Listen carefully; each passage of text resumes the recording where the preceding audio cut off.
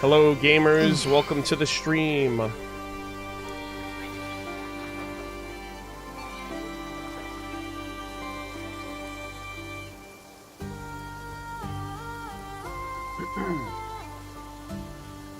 Welcome, welcome. Hope you guys are all doing well. Appreciate you tuning in. Sorry that I'm late. I woke up late and I thought I could rush to start.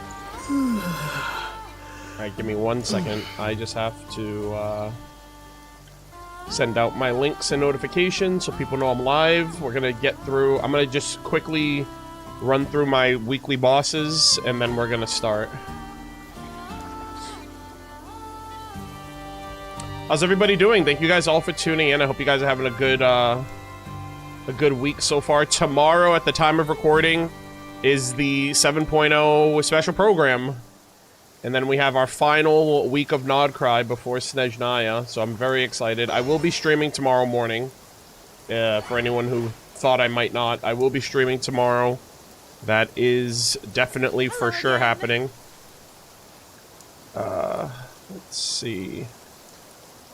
Okay. So we should be good. Do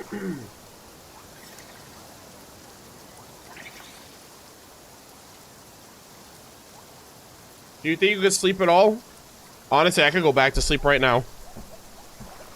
with enough encouragement. I could always sleep. Honed in flame. But yeah, I think I kind of have to because I'm gonna have a busy day tomorrow. So I need to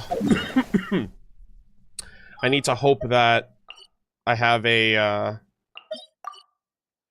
busy day and then I go to bed tired and I can sleep like a baby.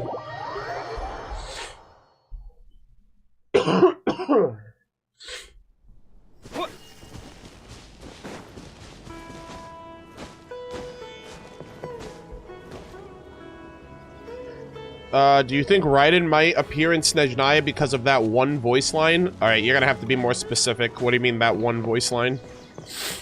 I don't, I might be missing something. Your Twitch link on Discord doesn't work, by the way? Wait, what?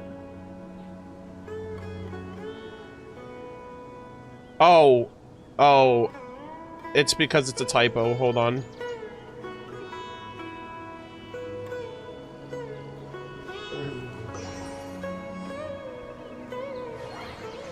There we go. Now it's fixed. Oh god, does that mean I did that with the other ones? Hold on. I hope not. I might be cooked. Please, don't tell me I did it there too. Okay, I didn't. For some reason, it was just Twitch. I'm sorry, it was just Discord. So, there you go, Discord. You get to see all my mistakes. Okay, I think we're good everywhere else. Alright, thank you for letting me know.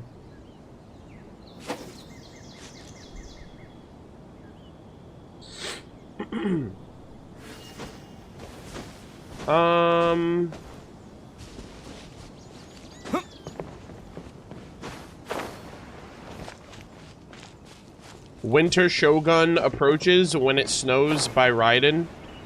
I don't really know. Like, every character has snow dialogue or snow voice lines, so I don't really know. Also, is that what she says? Hold on. Does she just say Winter Shogun approaches?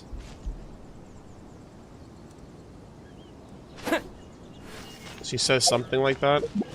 Yeah, I mean, I looked over her lines how fucking 5 years ago. So it's been a while. The Winter Shogun approaches. It could be. I mean, or she's taking a little stroll through Dragonspine, who knows?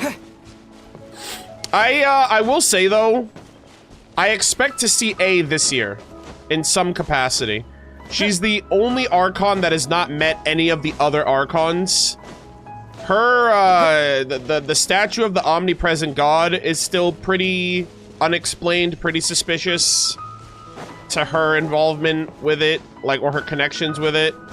Her plane of euthymia and just, I think A in general is still very interesting. Her and Zhongli, and her, Zhongli, and Venti are definitely the top, like, the 3 most suspicious Archons still. So I expect that we'll see her this year. I don't know if we'll see her in Snezhnaya or if we'll see her if we go back to Inazuma or something. That'd be cool if the Archons start coming together too, like more of them, because, you know, Nahida and Mawika just met, and like I still want A and Mawika to meet, because, you know, Mawika mentioned that, I think in her voice lines or in her lore, it mentioned like, oh, you know, that'd be kind of cool to meet. Like, they're both, like, super strong. They both have sisters that they've had to, like, leave behind. Stuff like that.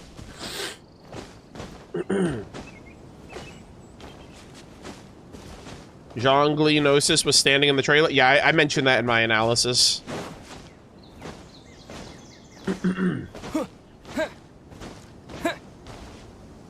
But yeah. The elephant in the room, yeah.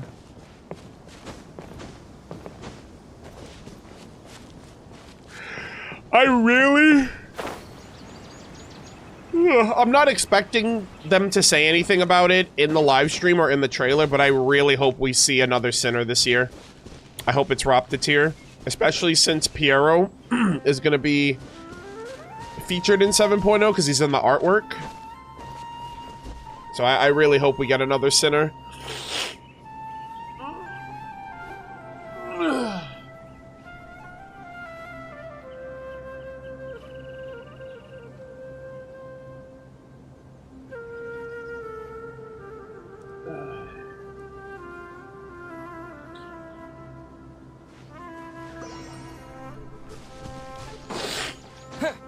But yeah, I'm very excited. I cannot wait. All right, well, I'm gonna just quickly run through my weeklies so I can get these out of the way. I forgot to. I just wrote it down before I went live. We're gonna be doing another Sandrone tea party as well. Did you just wake up? I woke up 2 hours ago. All here shall bend to my I'm not doing the best. Actually, what is this team? Hold on.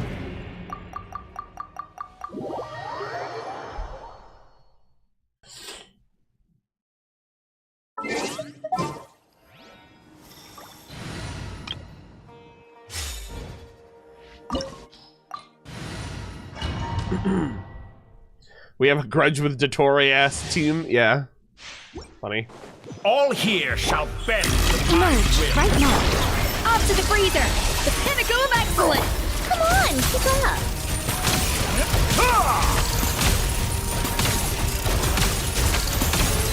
A spot of tea time entertainment. Strike a pose. Come on out. Emerge. I'm always watching. A little moose-boosh. Yeah, goose on the loose. Take a break.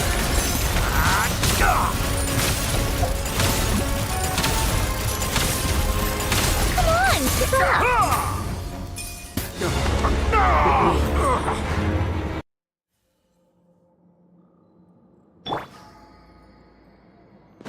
Get back! Right here. Right now. Off to the freezer. Catch it from my grasp. You won't distract me. How tiresome. Just like a little buzzing fly. Emerge right now. A dash of frosting! The pinnacle of A excellence! petty trick.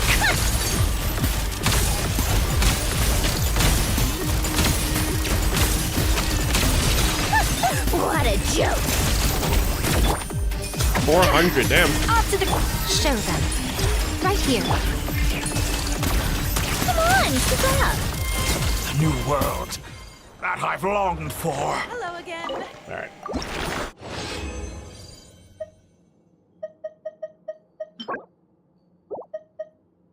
Damn.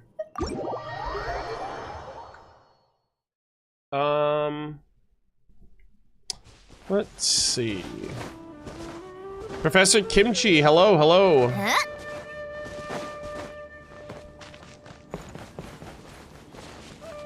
Yeah.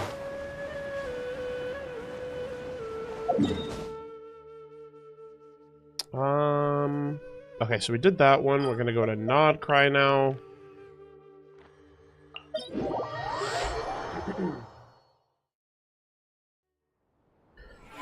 I saw your tweet about wanting to stream other games. Is Elden Ring on the list? I miss your old From Software streams.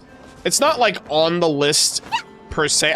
There isn't a list yet. I don't have a list of games on my recommendations or to play. I mean, I do want to still play Elden Ring.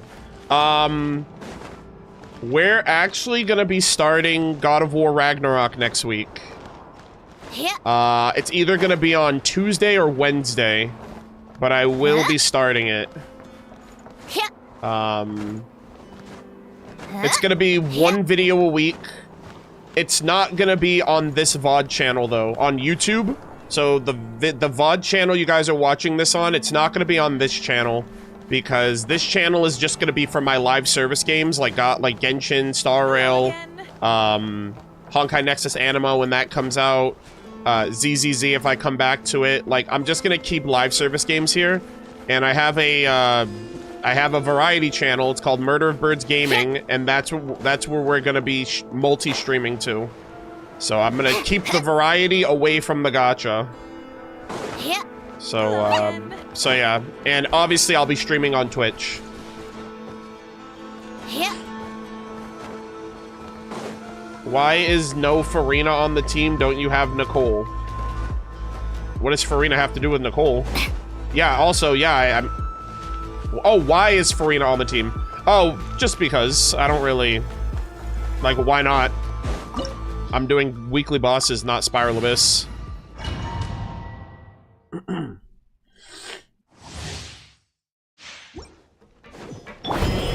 Emerge, right here. A dash of frost. You guys. How tiresome.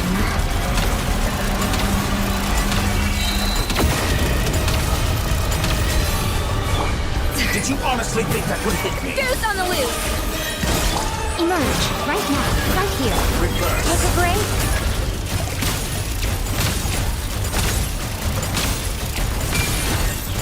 Come on, keep up. A spot of tea. A sight to behold. Emerge, right here, right now. Pinnacle of excellence! Off to the break! Take a break. So pathetic.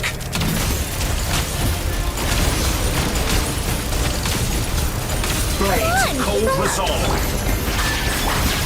Emerge. My god. A dash of frost! Strike a pump! Take a break.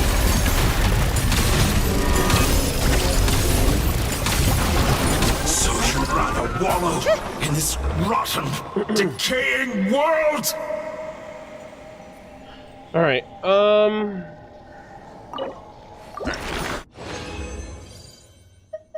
Ah, man. Bro, I have gotten some runs where I've gotten all 3 boss mats, but... Ooh, this one's kind of good. I'll lock that. I don't even know if any characters that even need Wanderer's Troop anymore from me.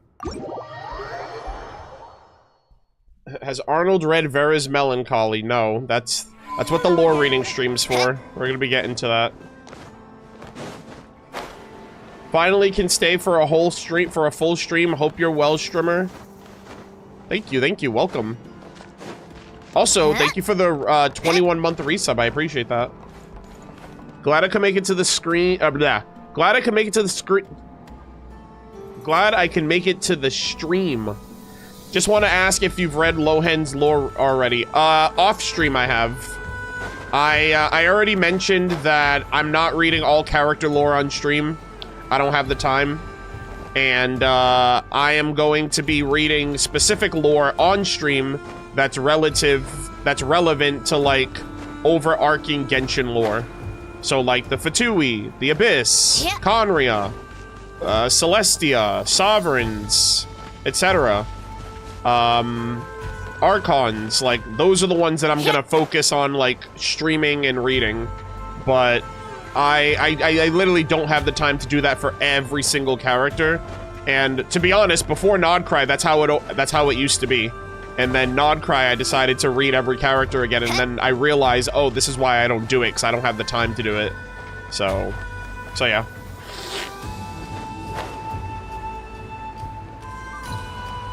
But yeah.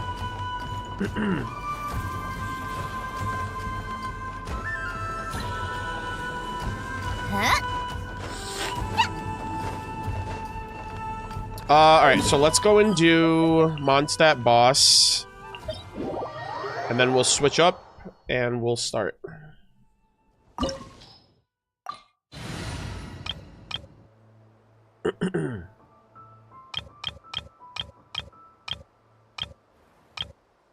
Oh, I thought I had a Skirk team already. Sheesh. I got nothing.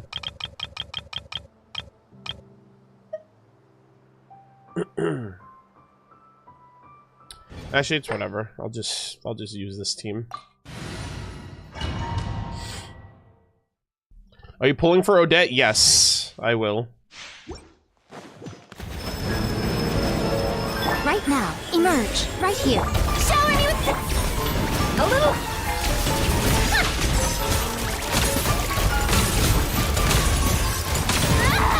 Oh my god. A burst of flavor. I thought I was out of range of that. Right now, right here. Emerge. Come on, keep up.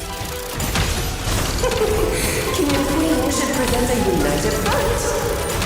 How tiresome. What a joke. A dash of frosting.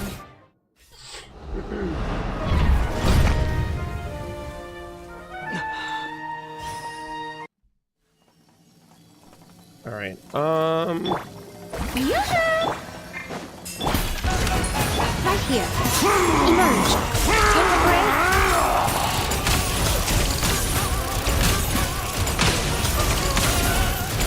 How tiresome. Let the world collide! Oh, this is all getting rather dreary. Right here. Right now. Right here. Darling. Take a break.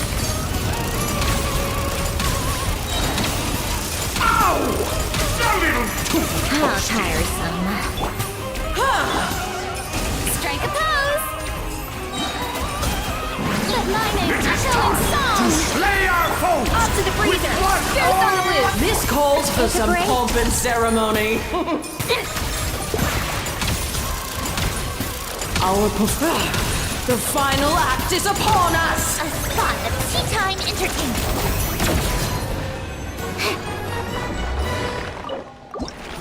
Hello again. All right. Ooh. Holy moly, I got a... Guys, we were just talking about A. Hold on. Wait. This is kind of sus. Is this a sign? Holy moly, I got a full Electro gemstone after we just finished talking about the Electro Archon. Oh boy. What does this say too? It once promised its people a dream, an never-changing eternity. Kinda sus. And a bad artifact.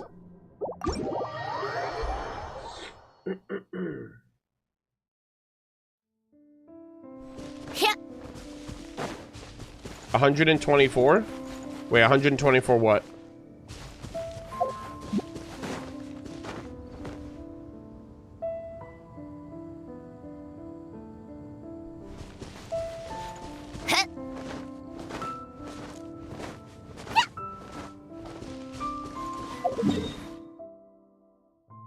Yeah, someone on YouTube was like, 124? I'm guessing gemstone? Wait. 124 gemstones? No way. Oh, I can craft 124. Yeah. I don't have 124. That's how much I can craft with these remaining material, which is actually kind of crazy. I actually have never looked at that before. 36. 124. Damn. That's kind of crazy. Yeah, I never knew. I never noticed how many of these other ones I could craft.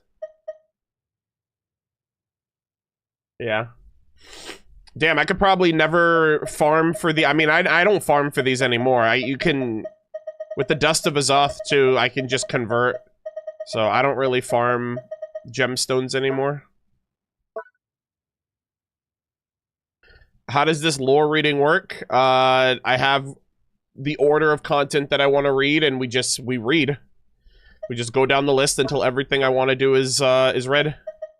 I'm probably not going to get through everything today though, because it's kind of late at the time of me starting, and I'm going to be busy the next couple of days with like the special program, the trailer analysis, and a bunch of other, like, whatever else they talk about or show for the live stream. So I actually might... I'm gonna try to get through a few things today, and then we'll come back to it on, probably on Saturday, either Saturday or Sunday. We'll probably finish the rest of the lore for whatever we don't get through today.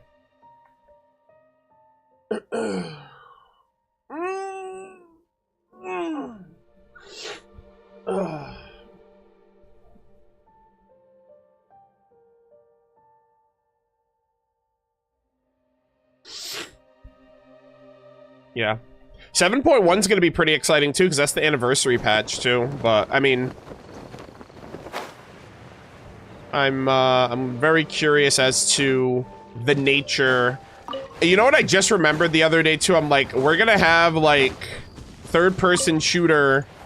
Like, we're gonna have like a third-person shooter Aether. Like, I wonder how far they're gonna take that. I hope that's not just like quest focused.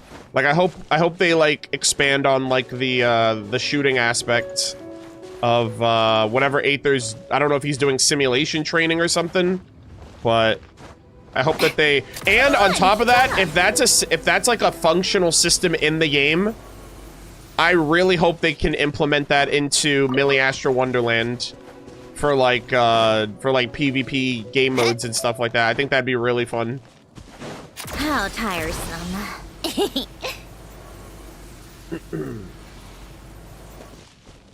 Is Linnea's bow on the list? No, because oh, just because like that's kind of like I'm pretty sure it talks about Fae, but I'm probably just gonna read that one on my own. Come on, keep up. Because I was supposed to read that with her lore, but I was super sick that day. Huh?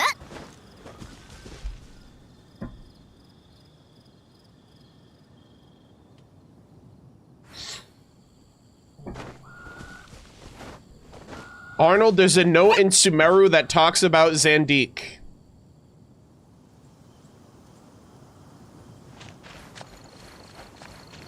You don't say. You don't say. I must have missed that like 4 years ago. Yeah.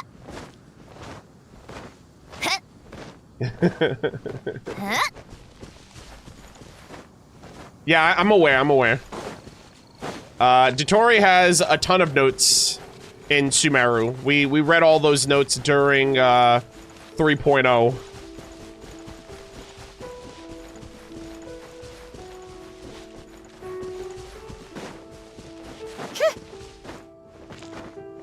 Yeah.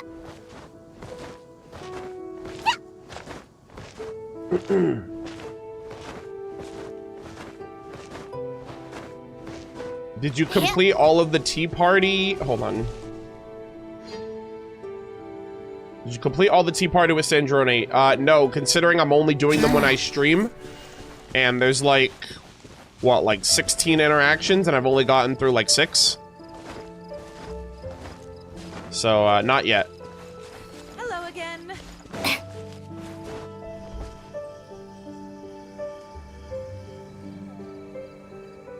Yeah.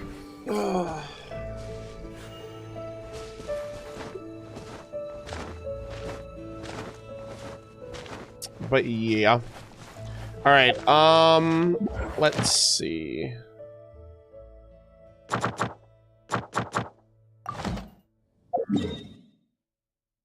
Okay, those are all done. I'm gonna go do one commission in Nod Cry, just so I can get this out of the way. Who's today's tea party? I believe it's gonna be Navia, because I told chat in my last session, I let chat decide who to talk to, and it was between Navia and Arlecchino, and so I said, I picked Arlecchino, and then I told chat, I was like, okay, since we picked Arlecchino now, the next one will be Navia, so we're gonna do Navia next. That's for you, chat. Don't say I didn't do anything for you.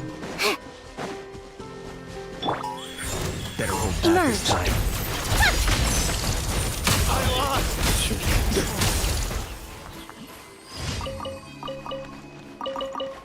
I'm not gonna lie, chat. I feel like my resin is kind of like, I know I'm using it. Right now I'm farming up pretty much. I'm pretty much like farming Mora right now. I have 70 million.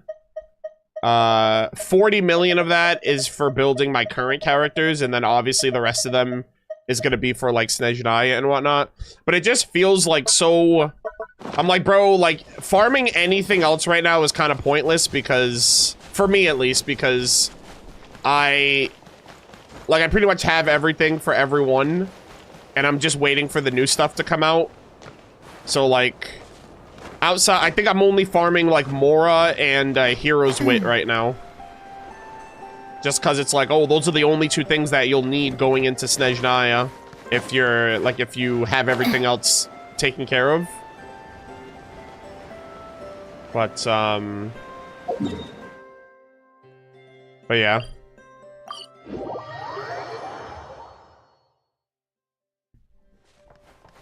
Yeah, I have, like, nothing meaningful to spend my my resin on. Thank you for coming. It's like, yeah, I guess I could artifact farm, but I can build every character on my account, so... For me, I'm just like, damn, I can't wait until this new region comes out, mainly so I can start, like, prioritizing the new sets, like the new artifact sets and the new talents and stuff. I mean, I'm not looking forward to that. I hate farming and building my characters. It's pretty monotonous, but I want to be able to put my resources towards something effective. 17 million? Not long ago, you said you had 60 million? Holy moly. No. I said I have 70 million, not 17. Unless that was a slip of the tongue. I have 70 million.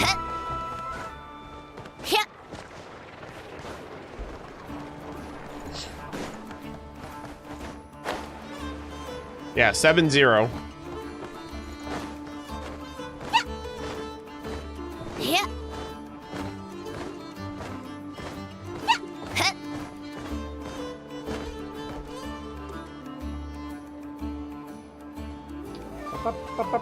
Arnold, can you combine all the anecdotes into one video?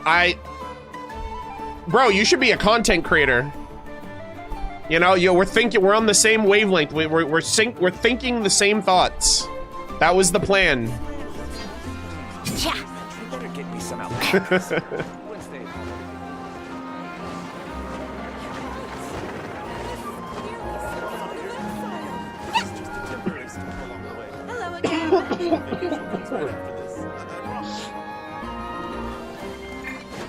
All right.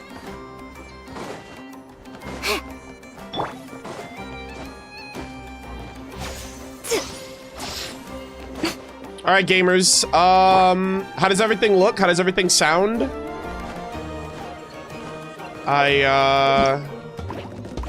Oh, we're gonna be doing this weekend. Whatever stream I do, if it's Saturday or Sunday, it's probably gonna be Sunday. We're gonna do this event on Sunday. I have to finish this before it ends. So, we'll probably do, Sandrone's quest, like Sandrone Tea Party, and then this dance. Is this quick? Like, is this, extensive? I don't know how much character interaction there is.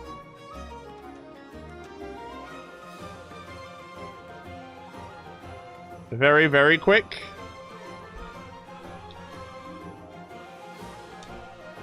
Are there, like, characters? I assume there's, like... I remember the last one we did, there was a lot of NPC interaction, like talking to the organizers.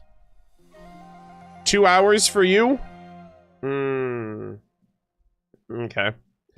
Well, we'll figure it out. I'm gonna do the Sandrone Tea Party. We're gonna do that event, and then we'll clean up the rest of my lore reading.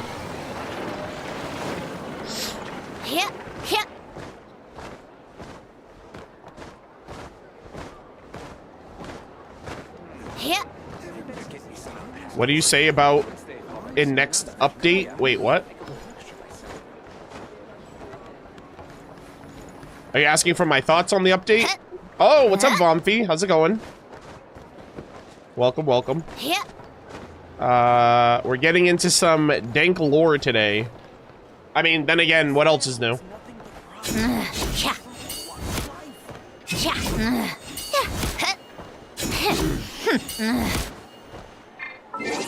Okay. Let's switch back.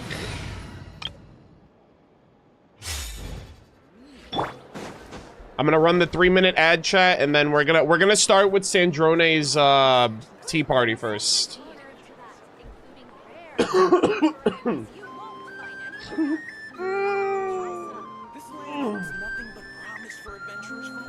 Oh, that's right. Somebody asked me earlier if I'm pulling for Remiel. I am. I just haven't pulled for her yet. But I will be getting her this patch. We talked about that in yesterday's stream as well. No, I haven't done it yet, Anthony, but I will.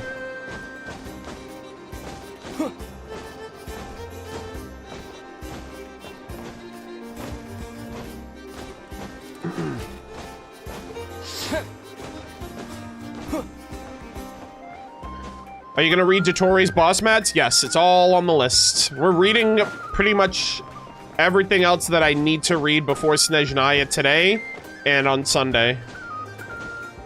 So we'll get to it. I don't know if we're gonna get to it today, but we'll get to it by the end of the week.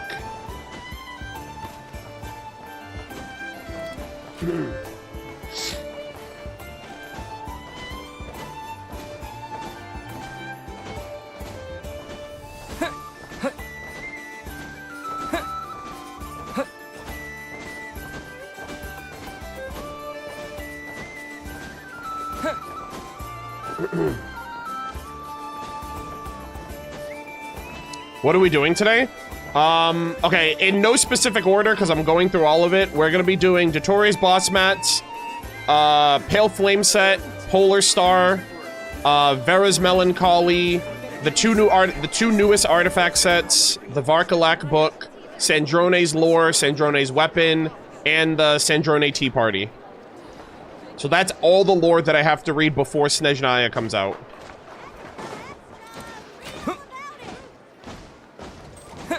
Do you know of some update? We do not talk about leaks here. Don't even mention leaks. Because if someone says something, then someone else is going to mishear it, and they're going to be like, oh, I heard leaks, we're talking. No. No, I don't look at leaks, we don't talk about leaks, none of that.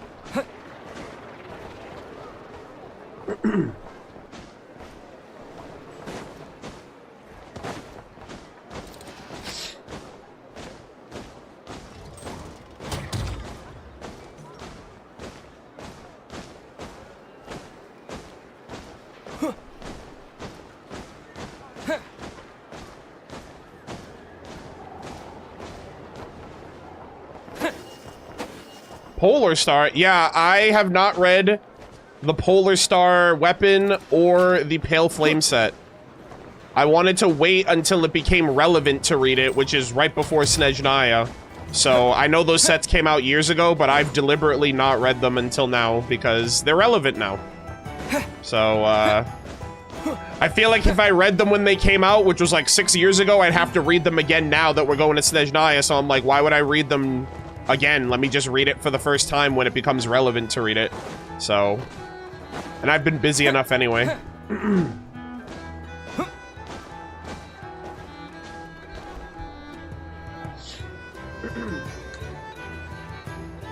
But yeah. So, okay, let's go. Who was Okay, Arlecchino was the last person. I need to start this at the last spot that we started. So that way, which one of the... I always forget, man. I'm like, is it... Okay, it's this one. I always forget the teleport that sends you to the top here. I essentially just want to start where the last interaction ended, because this is going to be stitched together when it goes up on YouTube, so I want it to have some visual consistency. Alright. Let me make sure I'm recording.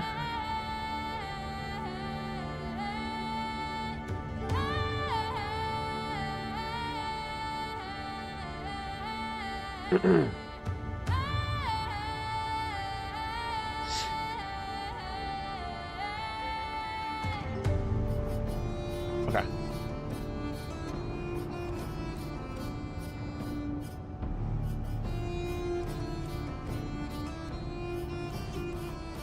Alright. Chat, how does everything look? How's everything sound? Let me know.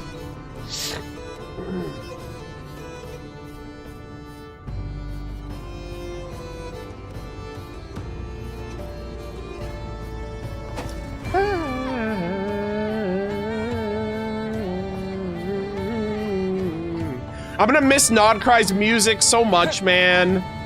Nodcry was so special. It was so good. I'm just listening to this now. I'm like, oh man, I gotta take all this music in, because it's like, when are we... Oh, I'm wondering when or if the game is ever gonna give us a tangible reason to come back to Nodcry, especially since it was a detour on our way to Snezhnaya, but I hope so. Or at the very least, the Nodcry characters go to other nations would be cool too. Alrighty, gamers, we are going to be continuing on now. We have another day, another Sandrone Tea Party interaction. The last one we did was Arlecchino, and I did mention in my last sequence, I left it up to chat to decide what... Also, yeah, say hi to YouTube, chat. I completely forgot to say that. I'm starting right now.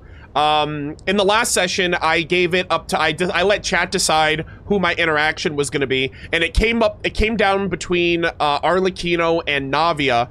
And so I decided to go with Arlecchino, which was great because she gave us a lot of information about Rosalind and Odette, who is going to be the featured character on the 7.0 banner for Snezhnaya, which, by the way, at the time of recording, the 7.0 special program is tomorrow morning. So we still don't know anything about Snezhnaya or about Odette or like anything really outside of what they've showed us prior to the official reveal. So, we're all gonna be like we're gonna be changed people tomorrow, essentially. But, we did Arlecchino's in my last session, so I said, because Navia was a close second, I said that we'd be following up with Navia in the following one. So this is gonna be Navia's interaction now. Unless I open this up and they have like another surprise guest. Unless that happens, then I think we'll... I think we'll kind of like... We might have to redecide, but let's see. Okay, let's see. Who do we got? To this tea party. Okay, so it's just these characters then.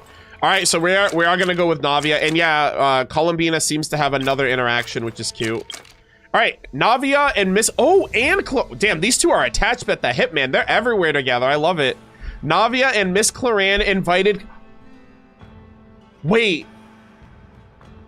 Chat, I'm thinking to myself, I'm like, wait, if Navia's with her, imagine this is a Mare Chose, like a tabletop troupe.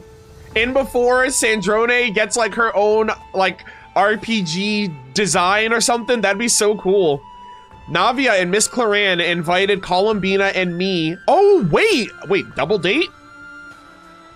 Invited Columbina and me to join them before.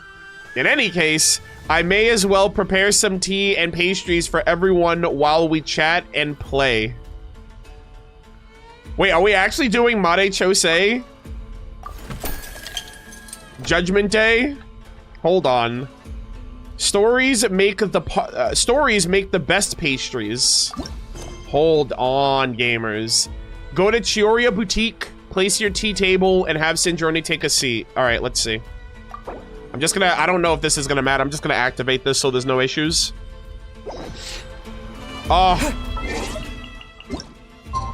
also. That's too late for my liking.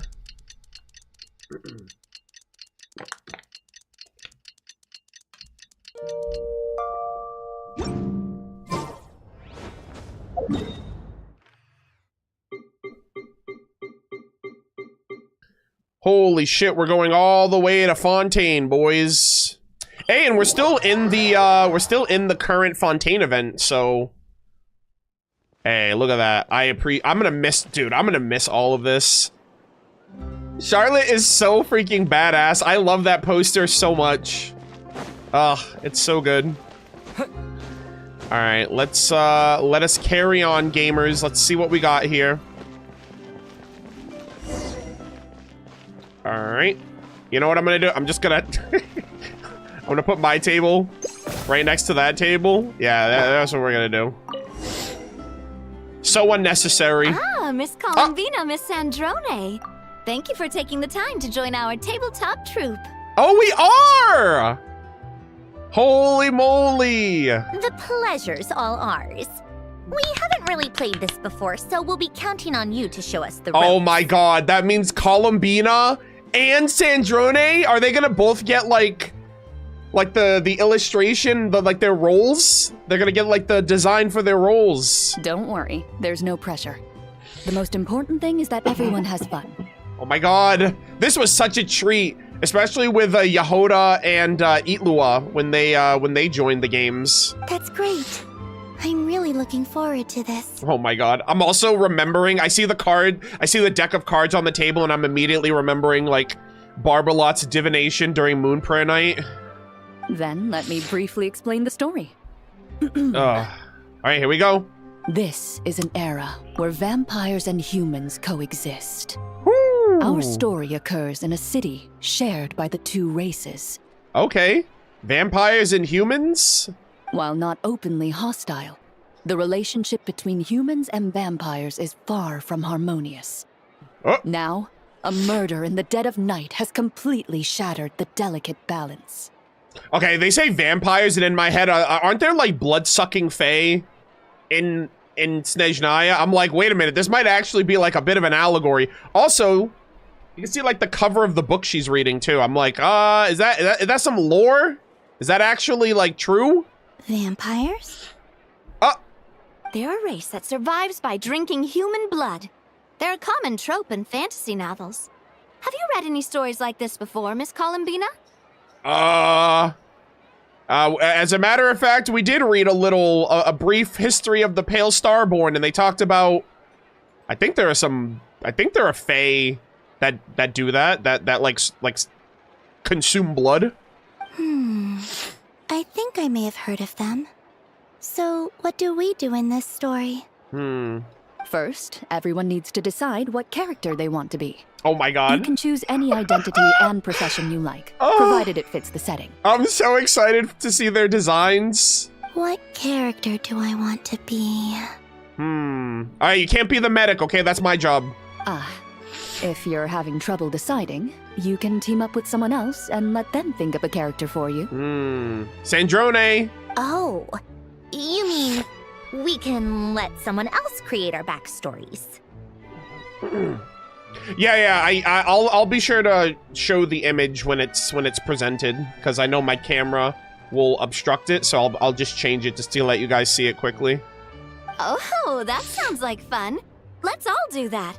I'll leave my character sheet to you, Clorand. Oh my gosh, that's so funny. Then you can decide my character, Sandrone, and I'll think up the perfect role for you. Okay. Works for me. I wasn't sure what profession to pick anyway. Damn, it's like, yeah, I'm gonna create your role. Oh, hello, Doge. That big stretch, holy. Okay. All right, what do we got? Is everyone finished? I can't wait to see what mine says. All right. I'm a merchant who plies her trade in a city where vampires and humans coexist. Yep. Okay, so I love this portrait of Navia so much, dude. I know this was like the original one she had in the in Claran's story quest, but it looks so good on her. I kind of wish that this was just an alternate skin for her.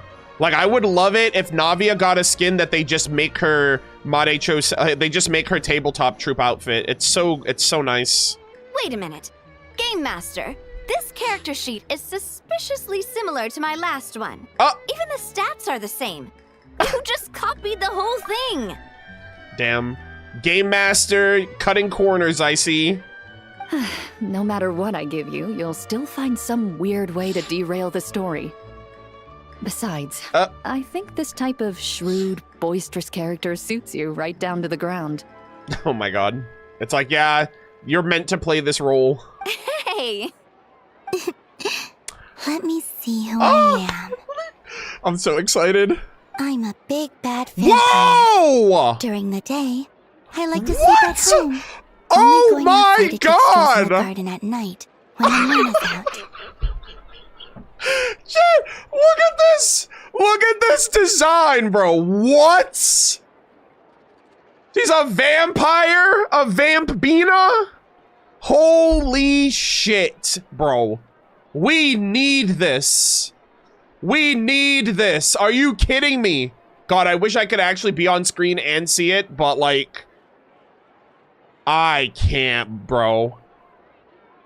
I love this design so much. Wait, so she's a vampire?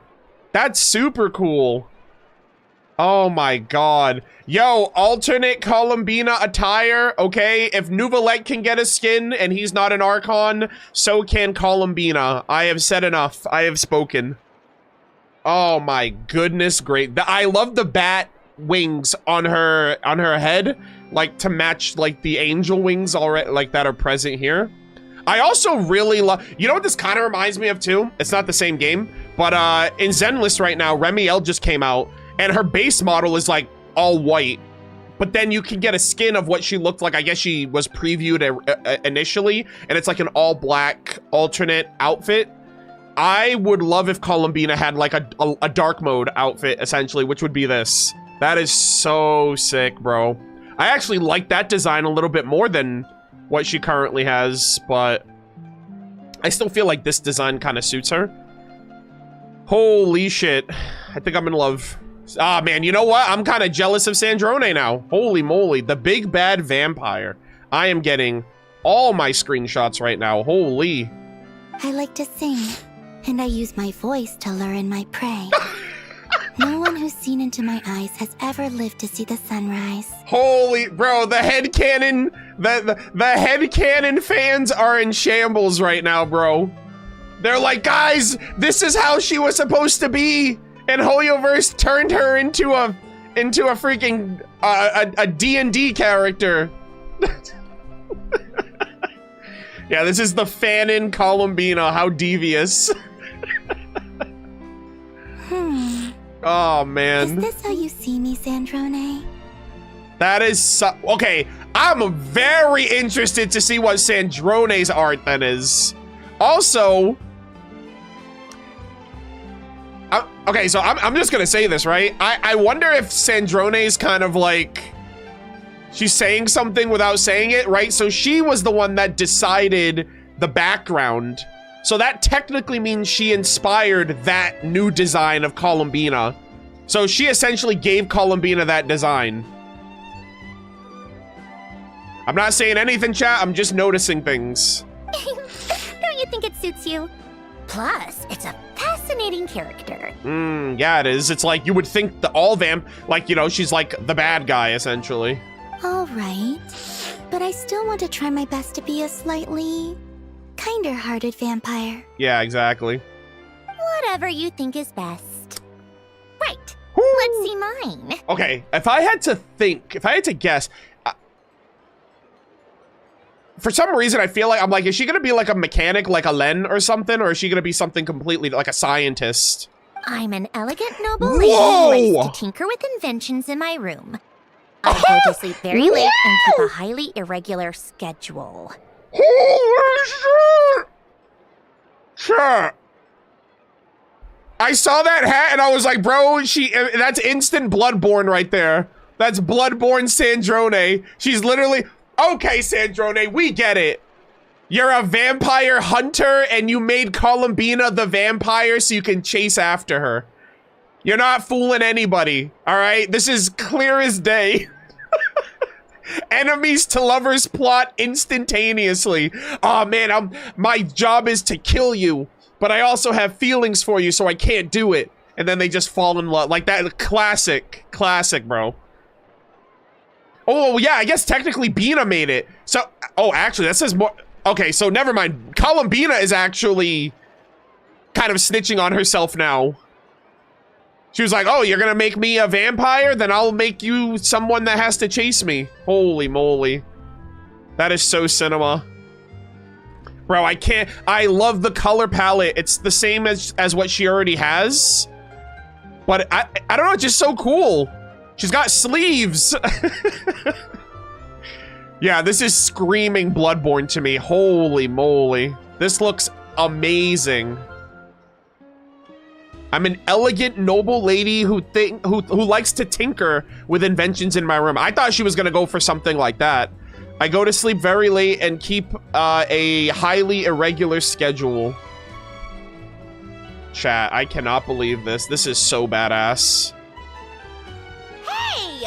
What sort of person introduces themselves like this? That's literally who you are. She literally just morphed you into a character, but that's literally you. But I'm also a vampire hunter. When someone in the city is in danger, I bravely use my inventions to save them. And she's got like she's like holding the bullet too. Huh? This is nothing like me at all. That's the whole point. You're role-playing. You don't think so? I think it's exactly like you. Oh. But based on these introductions, it seems like Miss Columbina and Miss Sandrone's characters should be sworn enemies. Enemies to lovers confirmed. Well, it certainly seems like this story's going to throw up some fascinating developments. Yeah, Clarion knew the assignment. She's like, I know what's about to happen. Ugh, I can't wait. I feel like this story is gonna throw up a lot of headaches. Oh my god, this is so good, dude. You're worried how this will play out, aren't you, Sandrone? Is it because I'm an evil blood-sucking vampire? Be careful, Sandrone, she's gonna get you. The only thing I'm worried about is missing my chance to set your character straight.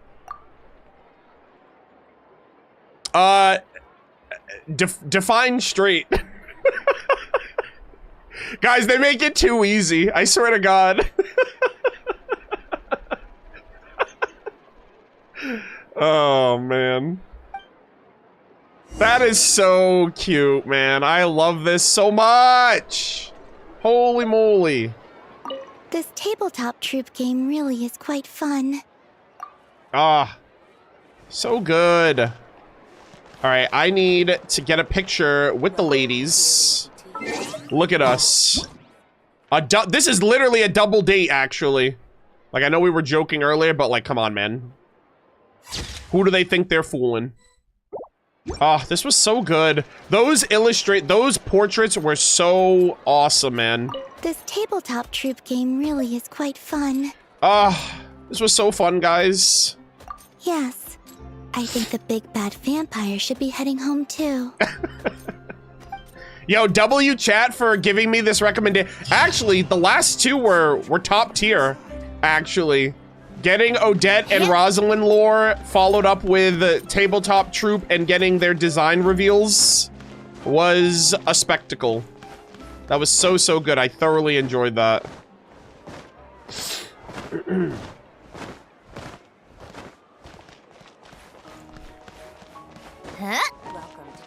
Oh god, and now they're trying to remind me of Focalors. Let's get out of here, please.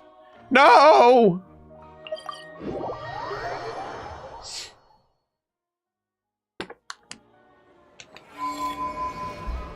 Jesus. All right.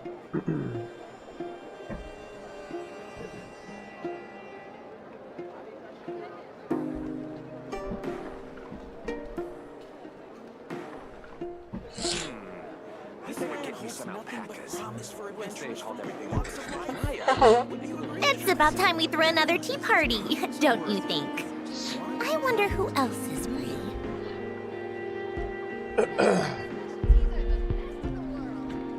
Okay.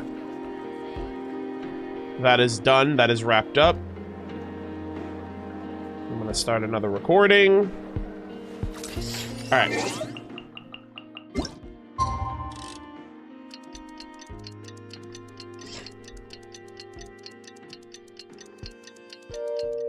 All right, we're gonna start in 90 seconds, chat.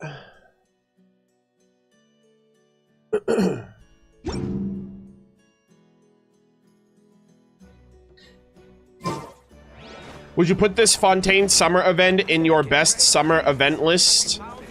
Well, I mean, it would go somewhere on the list. I just don't know where. It's not my favorite. Like, nothing's beating Simulanka, I'm sorry. But it was enjoyable. I just don't know. It didn't feel... It wasn't really a summer event. It was just an event that happened during the summer. You know? Like, it's not like we weren't on vacation or anything like that. We weren't, like, summertime fun in the sun. So... This land holds nothing but promise for adventurers from all walks of life.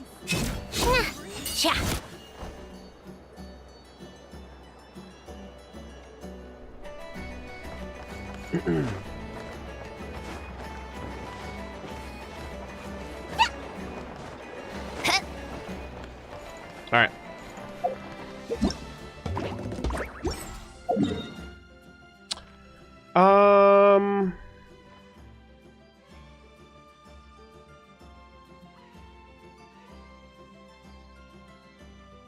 All right, chat. We're actually gonna start with Sandrone's lore and her signature weapon as well.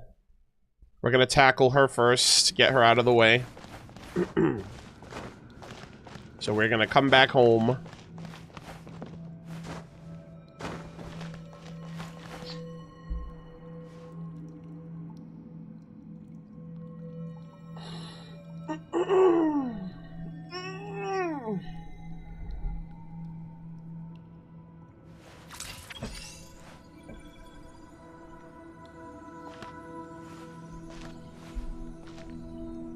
All right.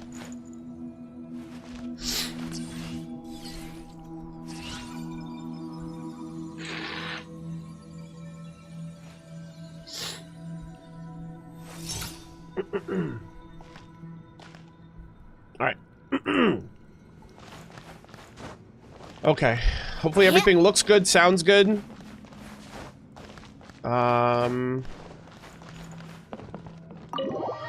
All right, chat, say hi to YouTube. We're gonna start right now.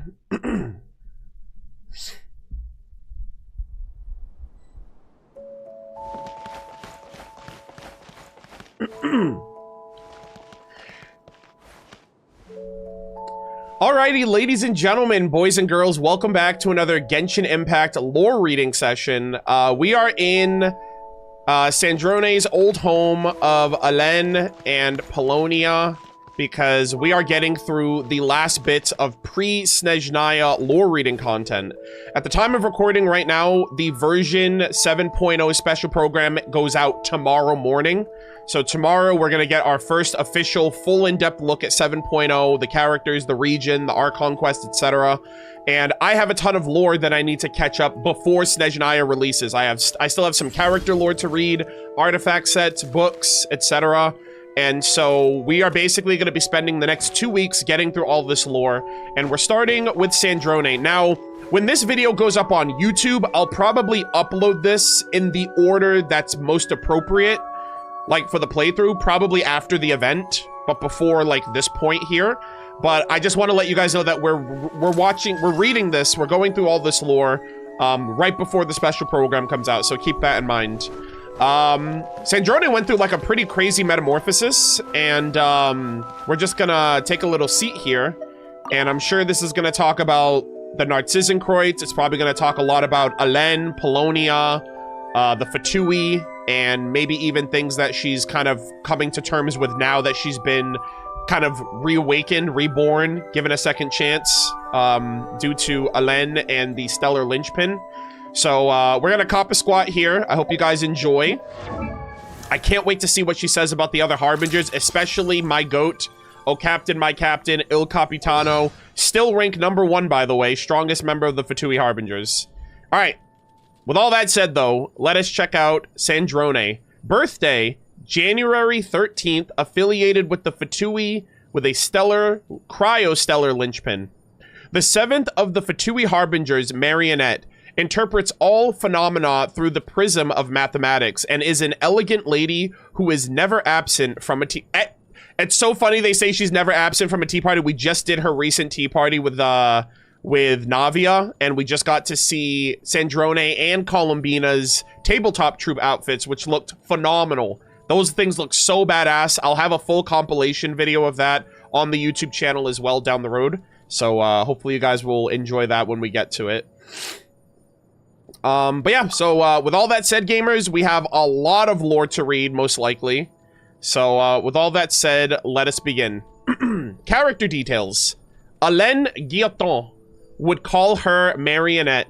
Behind this name was the story of a loved one he could never forget and whose memories he had naively tried to revive by creating her. Yeah. We were talking about this all the way back during 4.2, 4.3 with the final... Actually, maybe even earlier than that. I think it was maybe 4.0 or 4.1 when we opened Basil Elton's timepiece and we saw the picture of the Narcissenkreuz kids inside, and the immediate parallels and the immediate realization that Marianne looked very much like Sandrone. And but we knew that Marianne was dead in the present, so a lot of us speculated, and good on Hoyoverse for drawing those parallels as well. But yeah, like that theory was kind of born ever since Fontaine came out, which was awesome. So confirmation that Alain tried creating Sandrone as a way of like replacing his sister. So, but the moment she opened her eyes and tentatively spoke his name, he resolved never to call her that again. It was wrong, he realized, to make this exquisite little creation bear the weight of his sister's life and of his own mistake. This little creation deserved a life of her very own, just like everyone else born into this world. Oh my gosh. You know, and I feel like that, it's like you have all of these thoughts and you have all of these things you want to achieve and do, and then you look upon like your baby, right? Your child for the first time, and then you're like, they can be whatever they want. I'm not going to force this life onto them. They're going to find their own way, you know? So I feel like that's a very realistic reaction to have, you know, for someone in that situation. But from time to time, he still addressed her by that name, if only in his thoughts. Sorry, but from time to time, he still addressed her by that name, if only in his thoughts. He did so because just as the name... Oh my god... Just as the name Marionette suggested, she was pure of heart, kind, and always full of joy. Doesn't Marion, I forgot what Marion, like, well, I guess, I don't know if Marionette has, like, a terminology, but I remember when I was originally thinking about what her name would be, I thought it would be Mary-Annette, which I think it kind of, like, would translate to, like, Little Mary or something. Yeah, Little Mary. So, I feel like that's still, like, it's still, like, her name in his mind, but it's still Sandrone's name separately from that, you know? So, so yeah. Just as the name Marionette suggested, she was pure of heart, kind, and always full of joy. The people of Snezhnaya knew her as the Lady, or Lady Marionette, while most spoke of her with the fear of that... While most spoke of her with the fear that a harbinger typically inspires, there was also often a distinct note of respect in their voices, a sentiment made clear by descriptions such as the decisive Lady Marionette and the ever-reliable Lady Marionette. But to her friends and colleagues, she was known as Sandrone.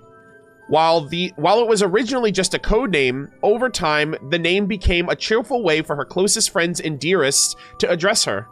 They began to associate it with the sense of dessert and afternoon tea, with the elegant turning of book pages and the steady ticking of the mainspring. And of course, at times, it also invoked the grumblings and even furious outbursts of a lady who had lost all patience. Proper etiquette be damned. Once, a friend put this question to her. What do you want us to call you? It doesn't matter, and I don't really care, she replied nonchalantly. I've always thought names to be something that existed mainly for the convenience of others. What other people choose to call me is, to a very large extent, determined by which part of me they choose to accept. The expression on her friend's face was one that clearly suggested that they were woefully unprepared for her answer. Anyhow, what I mean to say is, no matter what people choose to call me, I am still myself. I will not change because they have chosen to call me by a different name. And since I do not care what they call me, why not just let them use the name they're most comfortable with? But as to whether I would respond to the name in question, that is another matter altogether. Ha. Okay, Sandrone, it's not that deep.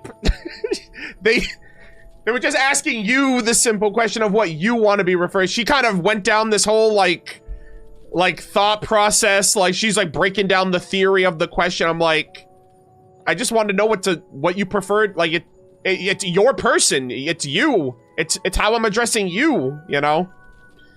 But I guess she was still kind of impartial to caring about how people respond. But she was like, yeah, you can call me whatever you want, but if you don't call me what I want you to call me, I'm not going to respond to you. So it's like, just tell me your name. That's all I want to know. So I think that's kind of funny.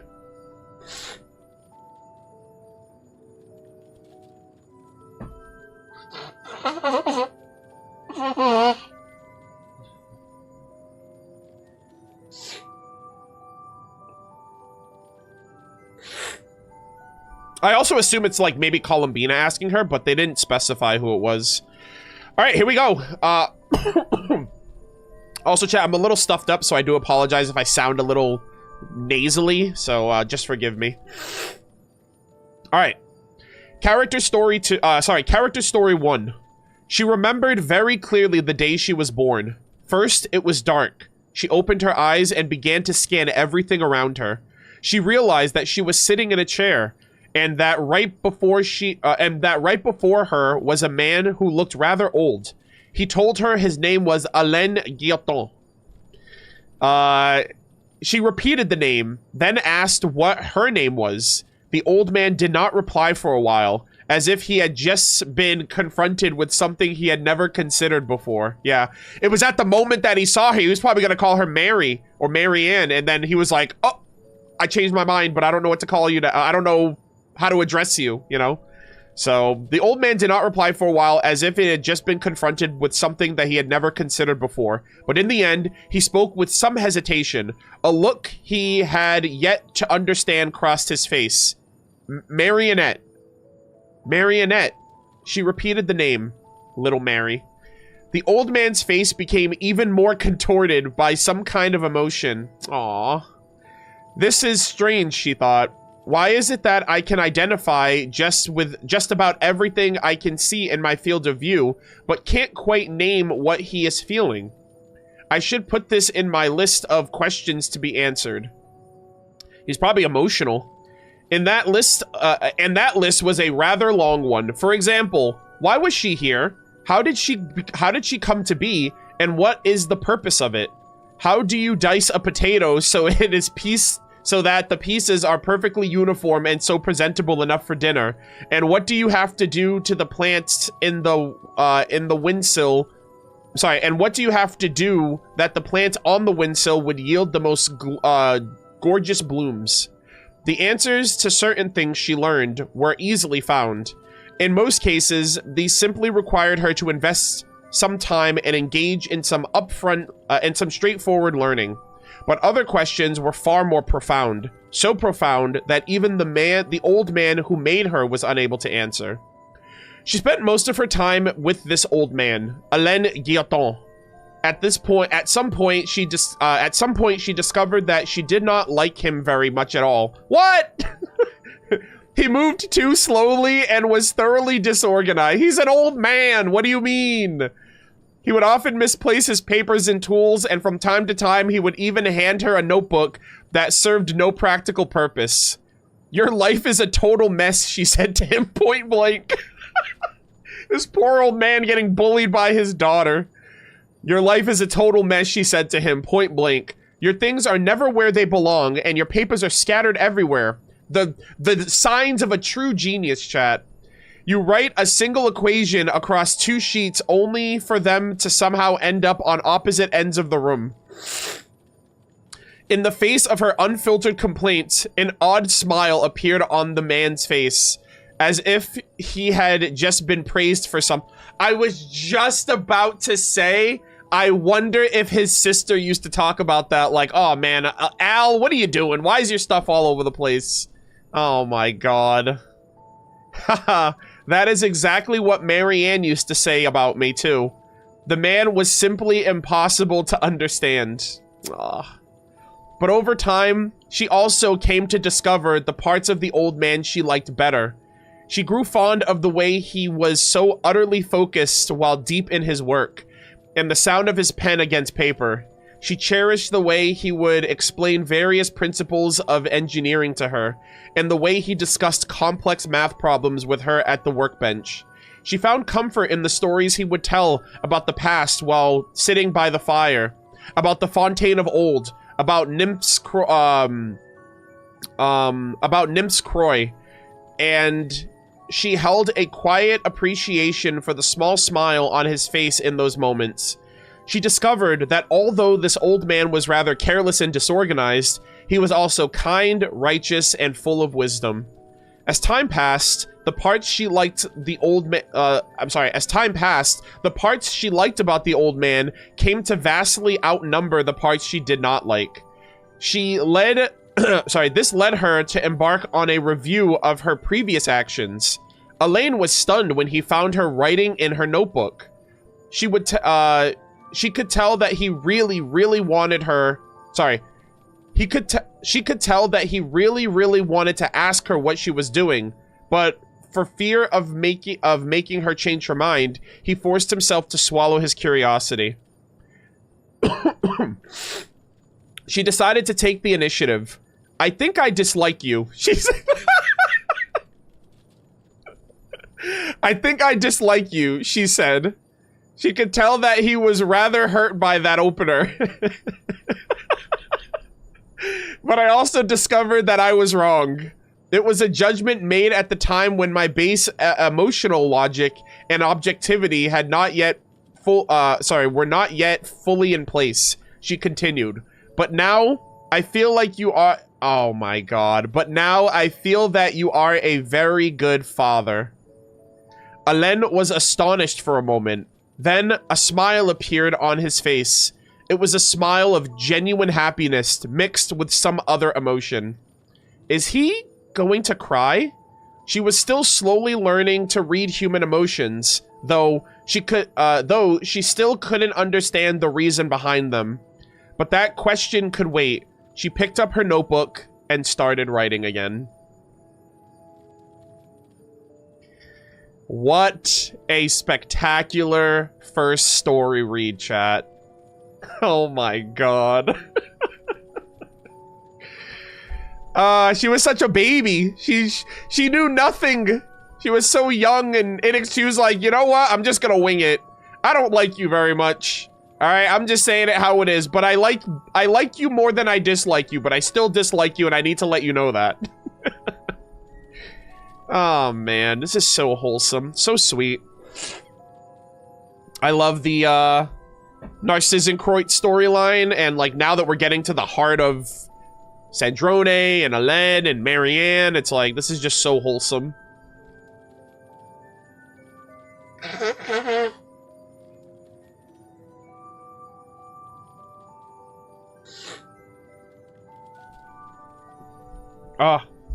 Yeah, and I love the her attempt at, like, because she's a freaking genius, you know, she's just like him for real.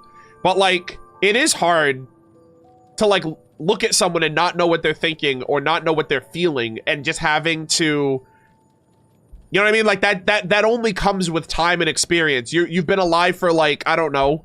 Is this like your first day alive or something, or over time, like maybe a month or something like that?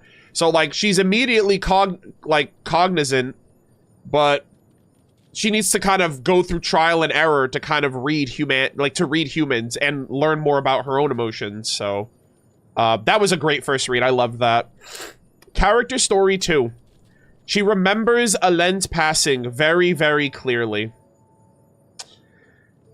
So we go from happiness to grief. Good lord. She remembers Alain's passing very, very clearly.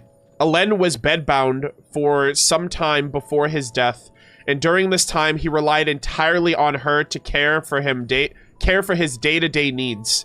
In the beginning, he was still able to respond to her and to converse with her, listening to her recount the fresh news and gossip she had gathered while out on her errands. But as time wore on, all he wanted to do was lie quietly in his bed. As she sat on his bedside and read to him, she could hear a long, labored rasp from his throat from time to time.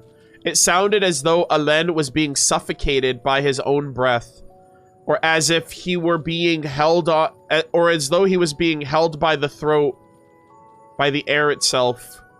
When Alain created her, he had given her the sense of touch, the sense of taste, and even breath, which served as a cooling system to regulate her body temperature. But now, in the final chapter of his life, all those things were being taken from him, one by one. First went his sense of taste, then his sense of touch, and finally his breath. There were several moments where she thought he would simply falter and fade. This is his final breath, she would think to herself. But he would pull through, again and again, every single time.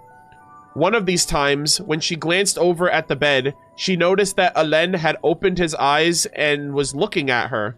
"I thought I was done this time," he said. "Done? Done what?" "I thought I'd finally gone to another place," he chuckled. "I've been practicing how to die." Oh, man. He wished to pass on in his sleep, he explained. Better yet, he wished to pass on in the middle of a beautiful dream.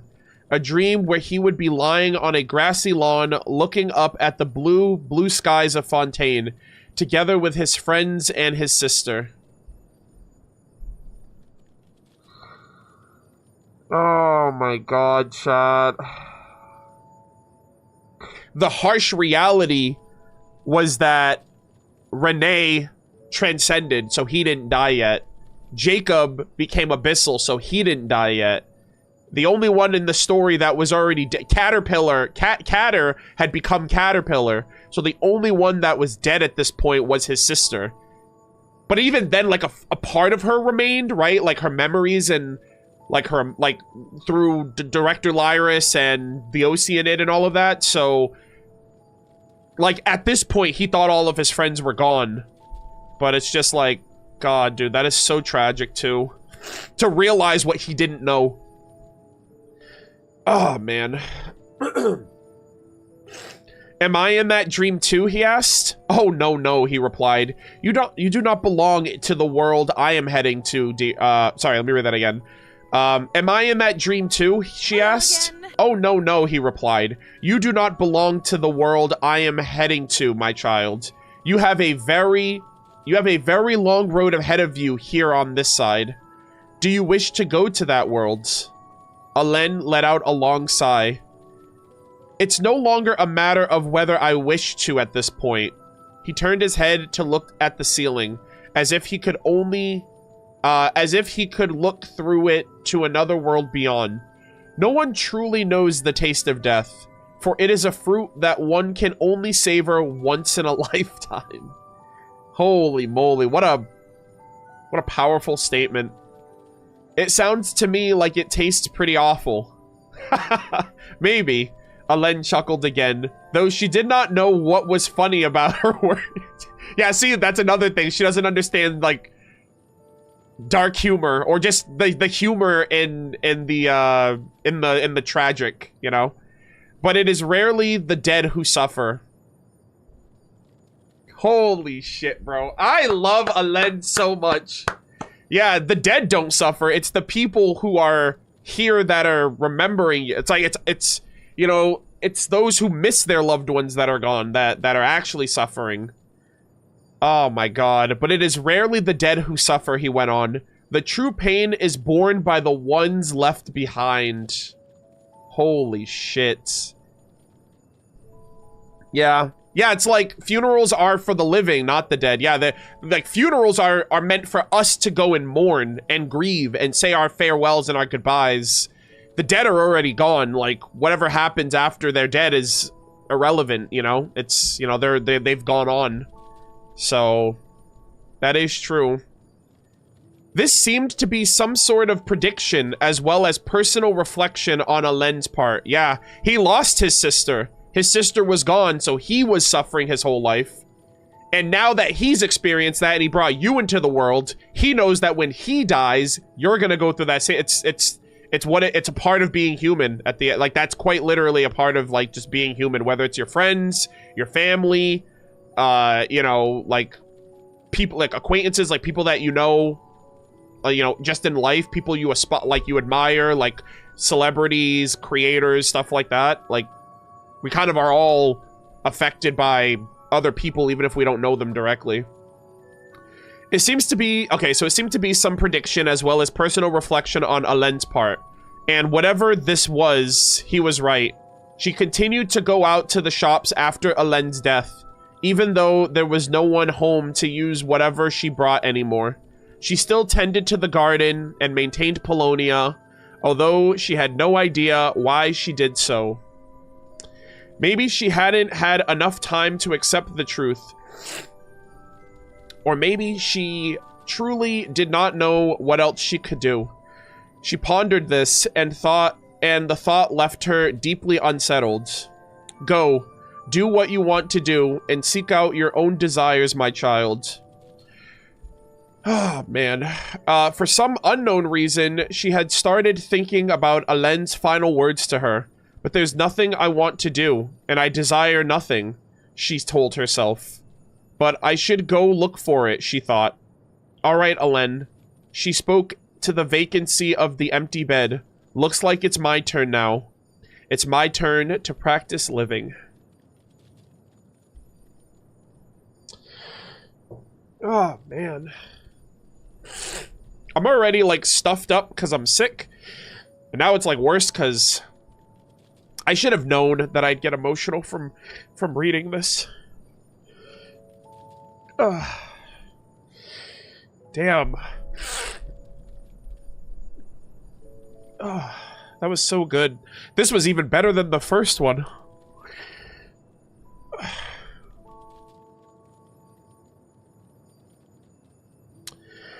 Oh, man.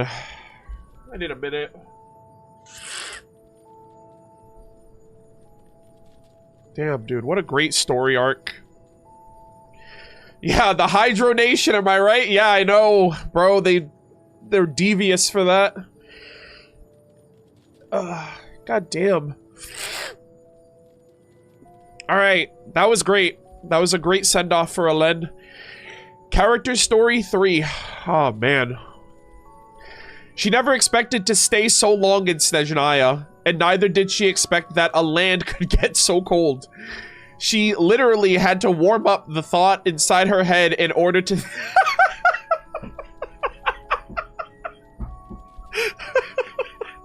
She literally had to warm up the thoughts inside her head in order to think.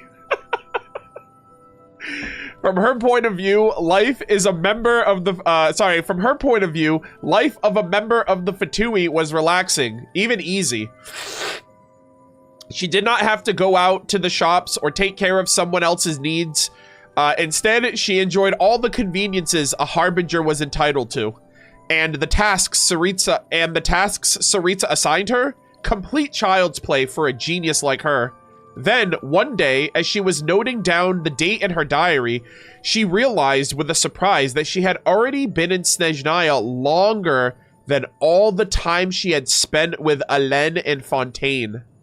It's as if this had become her second home, she thought. And that led to another question. Just which is her true home? Fontaine or Snezhnaya? And what is home exactly? Is it a place where one is needed? Certainly her job in the Fatui is irreplaceable. Or rather, it would be hard to replace her, and Her Majesty clearly has need of her. Or is it a place where one feels most at ease? Undoubtedly, life in Snezhnaya had been a pretty comfortable one so far. And there she had access to all the research equipment she could ever need. And if she ever felt bored, there was always the opera performances. Or maybe home is where family is. But family, she had no one else but Polonia now. So...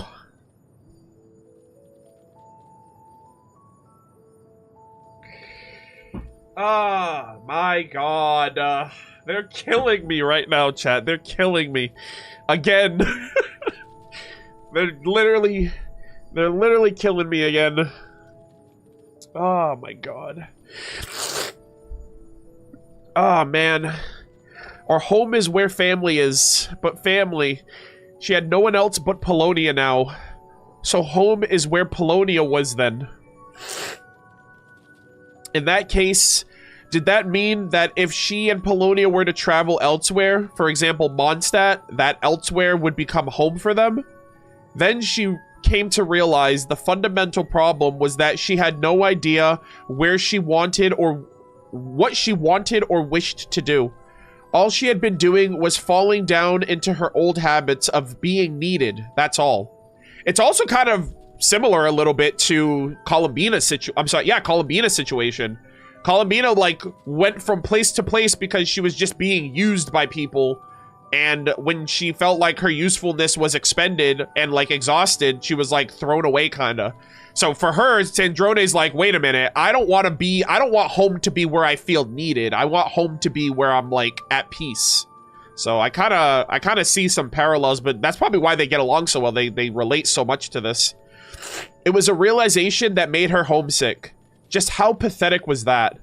Yet, at the same time, she had no idea what she could or would change. Yet, at the same time, she had no idea how she could or would change things. How annoying.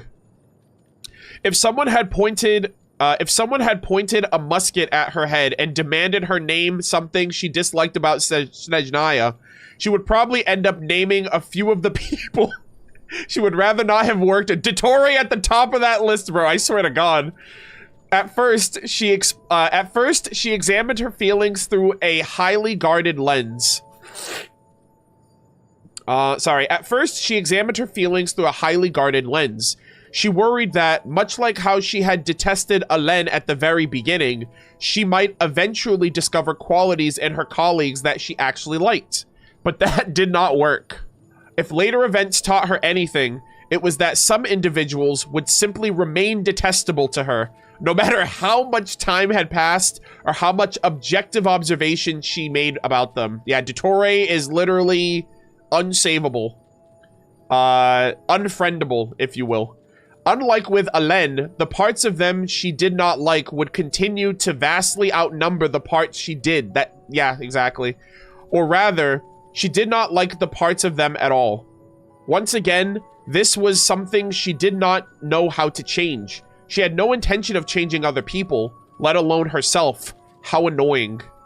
Maybe it was because she's still in the midst of learning her... Sorry, let me read that again.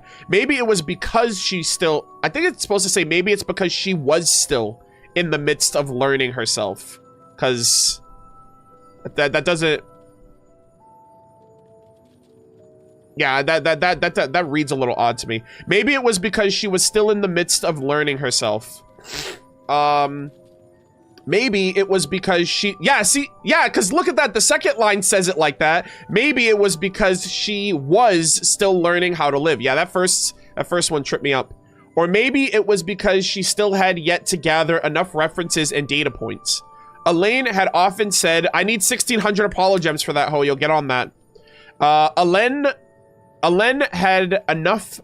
Hold on. I lost my train of thought. Okay, Elaine had often said that knowledge was the very foundation of the world. That's so funny, because that's what she said to, like, in response to Rerir. She was like, you're wrong. Like, Rerir was like, you do not want to know knowledge. Knowledge will fuck you up. And she was like, no, buddy, you're just freaking, you're just, I don't know, you're just dumb. Knowledge is the true foundation of the world. So, yeah, she learned that from her father. Elaine had often said that knowledge was the very foundation of the world. And this was something she kept telling herself too. But she was in no hurry to answer those questions. Hopefully, she said, hopefully, as she continued to lay the stones of her life, she would be able to eventually grasp these answers. But for the present, she heard that the Tsaritsa had appointed a new harbinger who had been singing in the garden all day long. There was a curiosity worth checking out. Wow, that is cool.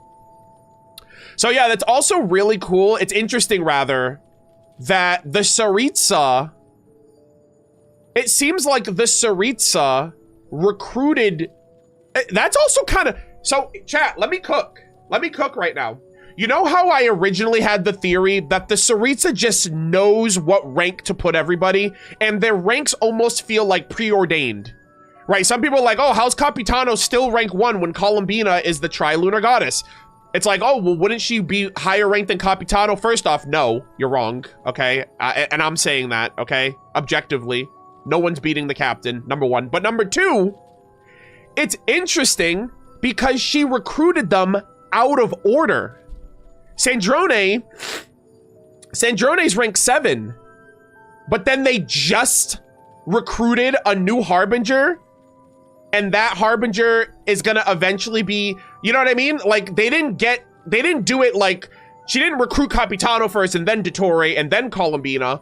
She must have gotten them all out of order and then eventually landed on where to rank them. Or maybe she always knew what rank they were gonna get. But I just find that really interesting because, like, I think in like for Kingdom Hearts, for example, Kingdom Hearts is a little different, but Kingdom Hearts has their own, like, bad guy affiliation, right? The Organization 13, I'm pretty sure Organization 13, you get your rank in the order that you joined.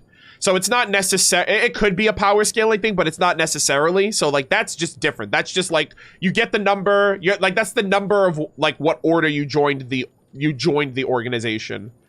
But that is interesting, because it seems like the Tsaritsa was cooking on those ranks before she actually made them. But then, sometimes they didn't work out that way, because Crucibina got replaced by Arlecchino. So she was just like, okay, Arlecchino, I guess it was because she had the Crimson Moon bloodline. She's like, you know what? You're good enough to be the knave. I don't know if Crucibina was rank 4 of the Harbingers before Arlecchino, or if Arlecchino outranked her and got ranked somewhere differently, but just had the same knave title. But that's an interesting observation, because I was always of the mind that the Tsaritsa's ranking them was very deliberate, and it wasn't just based on when they joined or, you know, whatever the case might be, especially since she recruited them out of order. But, interesting. So, Columbina has joined the fray. Character story for gamers. Absolutely ridiculous. Just what sort of person was she dealing with? What sort of person would follow her all day long, knocking on her door in the middle of the night to sing, and even barge in on her pleasant solo tea parties like that? Okay, that's a little sad. Oh, sorry, solo tea time. I filled in tea party. Okay. She's having solo tea time. That's a little sad, honestly. I will admit that's a little sad. I wonder who else is recruited here then. If Columbina was recently recruited. But yeah, it seems like Columbina joined and was already starting to annoy Sandrone, which is hilarious. Aggravatingly, this person has shown absolutely no regret or remorse, even after various stern warnings and retaliatory burden of a heavy mainspring forced upon her. To make matters worse, not only had these actions failed to create distance between them, but her subject was now hovering closer than ever. Did she not understand basic social etiquette and a person's need for personal space? Apparently, Sandrone was told, that annoying people just that annoying people really had ended up walking around with that heavy mainspring on her back for an entire week. What was that? A declaration of war? Some kind of demonstration to the world of her bully's cruelty? Darn it. Sorry, damn it. The next time she came around and disrupted afternoon tea again, she's going to get the nastiest drink ever. Okay, she's like, okay, that just sounds like you're gonna invite her to the next tea party. You know, that sounds like you're trying to be tsundere right now. You're like, you know what?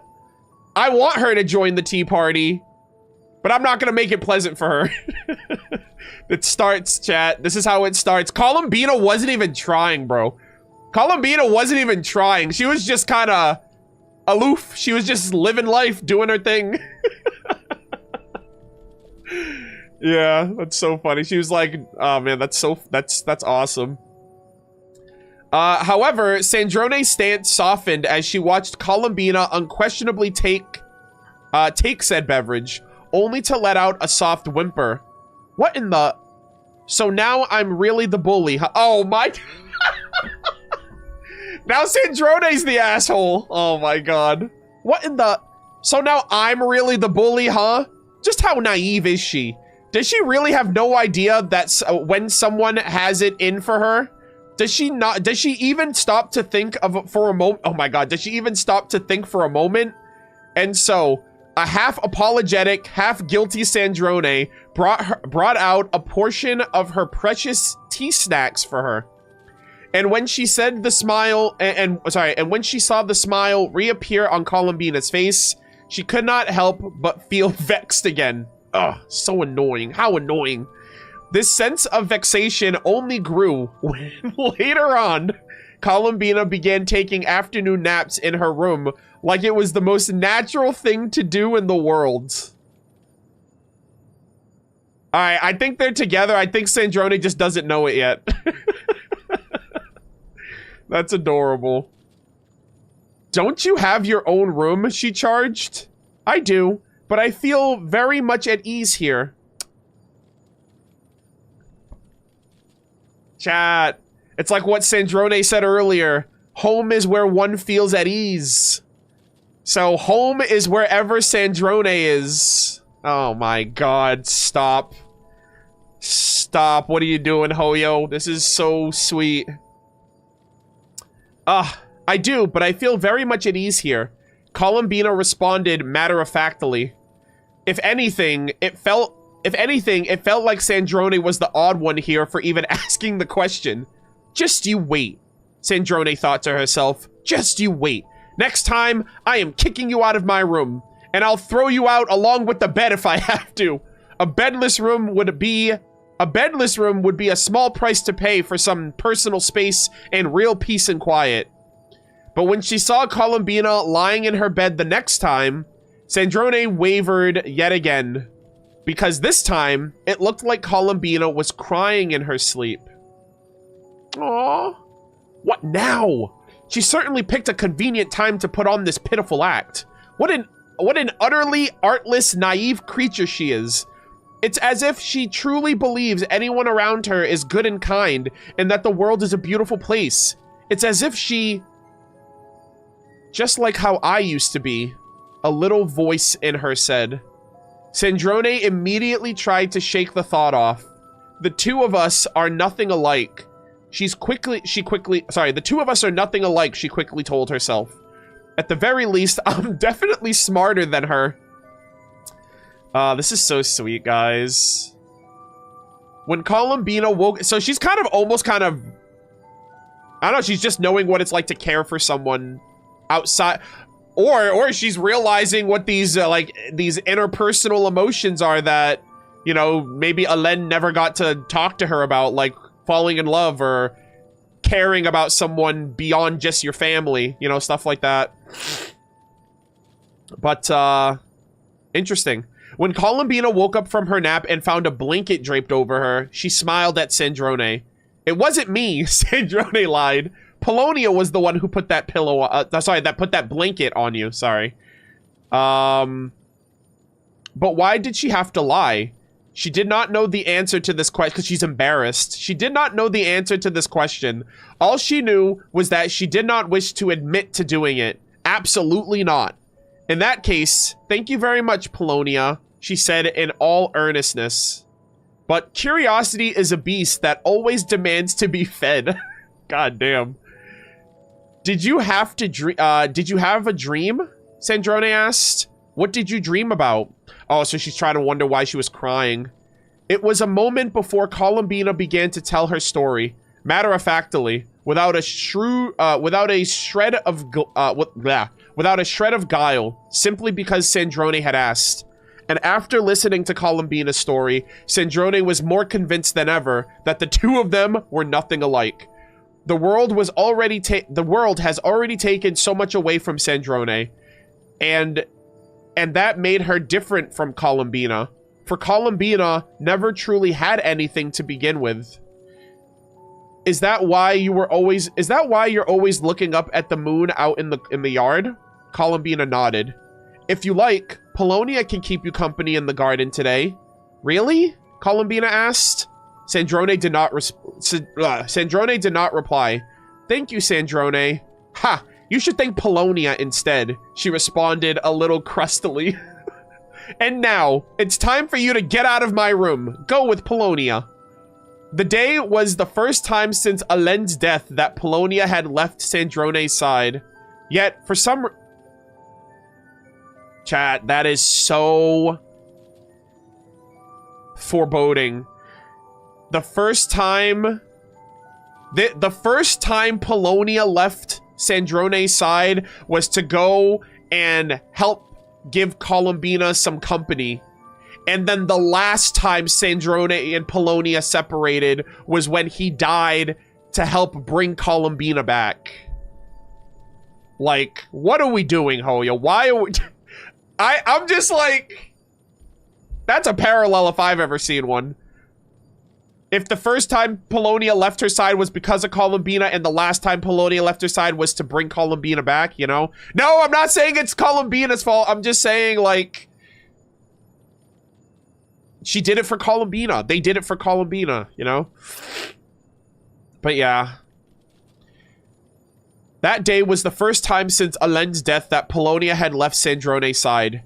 Yet, for some reason, Sandrone slept better than she had in a while. It was as if having Polonia soothe the heart of that annoying creature, Sandrone's own heart was also somehow soothed in return. This was simply something she felt she had to do, even if she could not quite explain why. But the very next day, when Polonia showed up to the Fatui meeting with a flower crown in his hair, with a flower crown on his head and flowers all over his chassis, Sandrone once again swore to herself that she would never ever go soft on the ill-mannered creature again. Columbina! That very day, Columbina had made a... That very day, Columbina was made to stand just outside Sandrone's room while the latter busied herself with stripping every single odious flower from Polonia. Hey, how do you know Polonia didn't like it? What if Polonia was like, I appreciate that, thank you. I finally have some decorations to add to me. A sign hanging over her neck reads, I am a naughty child. I am a naughty child who messes with things that don't belong to me. But for some reason, she did not seem unhappy about it at all. Sandrone's treating her like a child, actually. It's kind of funny. Oh, man. It's like, oh, God. Is this how you're always gonna be?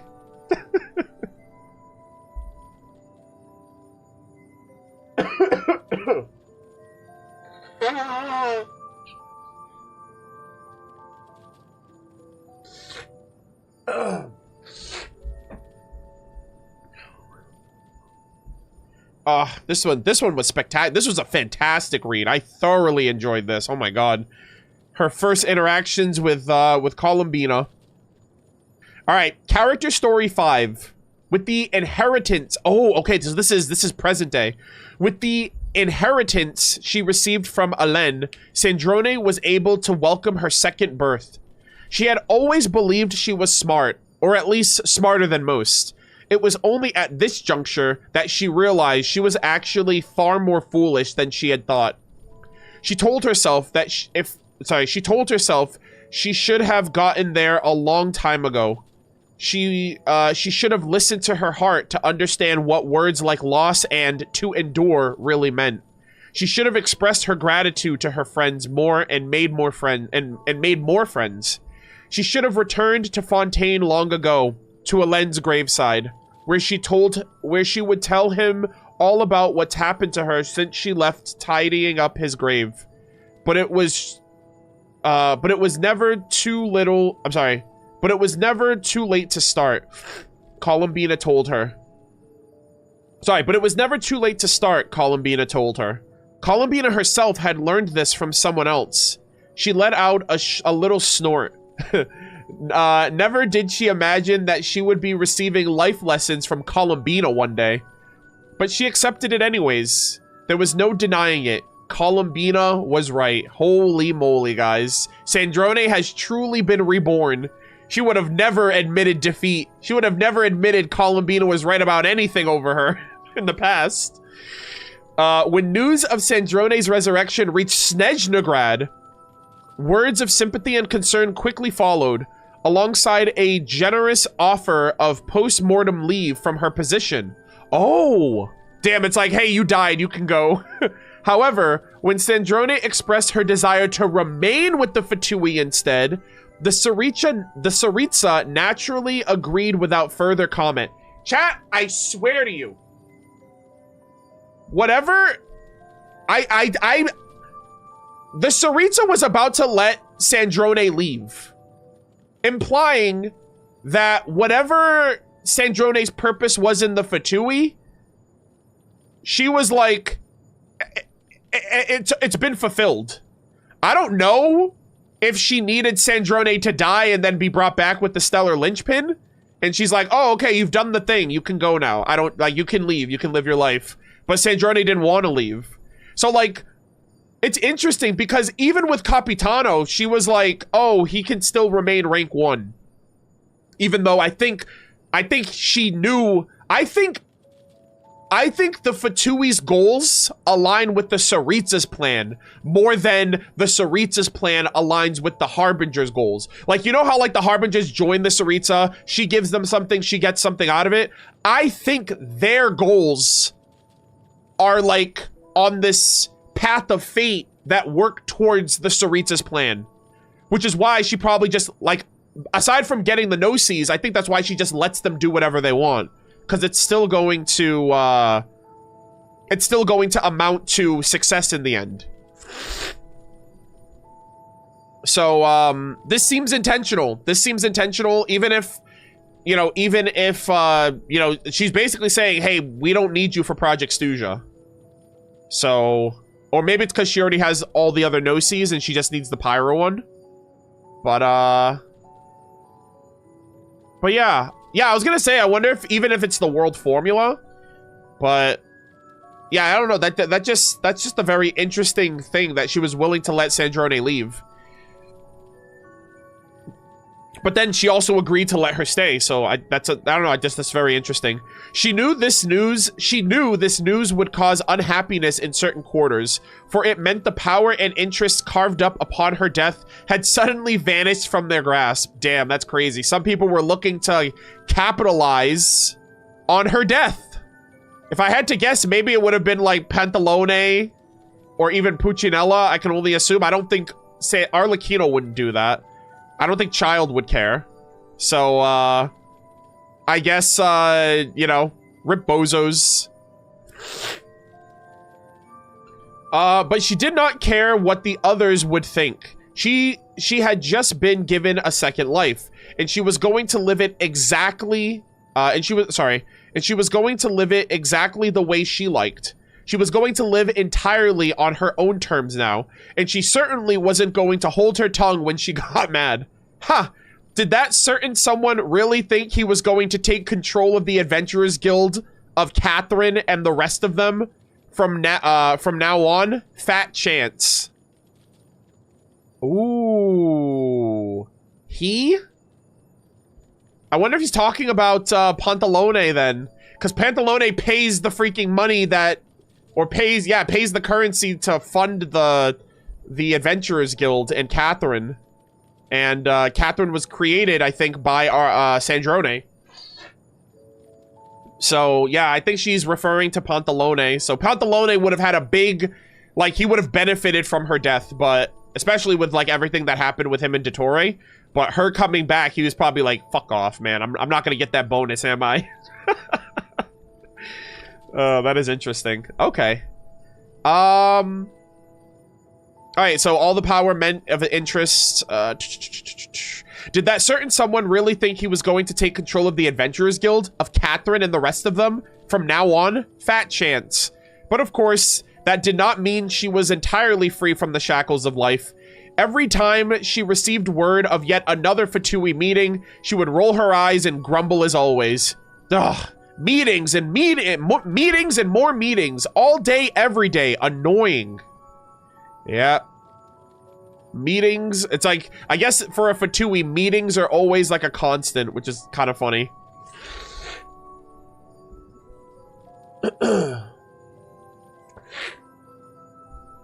Yeah, like I said earlier, it's probably between Puccinella or Pantalone.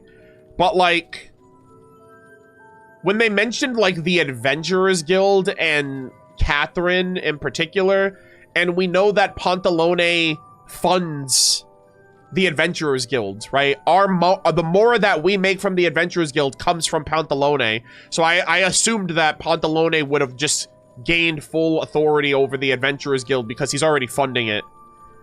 But yeah. All right, chat. I'm gonna run the ad right now. We're down to 4 minutes. So sit tight and we will resume.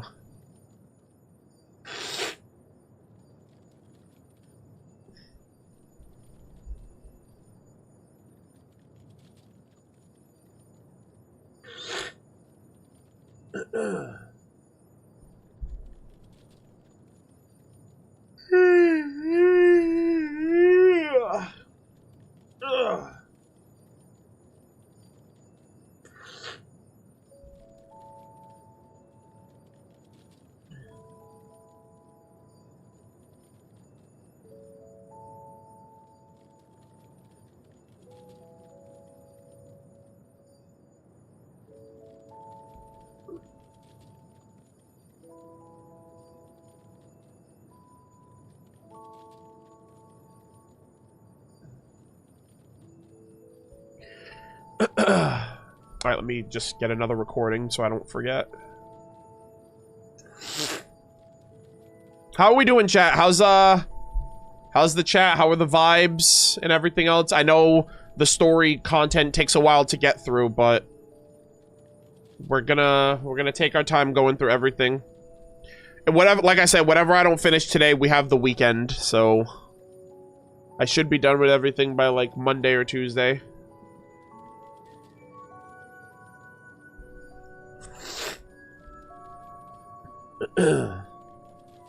Ad before continue. I already ran the ad. If you didn't get one, then you didn't get one, but I still ran them.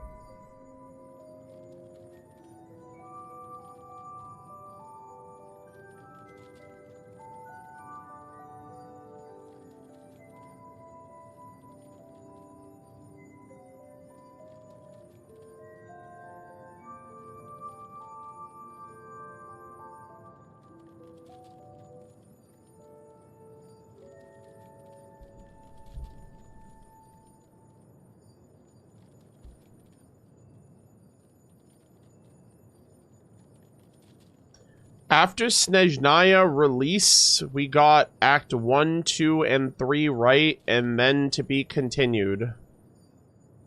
Snezhnaya's not out yet. Also, no, we usually get 2 acts per patch.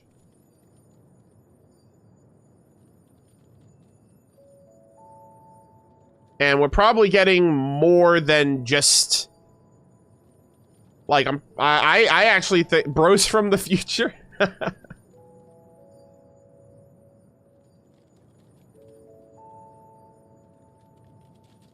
We're probably gonna get, like, a ton of acts for... I hope we do another year of a region. Like, I want, like, 10 art conquests for Snezhnaya, honestly. Over the whole year. Like, 2 art conquests every patch.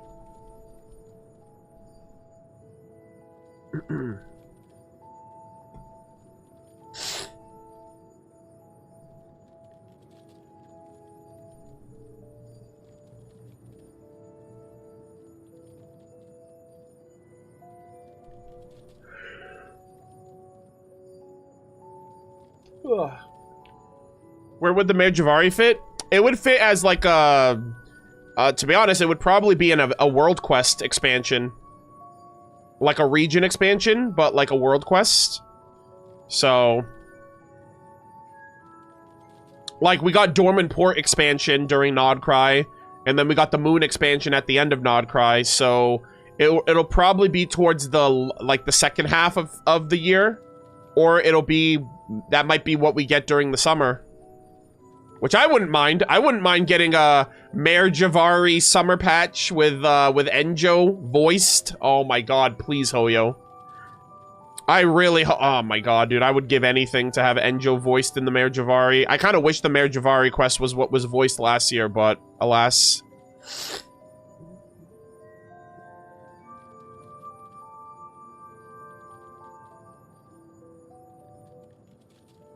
How many quests did Amphorius have? I don't remember.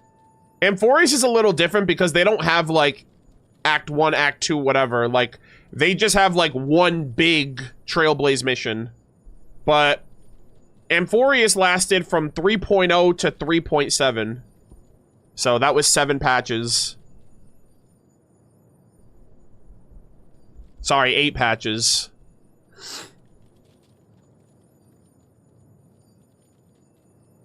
But yeah. Give me 1 second. I have to go and check the mail really quick, and then we'll start.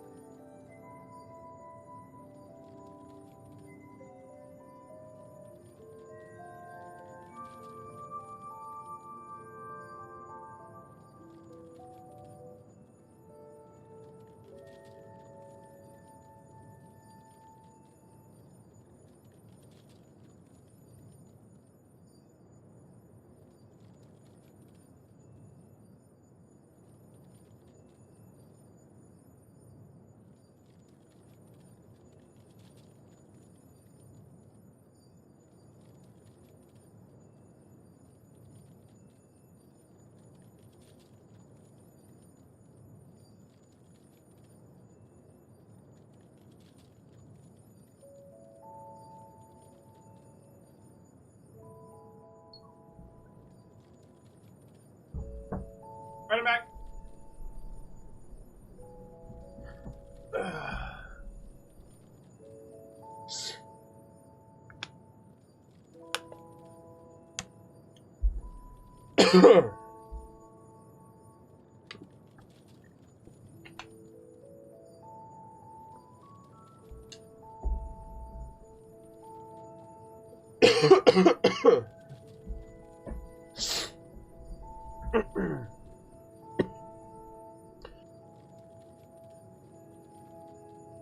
Oh my god, I'm dying.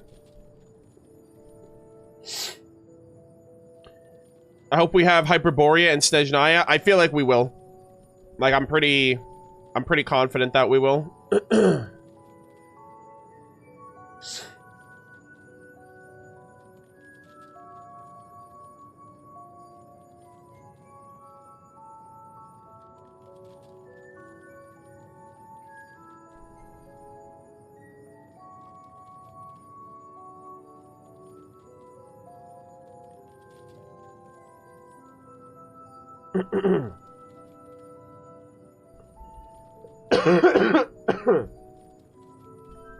Alright. Let us carry on. Let us continue. Alright, we're gonna cut right here, editor. Oh my gosh, dude. I took one bad sip and now I'm paying for it.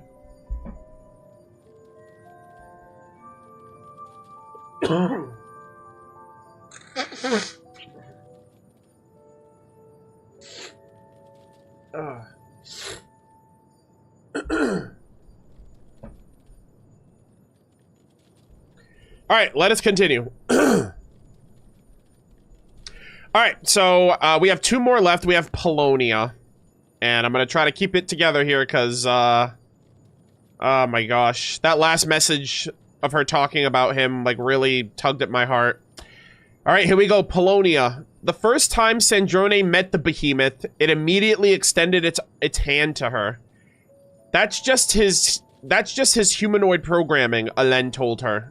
Polonia, short for prospective, undulation, localized, observing, and investigating automaton. I didn't realize Polonia was an acronym. That's kind of cool. Was built for measurements and calculations. I don't know if that was mentioned in her book or not, or maybe I just forgot. But that's really cool. Was built for measurements and calculations. Nevertheless, he hoped these human-like additions would allow... Sorry, nevertheless, he hoped that... Nevertheless, he hoped these human-like additions would allow the world to see Polonia as more than just a machine. Because, just like her, Polonia was also one of a kind. She was delighted by the new family member in her life. She took Polonia on walks where she would teach it to identify the various flowers and birds that they came across.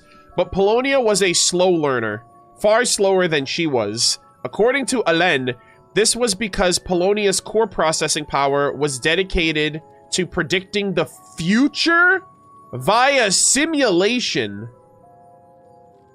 Wait, what?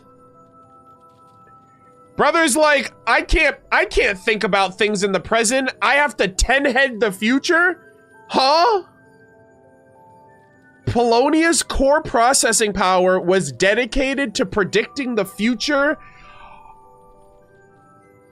Oh my god. I for a second, I was actually curious. I was like, wait a minute. I wonder... It would be weird, though, because, like, obviously he created Polonia after Sandrone, but... It just reminds me of Alen, because they were trying to save the world from, like, a future catastrophe. And it's interesting that Polonia can see the future and, like, see future disasters before they happen. So I'm kind of curious if he created Polonia so that way they can foresee future cataclysms or future catastrophes before they happen, maybe. Yeah, like almost kind of like the world formula. That's interesting. But why do that, she asked. Alen then said something she would understand only much later. At the time, she only thought Polonia was impressive, but she even envied Polonia a little. Why couldn't she do something so amazing herself? Oh, okay, she's jealous, it sounds like. But like Alen, this amazing giant needed looking after too. He would frequently get stuck halfway through their walks, or somehow get wet from the water meant for the flowers. She had no choice but to learn the ins and outs of Polonia's workings and tune him when needed, as if she was looking after her baby brother. Oh my god, that is so sweet. And this continued even after Alen passed away. The day Sandrone returned from Alen's funeral service, she was like a wind-up toy with a jammed spring. All she could do was stand silently in her room with her raincoat on, unable to even move or even close the main door. Then she noticed Polonia lumbering towards her, and like the very first time they met, he extended his huge hand to her. She stared at that hand. It was so massive, capable of holding up the future of the entire world. And from that day...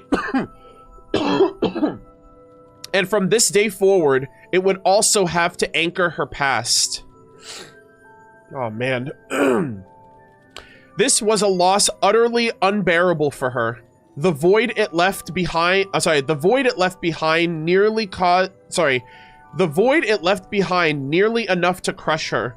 Every bit of that burden now fell upon Polonia, and he would bear the weight without a single whisper of complaint. Although Polonia did, eventually, hold up the future of the... Oh my god. That is so cool. Polonia literally helped save the world, actually. Through having Wanderer's core in his I wonder if that's why she did it.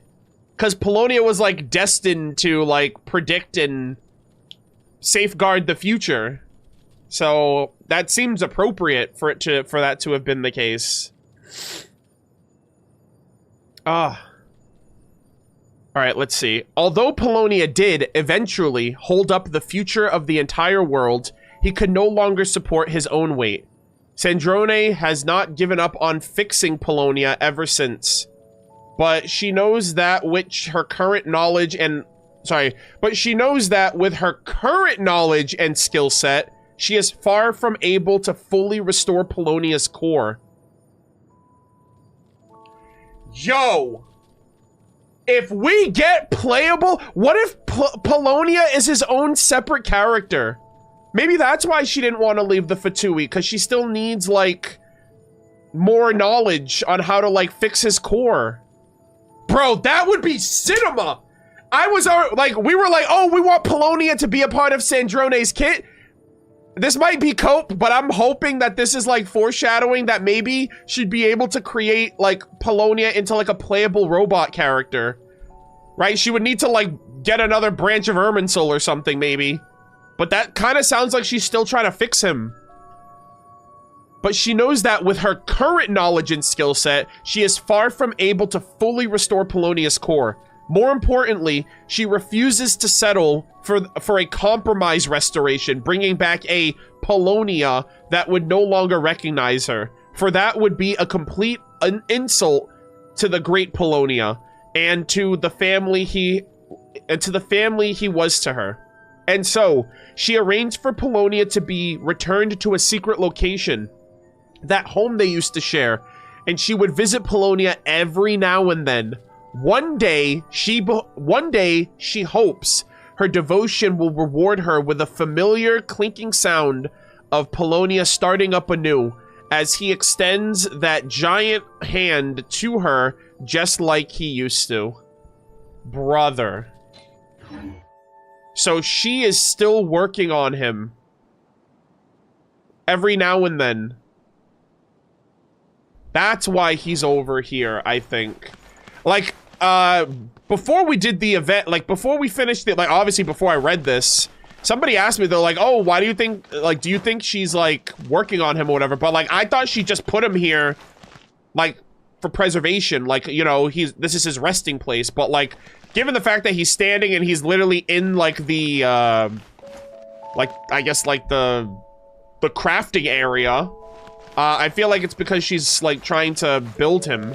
Or like trying to rebuild him. I don't know if she would remodel him because I don't know if we could get this Polonia playable. Like this Polonia, that'd be fucking crazy if they just give us this Polonia playable separate from Sandrone. And it'd be cool too if they had like, Genshin's never done this. I don't think they ever will. But like the other Hoyo games tend to, well, not the other Hoyo games, like Zenless I think has like team attacks or like joint attacks in the co-op modes. I think that'd be cool if like, if Polonia was playable and then if you have Sandrone, they do like something special. Like they're both in each other's ultimates or something like that. But yeah, that is awesome. So there's Cope. But there's also hope, chat. Even if he's not playable, that just sounds like she's trying to bring back Polonia, period. Also, I completely forgot, but we did get her to Friendship 10. I do have her tea break name card here. Sandrone may have learned to enjoy tea parties from Alen. In those days, even a tea break for two never felt dull. But later, when there were finally enough people for a proper tea party, they left one after another. Oh, great. That's so sad. And in their absence, she seemed to come a little closer to the loneliness Alen had known. Jesus Christ, guys. Holy moly. It's like, man, they give us a little hope. They give us a little happiness. They give us a little wholesomeness, and then they punch us in the stomach. All right, and lastly for her reading, we have the Stellar Linchpin. Sandrone had not relied very much on her Stellar Linchpin ever since it came into her possession. Certainly, she was aware that it was this little rock that activated her inheritance from Alen and gave her the second chance. A fact for which she is grateful. But she remains troubled by a simple problem. She can't quite see how this little thing is supposed to be of any real help to her daily life. Hold on, let me read that again. She didn't quite see how this little thing was supposed to be of any real help in her daily life. Is it supposed to help her with her research? But that's what her brain was for. It's not like the Stellar Linchpin can solve equations for her. Or is it meant to help her channel elemental energy? It doesn't even, but even before she ever had it, she rarely relied on elemental energy for it. Or perhaps it provides some kind of energy support. But no matter how she looks at it, it does not appear to be compatible with her body structure. After all, thanks to the great Alen Guillotin, Lord Artificer, she already runs on a core power supply system that is pretty much perfect.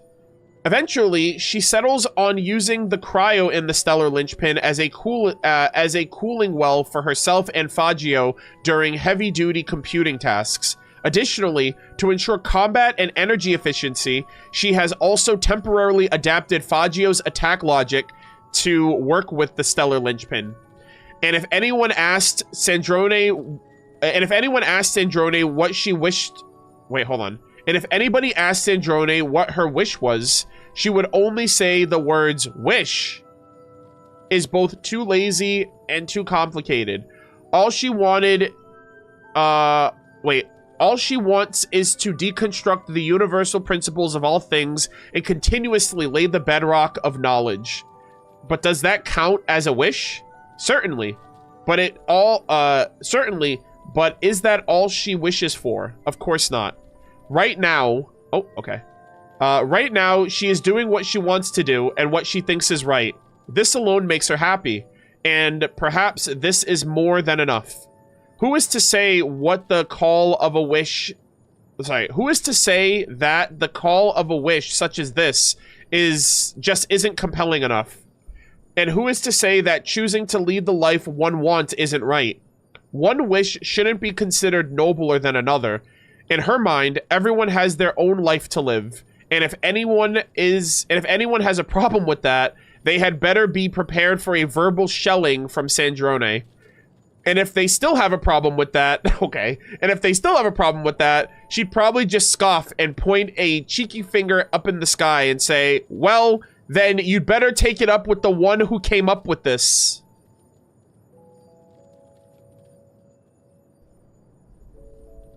How does she know that? What the heck? She's like, take it up with the heavenly principles, not me? God damn, dude. I guess she's smart enough to put two and two. I mean, I guess realistically, they govern the rules and the functions of this world, but that's still pretty sus. Ah, that is so cool. So it didn't really tell us anything about the stellar linchpin in particular, just like how Sandrone thinks or feels about it for the most part.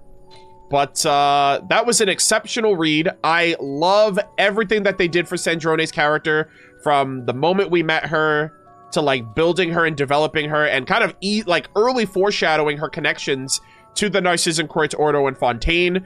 Shout out to the quest, the world quest with Curve as well. I feel like she was that Fatui that was trying to get research on Curve, maybe for like research and robotics and whatnot.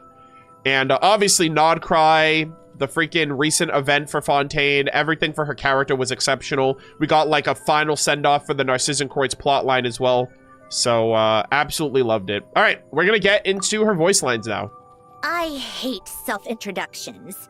If you're supposed to know me, you'll get to know me naturally. And if you're not, why waste the time and energy? But, very well.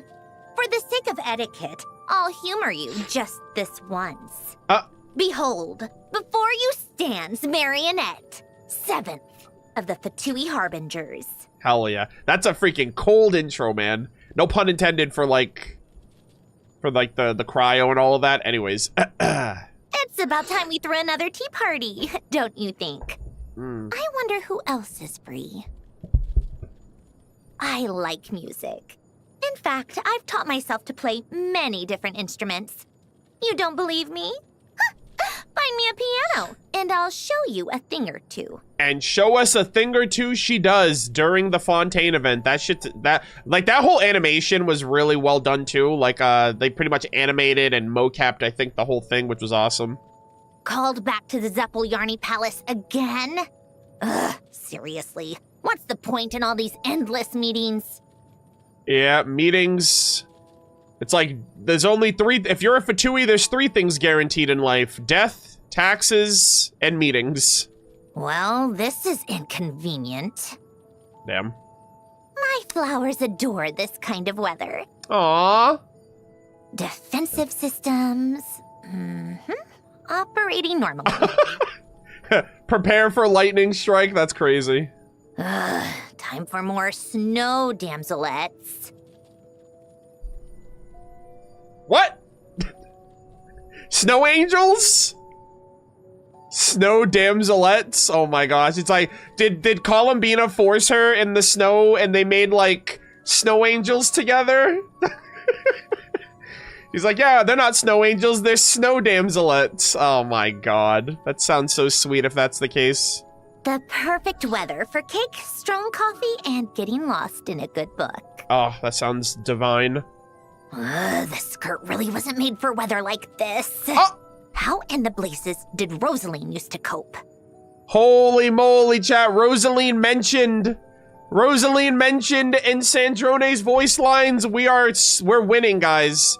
They're cooking Rosaline. They're cooking up Rosaline again, guys. Trust, surely. R/Senor remains. They're getting all the crumbs right now. Good morning. Would you like a cup of coffee? It really raises the spirits. Why would someone like me need coffee? Can't a lady appreciate the taste? Yeah, also, coffee's awesome. I enjoy coffee every now and then. It does actually, like, raise your spirits in the morning, the smell alone. Is it that time already? I'd better prepare some refreshments. Back for dinner? This isn't a canteen, you know. Forget it. You're here now. I'll have Baggio whip something up. Hell yeah. You should get some sleep. I prefer to do my research at night.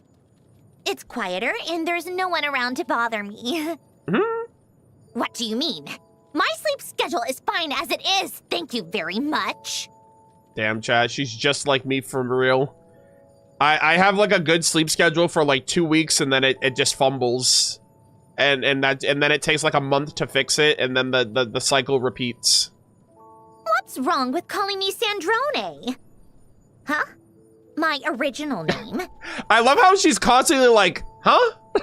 I've noticed a lot of her lines have that. It's like a what? Like an interruption moment. I think it's so funny. What's wrong with calling me Sandrone? Huh? My original name? So you really want to know? Ooh. All right. I can still remember when I first opened my eyes. Alan had just finished creating me. Alan. He called me Marionette. I tried to repeat it, to say it out loud myself, but I noticed something complicated in his expression. His sister. Only later did I come to understand what it was. Oh. A mixture of regret and guilt. He never called me that again. Anyway, after telling me the story of the Narcitzenkreuz Ordo and his sister, Alan concluded by insisting that I was free to choose my own path in life. An important part of that, he said, was deciding on my own name. Aww. For my part, I told him I was perfectly fine with the one he'd given me. Marionette Guillotin. Guillotin. Pretty unique as names go, wouldn't you say? Guillotin. And I've been saying it like that the no whole time. Doubt for different reasons, the Tsaritsa ended up making Marionette my title as a harbinger. Oh. Perhaps that was simply another so-called act of fate. Guys, I swear to God it was an act of fate. The Tsaritsa's on fate's level. Bro, I swear. Holy moly. Also, I actually kind of wonder if she is actually on like the level of fate, because she's a fae, which means she was made by the Hyperboreans. I assume, right? I assume she's a fae. The Belyazar's a fae. They were made from moonlight and dragon bones from the Hyperboreans. And the Hyperboreans were like freaking astro-brained. They were like 1 billion IQ compared to everybody else. And that was the society that was ruled by the first angel and the Voyager. So like, they're the descendants of that like super secret advanced, maybe not secret, but like super advanced race. So I would imagine the Tsaritsa has like a lot of secrets and things about herself because of her fae origins. And based on the fact that they come from Hyperborea. So I don't know. It just seems like the Tsaritsa, like everything is just falling into place. It's almost like it was meant to happen. So I'm still gonna, I feel like that'd be kind of cool if she had like premonition for her journey. Like, what if she knew about her plan and now she's just enacting it? You know what I mean? Like, what if, I don't know, not like the heavenly principles or anything, but I wonder if she got a glimpse into the future and she saw a future that she could materialize if she, and now she's putting the work in, you know? Something like that almost. When I was first created, it seemed like too much work to find a place to lie down. So I usually just slept in a chair. It was only after I arrived in Snezhnaya that I grew accustomed to sleeping in beds. Oh. I have to say, after an exhausting day of dealing with my colleagues, wearing something comfortable and hiding beneath the covers is wonderfully cozy. Yeah. There's a sense of security created by my sensory system and emotional circuitry. I now know why people like to sleep in. However, beds come with their own issues. My clockwork key prevents me from sleeping on my back. Oh, and yeah. it's difficult to balance when lying on my side. The only option is to sleep face down. I've seen so many fan arts of Sandrone, like, on a bed with, like, the keys, like, turning her, because she's attempting to sleep on her back. Yeah, that was, like, a pretty funny thing. Like, when she got, like, officially revealed. Actually, I think I saw it a lot after the animated short came out, because there was that one shot that showed her like sleeping on her front, and I saw a couple of fan arts where like, yeah, she can't sleep on her back. That kind of. I'm surprised you can't like take the key out, right? I'm surprised like maybe that'd be cool. Maybe if it was created in such a way where like she could take the key out and then she can sleep on her back, but then during the day it has to be in because that's what gives her like most of her computing power and energy or something like that. I don't know. when I was first created. All right, let's see. You've read my diary, so don't you think it's about time you shared some of your own secrets to even things out? Uh-oh. Huh? Huh? Your adventurer handbook? Huh? Why would I want that? If I wanted to know what you do every day, I'd just get Catherine to tell me. And there it is, chat. Confirmed. I've been saying this shit for years. The Tsaritsa already knows everything about us because they literally made the Adventurers Guild, and we've been snitching on ourselves for the past 6 years. She's like, yeah, Catherine will just tell me whatever it is I need to know. Oh my god. Yeah, the Tsaritsa knows we're coming. She already knows everything, dude. Holy moly. Yeah, there it is. And again, there's another, huh? I swear to god, they litter this throughout. That's gonna be like my favorite like line of Sandrone. She just is like, huh? She's like so perplexed. We may know each other better now, but once we arrive in Snezhnaya, we still have to follow the rules. Ooh. After all, you've been fighting the Fatui since you arrived. Ooh. Who knows what kind of a stir you'll cause over there? Oh my god. Naturally, I'll try my best not to make your life difficult. I'd appreciate it if you could do the same for me. Helping each other out based on mutual understanding. That's what companions do, right? Yeah, of course. Oh my gosh, I can't wait, dude. I can't wait. I'm actually really excited to hopefully see some other NPCs. Like, do you guys... Who could forget Agafia and the Fatui guys that we met in the 2.8 Golden Apple Archipelago? I really hope those Fatui that were in the Golden Apple are back in Snezhnaya. I hope that we get to see Stepanian, I think it was the Grenadier or the Brigadier or the Bombardier NPC that was in the Perry event that talked about Major Valerie. I hope we see him in Snezhnaya. If she sends any of the Snezhnayans or any of the Fatui back to Snezhnaya for like Project Stuja, like Victor or like even Anthony, I think his name was Anton. I forgot the NPC name that's in the chasm, like those guys. That'd be cool to just see some familiar faces when we go back there.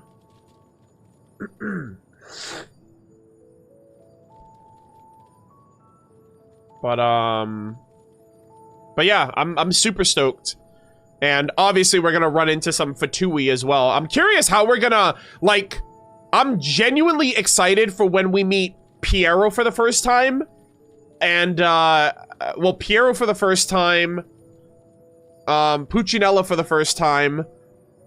Them two at least, and maybe getting formally introduced to Pantalone, because the Traveler might be an idiot if he doesn't realize that Pantalone was the guy that we saw in in Sumeru, because he had his cloak up, and, you know, we didn't get the reveal card of him then, because that was kind of reserved for, you know, when we got revealed for him from Dottore.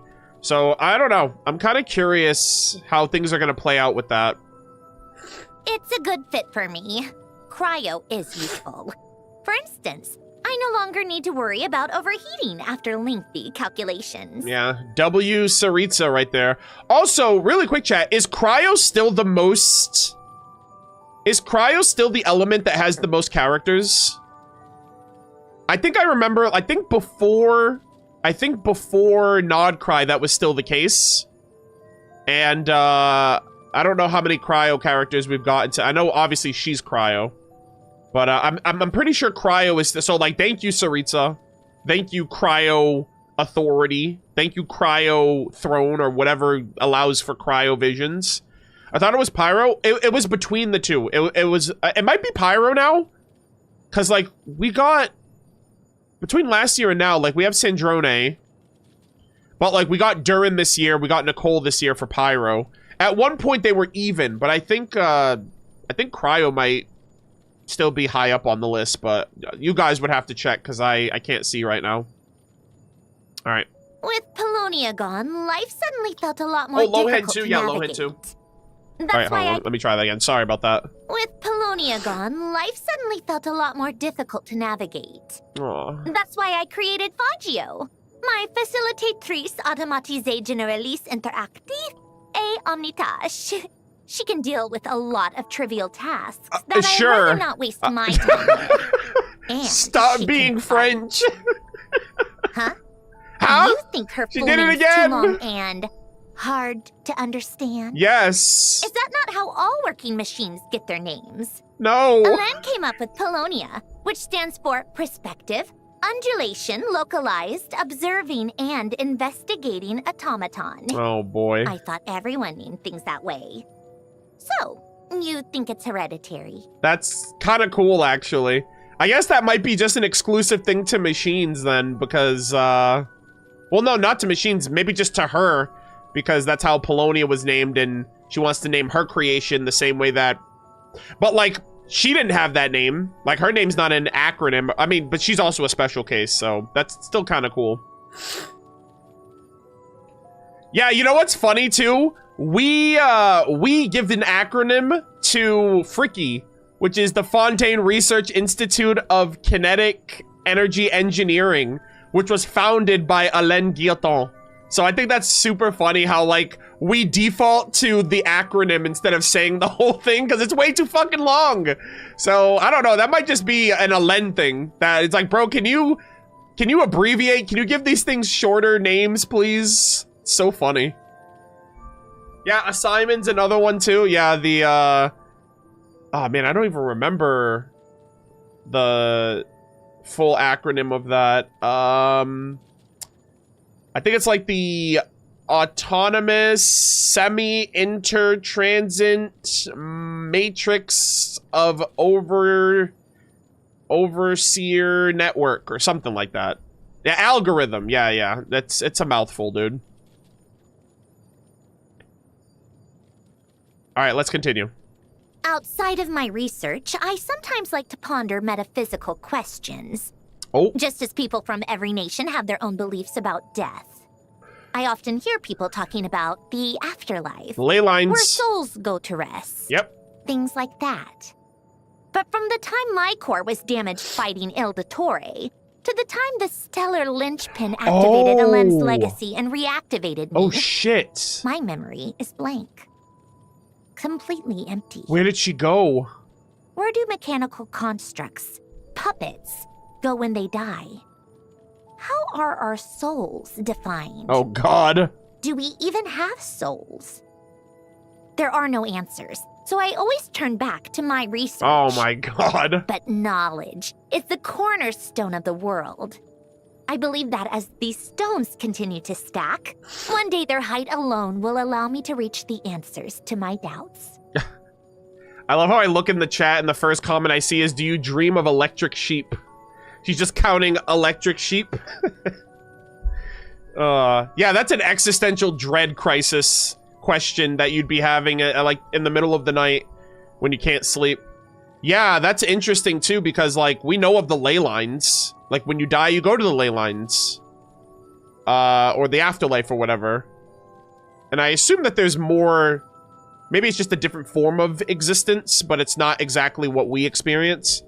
But yeah, she was like, yeah, I guess she's like, it's just a void. It's just nothingness from the time I died to the time I was resurrected. And that's pretty scary. Because then you think about Albedo. You think about Scaramouche. You know, these beings that were created alternatively to, like, the regular process of, like, you know, procreation or whatever. So, very interesting. Okay, so let's get into the characters. Oh my gosh. That great shaman seems nice. Is she really very old? Still seems like she's got plenty of energy to me. Best girl. Though she does get a little too worked up sometimes. What do I mean? I'll just say you too. Oh, well, recently I was talking to her about you and me going underwater to look for something. And before that, I told her you were in Nodcry helping Columbina get her name back. She got so animated, her face turned bright red. Oh my god. I wonder if it has something to do with her age. Chat, she knows. She knows. I'm dead, I'm cooked. I'm caught. Damn, she just snitched on me. She just said, like, yeah, he was hanging out with us. Columbina took him to the moon and back. Figuratively and literally. Oh my god. That is ridiculous. Dear, I can explain, okay? It's not what you think. I promise, it's not what you think. Yeah, it's because she's jealous. She has, like, a massive fucking crush on us. And she gets jealous if we hang out with any other women that are not, like, outside of her, like, observation. So, yeah, I don't mind her. I don't know how she does it. That cat girl always seems to find the weakest spot in every machine and then bleh, broken. I wish her brother would have a word with her. Oh my god. Never mind. I guess it's a talent, really. Maybe I should have her help me stress test my future creations. If my machines can't survive her curiosity, what chance do they have in battle? Yeah.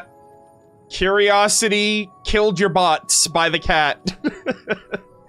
That is so, yeah, like no machine, bro. That's actually, chat. Can we reasonably say that Lynette could beat Sandrone in a fight, or Faggio, because she would just like go for the pressure point and then they would just freaking dismantle.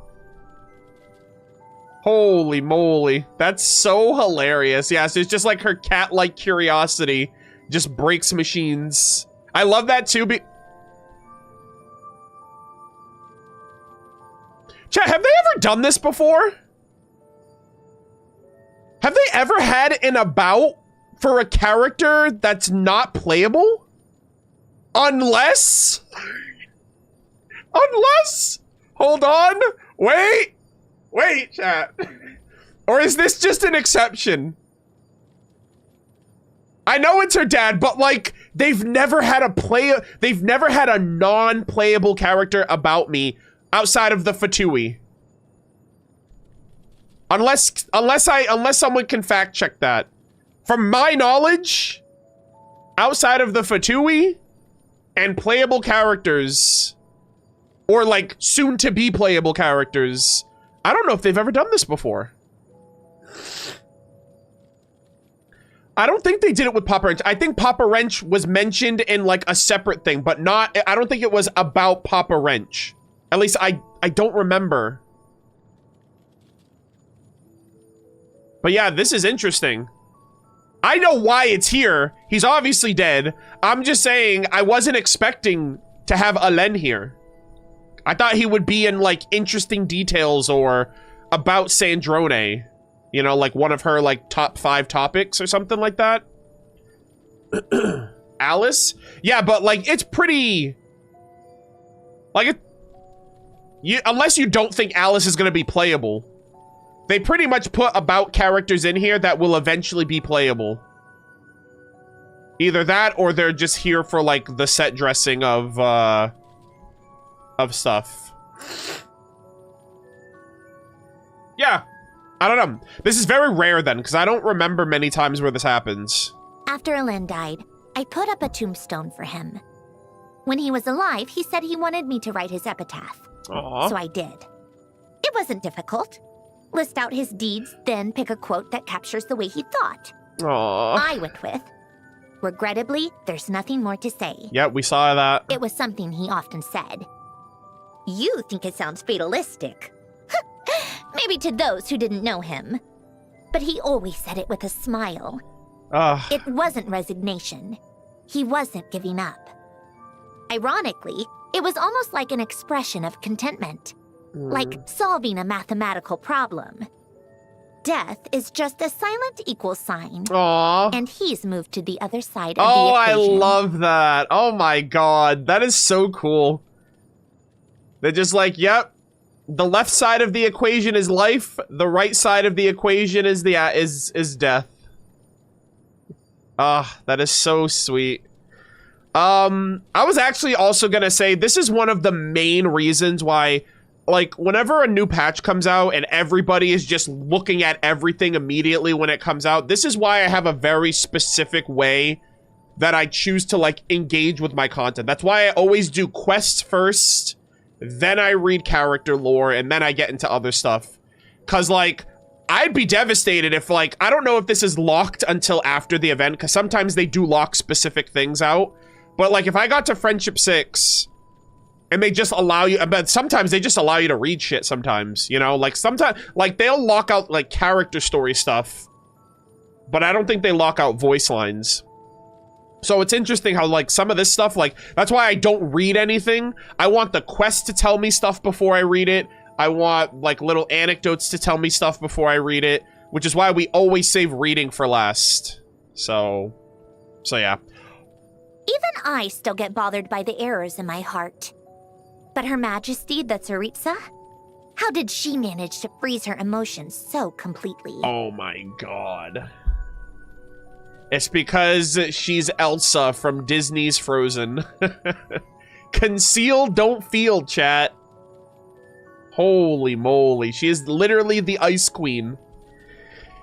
It's probably her powers, first off. Like, I assume her authority was forcibly passed on to her after the Belyazar died. I don't know if she, like, willingly inherited it. And maybe she couldn't control it initially, and then she was just like, you know, I just gotta get this shit under control and lock in. And, that freezes who she previously was, right? It's like Rosalind. I said this in my analysis, too, but Rosalind used to be this expressive, very caring Mondstatter, right? Like, the person she was, like the expressions and the person that she expressed herself at her tea party in the animated short, that's the closest that, like, of Rosalind's personality, right? And then after Rostam died and she was, like, gonna burn herself to death, the cryo delusion suppressed all of those memories and emotions of who she truly was, and that's what allowed her to take on this more, like, wicked and cruel demeanor of the La Signora, right? The Harbinger, the Fair Lady.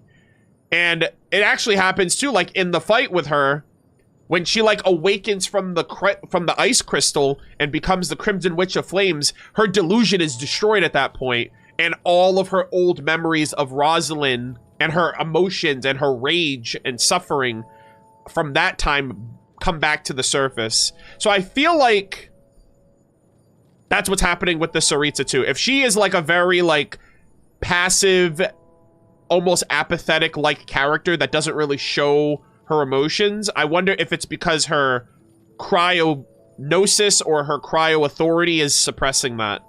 So, yeah, so we'll have to wait and see about that. Bro, oh my gosh, all the Harbingers, let's go!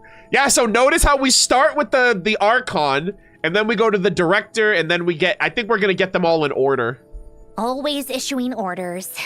Somehow, the world reflected in his eyes seems farther away than it does with anyone else. Oh. The first time I saw him, I knew this world had taken too much from him.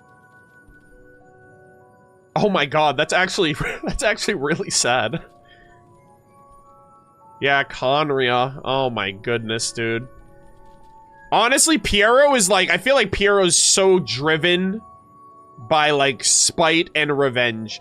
It's like, I feel like he is thinking about things almost the same way Dainsleif is from the perspective of, like, the sinners. But he's probably, I wonder how Piero feels about the sinners, if he's equally as furious about their actions as Dainsleif is. But it doesn't stop at the sinners for him. It stops, like, the buck stops with, like, Renova and the Curse of Immortality and the Heavenly Principles, but also the sinners as well. There's a little bit of blame to go on both sides, you know? And so he's just like, why the fuck was I caught in the middle? And if Piero is Eftervit, I pray to God in heaven that we get Roptatir, another sinner, in Snezhnaya during this next year, because I feel like them two have the most direct involvement, like the most direct conflict from their past that goes back to Conria. I really, I assume he's Eftervit, because he was name dropped once in that quest and they just moved on like it didn't matter. And so I feel like they just, like, gave us a little breadcrumb and we just have to wait and see. So yeah, I would love that if, like, Piero, and he's gonna be in 7.0. We saw from the 7.0 special program art reveal. At the time of recording right now, like I said earlier, at the time of recording right now, the special program is tomorrow. So we still don't know. We haven't gotten anything of Snezhnaya beyond that.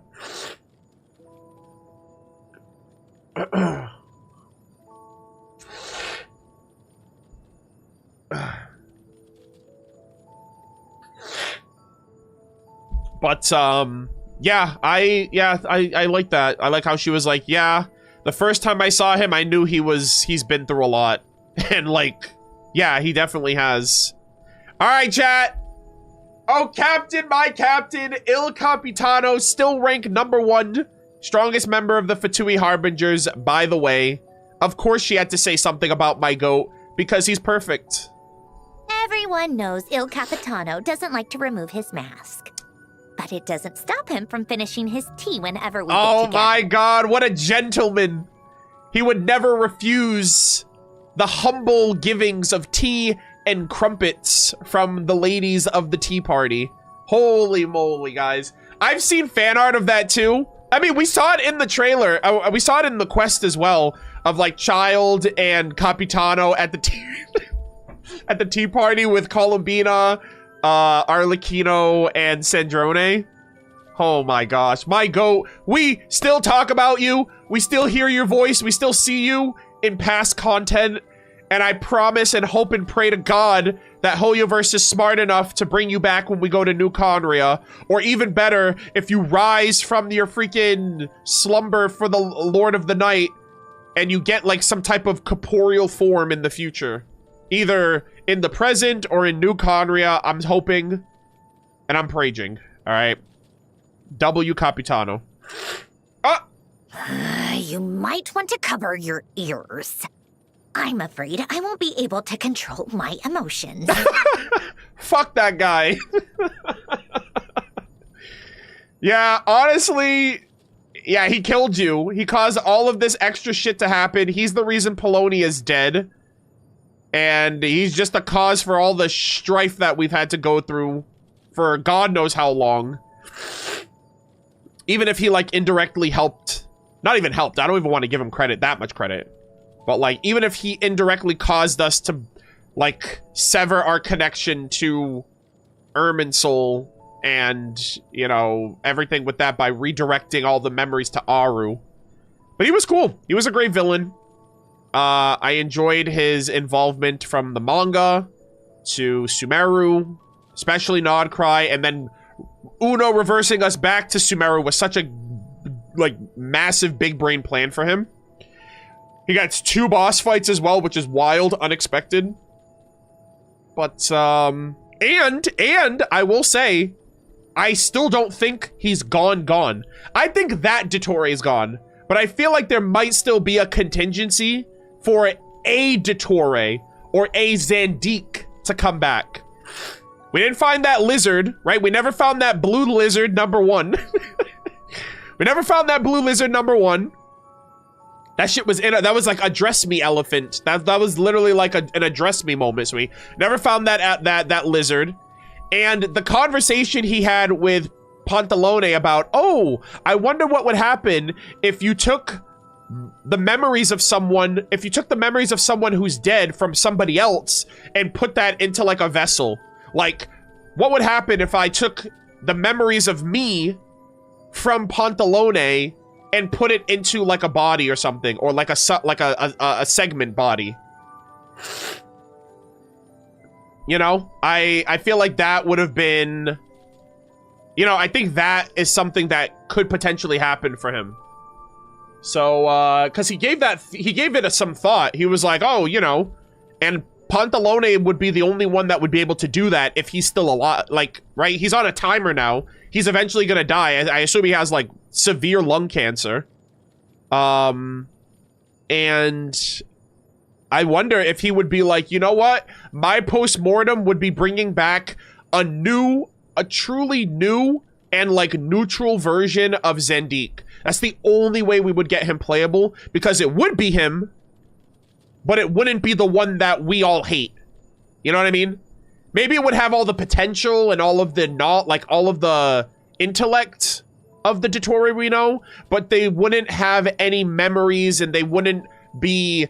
They're not the ones that did all those terrible things. They're just the imprinted, like, blank slate version of the one that did all the bad. So it's like, oh, you're gonna hate this one because the other one did the things? Are you saying they're the same person? You know what I mean? So, I don't know. I don't know if they would ever do something like that either, but,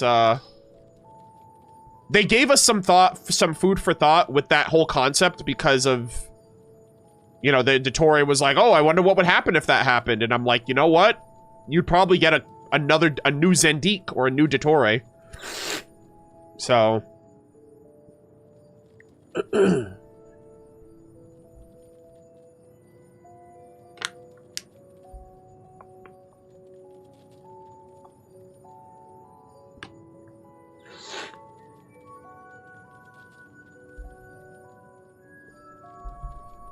All right, let us continue. Columbina used to drive me up the wall. To be honest, she used still to. does. She said, "Yeah, I was about to say she still life does." Would be quieter without her around. Who knew I'd find myself getting more annoyed when she wasn't here? Ugh, it's infuriating. Holy dude, that came from the soul. Jesus. All right, chat, sit tight. We're gonna run another ad, and we're gonna get through the last couple of voice lines here before we move on.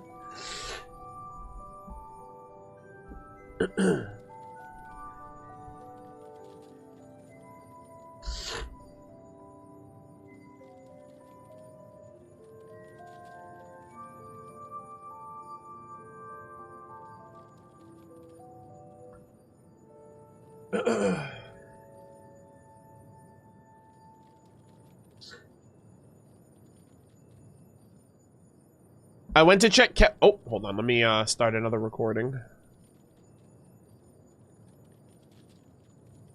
I went to check characters who have about to NPCs: Zabai, Skirk, Chi-Chi, and Durin. Who would those be? Who are the NPCs? Like, I know Zabai is probably the Moon Sisters.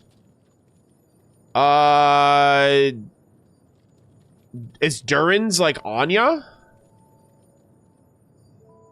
Skirk, I don't know if hers would be Sertology.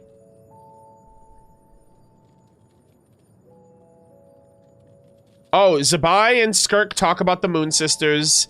Chi-Chi is Dusky Ming, and Durin is about Anya. Okay, okay. So it's very sparingly. There's like over 110 characters in the game, so I vaguely remember them talking about non-playables.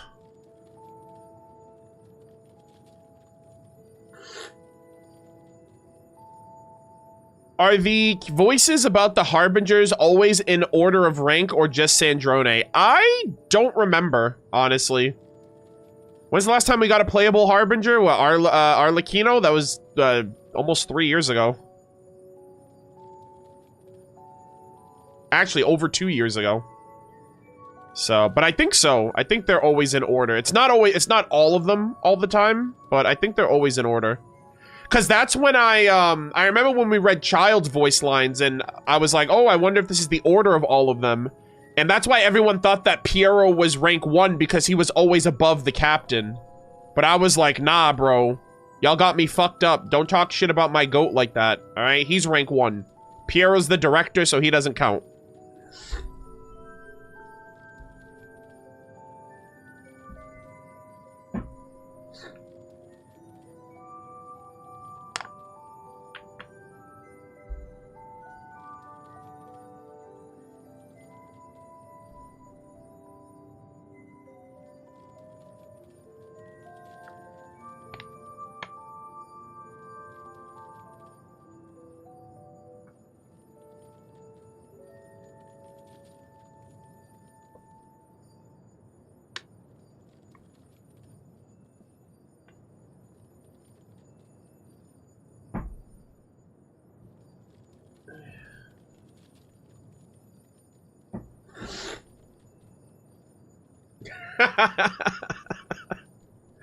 Why is Capitano so strong? Because he aura farmed for many years. Oh, man.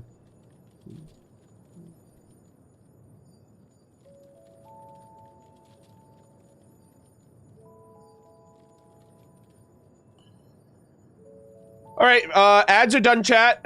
We are gonna lock back in. Let us continue. Alright, so we have Columbina with life now. She's living such a happy life right now. Her family and friends are by her side, and she gets to go traveling whenever she's free. Why can't I have that kind of fortune? Oh, forget it. I'm not jealous. We all know she deserves to be happy. Aw. Look at that. She's like, you know what? I'm happy for her. And since you guys are together, you get to enjoy that happiness as well. So, you know, you don't have to be too mad about it. Arlecchino is a woman of her word. She acts decisively, and you can trust her to get things done. Purely from a professional standpoint, it would be nice if all my colleagues could try to emulate her. Okay. I was also gonna say, is there any updated lines after Sandrone came out? Like, do any of the, I was just thinking that. I was like, oh, well, Arlecchino's, Sandrone's talking about Arlecchino, but do any of them have any new, like, is there any updated lines about, like, does any of the Archons or any of the other characters say anything else about her afterwards? I completely forgot about that until just now. Arlecchino and Columbia. Okay, I'm gonna mark that down then. Bina and Arlecchino. Okay. Yeah, the Tea Party girlies. Gotcha. Okay. We'll check that out after I finish these then. He's the chairman of the Snezhnaya VODs. Though he often feels... Oh, it's VODs. I think I always say Vich. I'm like Snezhnaya VODs. Because I don't know how to pronounce these words, okay? So, okay, he's the chairman. Snezhnaya VODs. He's the chairman of the Snezhnaya VODs. VODs. Though he often feels more like it's overseer. Every vote cast in the Evaluation Council affects the interests of countless factions. Yeah. Reconciling so many competing concerns can only be achieved by the shrewdest of operators. Oh. Once you understand this, you start to realize just how terrifying he really is. Yeah, he's a businessman. He's the government. He has probably like he's like the most politically influential person in the nation. His decisions affect the lives of hundreds, thousands, millions even. And that also extends to their foreign relationships with other nations as well. Yeah, I think politician is what I meant. Sorry, not businessman. That's Pantalone. But, yeah, that's very interesting. I'm also curious if we are going to see a bunch of different factions, right? Because I'm assuming they're going to keep up the reputation system going into Snezhnaya. So I'm wondering if, like, if the Korolevsky troop is going to be a separate faction, if the, I don't know, is the Adventurers Guild also going to be a faction? Because that's where the headquarters is, so that would be kind of cool. But, yeah, that's really neat. And, I mean, we already knew. He's also the mayor. So he's the chairman of the Snezhnaya VODs, and he's the mayor of Snezhnaya. So, brother's wearing, I guess that's why his hat's so, does he have like a tall hat? Like I say, he's wearing a big hat there. You would think his relationship and dealings with Dottore would have been properly investigated from the start, right? Why did it take 10 times longer for my research funds to be granted than that lunatic Dottore's? It's clear there was something shady going on. I even asked Pantalone about it to his face. Uh-oh. He looked right at me with that stupid smile and said, "Oh my, has Our Lady Sandrone finally developed an interest in finances? I can recommend a few books if you'd like. Maybe you should start with 100 phrases to teach you manners." Oh my god, the shade is... Bro, these two fucking hate each other. Alright, so it's like, okay, I already got rid of one pest. Now we gotta get rid of this one. Quick, someone give him a pack of cigarettes. We need to expedite this process and get this man out of here. Jesus. Huh. So what she's saying, okay. Yeah, so they were colluding. He just, dude, he was, what the, yo, Pantalone was like a sugar daddy, actually. Now that I think about it, he's just giving all the money to Dottore whenever he wants it. He's just sugar daddying him. Yeah, I was like, wait a minute. He's just getting special treatment compared to everybody else. He's like, yeah, just whatever you want, baby girl, go for it. You want the moon? I'll bring you the moon too. Like, trying to be romantic. He's like, yo, I would bring you the moon if I could. And Dottore's like, I got that. or what if that's what Dottore was doing? What if Pantalone was sugar daddying him so hard? Dottore was like, man, how do I find the way to allow my baby girl to have like everything in the world for giving me everything I want. Perfect. I'll give them the moon. And then he goes to Nodcry and he's like, all right, I got to do this for him. And so that's literally, he's just returning the favor. I'm going to get clipped as fuck right now, but I don't care. I'm doing it for the bit.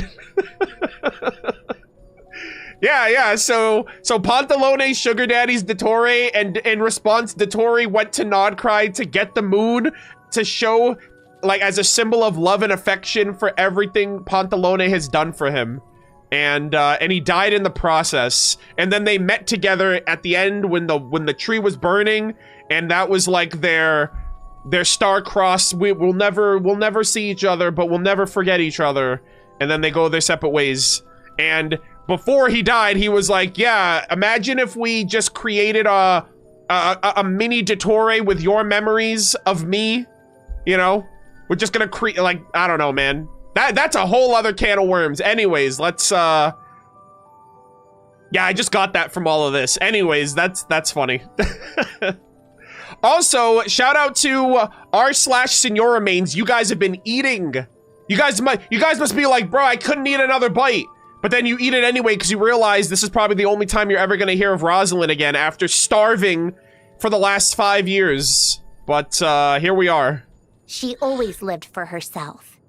She loved in her own way and hated in her own way too. Oh. No wonder she burned out so fast. Still, her flame shone with a unique hue until the moment it flickered into nothing. Fuck, dude. I love Rosalind so much, man. I'm so grateful. I might not be a Senora main or anything like that, but like, I really loved her lore. I was one of the people, I was initially like a little upset. I was like, oh wait, she's dead. How the fuck are we gonna learn anything about her? And then I found out that the Crimson Witch of Flame set was based on her. I was like, oh shit, wait, she's the Crimson Witch, so her lore has been in the game since before we even met her, right? It's in Liyue, surprisingly, which is a little weird, but yeah, and then they've just been like sprinkling, giving us a little bit more. We got the freaking the Outlander who caught the wind, right? He who caught the wind quest line. I wish we got a little bit more of Rostam in that. I really do, because like he's like the catalyst that kind of set everything off for her after he died. And they obviously had a relationship in Mondstadt. So I just hope that we get a little bit more out of their relationship. I know that it's pretty much fulfilled and complete. I'm still hoping that we get a little bit more Senora, or a little bit more Rosalind, I should say, lore. And I have to say Rosalind now. I have to start saying Rosalind. I mean, I have to stop saying Senora, because Odette might become the next La Senora, right? She might inherit that title now, which is super cool. Like her protege taking up the mantle. But yeah, I love Rosalind. It might just be my bias towards Mondstadt, but I also genuinely just really enjoyed that whole story between her and Rostam and the Knights of Favonius back 500 years ago, and the Mondstadt Cataclysm and Arundel, and like all of that stuff that was reflected in Varka's story quest. I just wish that she was mentioned in that too. But obviously it was more about like the Knights of Favonius and the Boreal Knights. So I'm expecting to get lore about Rosalind when we go to Snezhnaya. Like, where did she stay when she was in Snezhnaya? Odette hopefully is going to have a ton of lore about her. Odette is like the living remnants of Rosalind, being her student. So I'm expecting Odette to have lore about Rosalind. I'm expecting if we go to like the Zapoliarni Palace or wherever the Fatui stay, maybe Rosalind will have her own room there. That's like, this room's been untouched ever since she died.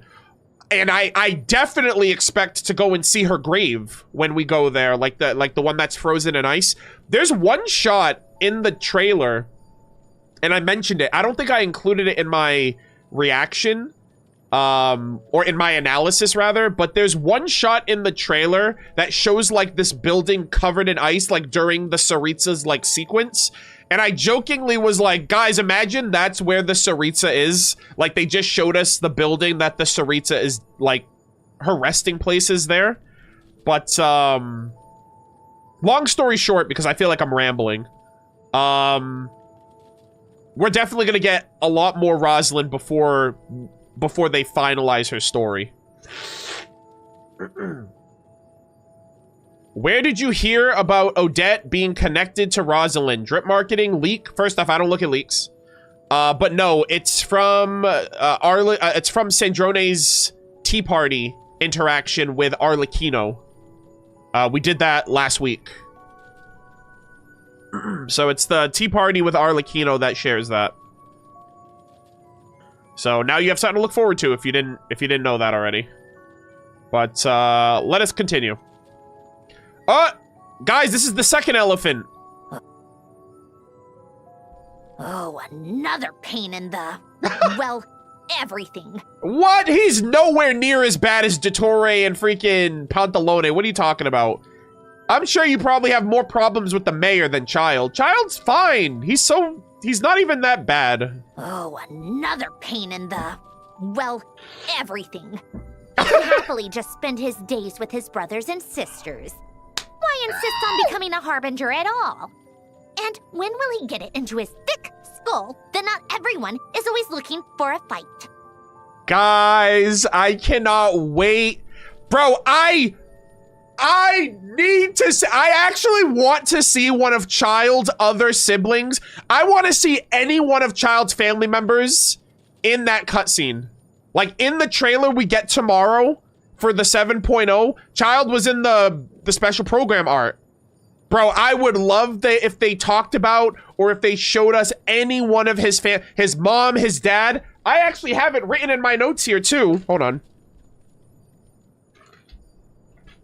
So I actually wrote this shit down a while ago because I knew we were going to Snezhnaya and I was like, okay, we got to figure this shit out. I was doing some heavy duty research on trying to figure out like Child's whole family situation. Cause I was trying to figure out how many siblings he had, right? So we're gonna go on a little Child tangent here. Well, that sounded a little odd, but like I'm going on I'm a child on a temper tantrum. No, Child siblings. So his character story 4 talks about his mom and older sisters, plural, which means that Child has at least 2 older sisters. That's number 1. In the trailer of his letter home to Tonya, he talks about Tonya and Anton, and they're both younger. So Tonya and Anton are younger than Child. Child's character story reveals Tonya and Anton being great kids, confirming that they're younger. Child's story quest talks about Tusser's young too. And his 5th character story talks about Child being the 3rd son, which means Child has 2 older sisters, 2 older brothers, then Child, then Tonya, Anton, and Tusser, which means brother has 1, 2, 3, 4, 5, 6, 7 siblings. 7 siblings, including him, 8 kids total. All right, I apologize for what I'm about to say, but his parents be fucking. How do you have 8 kids? 8 children. That is fucking crazy, bro. Yeah, good for them. The fact that they have 8 kids in the most inhospitable nation in Teyvat is crazy. And then you got the mother and the father, so that's a 10 family household. Like, but I'm excited because he has 4 older siblings, and I'm like, surely chat, one of them is playable, right? Are they really gonna give us 7 other siblings, 4 of which are older than him, and not one of them is gonna be a playable character? That would be so heartbreaking, so devastating. And we don't know the names of the other ones. We just know the names of Tonya, Anton, and Tusser, and they're all younger than Child. So his 2 older brothers and his, at least I assume his 2 older sisters, we don't know. I recently re-remembered this. I completely forgot that he had more older siblings than him. But yeah, like, I'm so excited for Child. And then on top of that, Child has all this fucking Ajax lore. and like this legendary warrior from like a story of the, you know, Ajax and Snegurochka, and we now think that that might tie, well, we've talked about this for a while, that like that story might tie in with Child and the Tsaritsa, because Child is named Ajax, and the connection and destiny and fate of shared names is a thing going all the way back to like Durin. And then the Tsaritsa, who is a Fae, and she's the Cryo Archon, so she could connect with the, like, the Snegurochka of that story. And that also connects to, potentially, Ajax being the third Descender. This is crazy, brother. Bro, yo, Snezhnaya is gonna be wild. I cannot wait. I am so excited. Yeah, long story short, I'm excited. I'm so excited for Child. I hope we see one of his other family members. I hope we see anybody besides Tusser. Also, do you guys think Tusser's gonna be aged up a bit from the last time we saw him, or do you think he's still gonna be like the little Rugrat that that we saw in his story quest? I think it'd be kind of cool if they aged him up a little bit, but because it has been years. It's been 6 years since we've seen him. Freaking 1.1, I think, was the earliest that you could do his story quest. So, no, not 5 years old. I'm saying 5 years from the last time we saw him. I would say how old would you guys say Tusser is? I think Tusser is like, I don't know. He was a kid, so maybe, let's just say he was like 10. He'd be 15 right now. Right? Because I assume in-game, like, about 5 years have passed since the start of the game. So I would assume he's like a teenager at the very least. And Tonya, since Child writes letters to Tonya, I'm assuming Tonya is older than Anthon and Tusser. So, and I assume Tusser's the youngest. So I think it's from youngest to oldest, it would be Tusser, Anthon, Tonya, Child, and then any of the other 4. 2 older brothers, 2 older sisters. But I am so excited. I can't wait. I'm not in the habit of casually sharing my life story with others. But if I'm going to open up, can we at least wait for pleasant weather and to do it over tea and cake? Oh my gosh. That was such a soft request from her. She just gets like the puppy dog eyes. She's like, can we do this over better weather with tea and cake, please? My colleagues in the Fatui might not be the ones I'd choose, but there's no denying that it's an excellent place to conduct research. The Tsaritsa is generous with her resources and funding. I'd say the equation balances out in my favor. Interesting. Okay, not bad. It never bothered me that Alen created me to look like his sister Marianne, or that he named me Marionette. Yep. The way I see it, these are simply the consequences of my birth. Exactly. Does it bother you to look like your parents? Or to bear their family name? Not at all. Not at all, actually. If anything, it's a very human thing to do. I look like my mom. I look more like my mom and my grandfather, but I'm named after my dad. So like I'm like a perfect example of heredity. So yeah, like that's just how it just do be like that, you know? I like mathematics. A world built on formulae and logic has a kind of elegance anchored in certainty. I also like music, which is similar in many ways. I used to think playing music should be approached like a mathematical problem, balancing the notes and the beat, no space for deviation. Later, I came to realize that some minor flaws, even mistakes during a performance, can actually make the music more beautiful. Yeah. A slight pause here, a sudden improvisation there. Such tiny errors are where emotion is born. Aww. Reverberations of the performer's heart, you might say. Yeah, I mean, being perfect is boring, man. You know? Let your flaws run wild, okay? What the world gives, the world will take away. To live is to gain and to lose. To pick up what the world can't seize. To hold onto it amid loss and farewells. And to keep walking forward. Aww. If a person desires merely to live, Is that too insignificant a wish? Just like someone saving the world solely to save themselves. Oh, wow.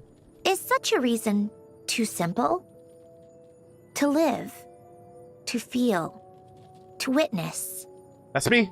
And then one day, perhaps those things the world cannot take away will grow numerous enough to shake it to its core.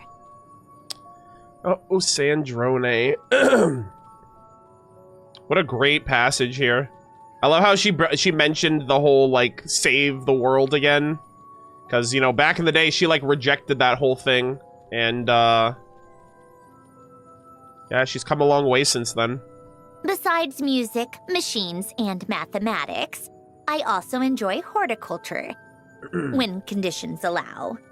I like to document the process as my plants grow and flourish. Yep. Most of them require little intervention. They're independent, resilient. I used to believe I was the same. Aw, you still are. In your own way. She's like, oh man, I'm just like these flowers.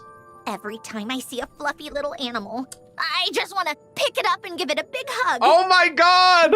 But most animals don't like machines, so they always run away when they see me. Aww. Hey, don't look at me like that. I don't want your pity. So what if I can't hug them? It's not that big of a deal. Oh my god. Someone get this Fatui Harbinger a puppy right now. What? I was not expecting her to say that at all. That was like the last thing I was expecting her to say. She's like, oh yeah, I love fluffy little aminals. Oh my goodness. That is so precious. That is so sweet. I also don't think you're gonna... Actually, I kind of wonder if the Fae stay away from her because she's a machine. So I assume she has, like, metal circuitry and all of that. And, like, you know, there are Fae that, like, just don't like metals and stuff like that. So I'm kind of curious. I was thinking that. I was like, would Linnea, like, avoid Sandrone completely? Or Flynn's? Or, like, any Fae that it applies to? Thanks to this body, I don't suffer from allergies or indigestion.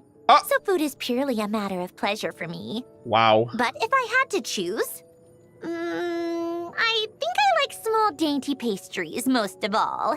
Just looking at their exquisite shape brings joy to my heart. It's a 1-2 punch for the eyes and soul. Yeah, and she's like, yeah, I just like eating desserts all day. Also, yeah, can't relate, man. Can't relate to allergies. I'm allergic to shellfish. I can't eat shellfish, crabs, clams, lobster, scallops, like I can't eat any of that shit. I will throw it up.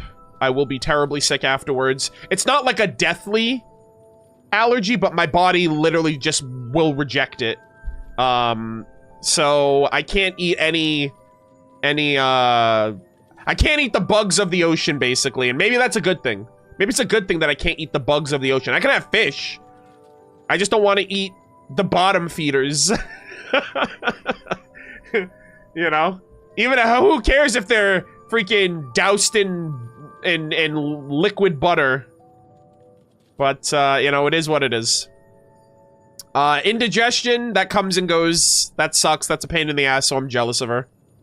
I don't like greasy, spicy food. What are we doing here, man? What do you mean? That's like the good shit. I love spicy food. Oh my god, I love spicy. Maybe not too greasy. I'm not over here like, yeah, guys, I love the food because it's greasy. Or I love greasy food. Like, every so often I'll indulge, but like, I love spicy. You don't have to eat greasy spicy food. You could just have spicy food. Oh my god, I love spicy food so much. It's just like, I'm like, oh, my senses are tingling. I don't like greasy, spicy food. It's got nothing to do with taste. It's just hard to keep the smell from clinging to my clothes. Oh. It's very inelegant for a lady. Okay. She's trying to keep up appearances, guys. That's the thing. It's not about the taste. Alrighty.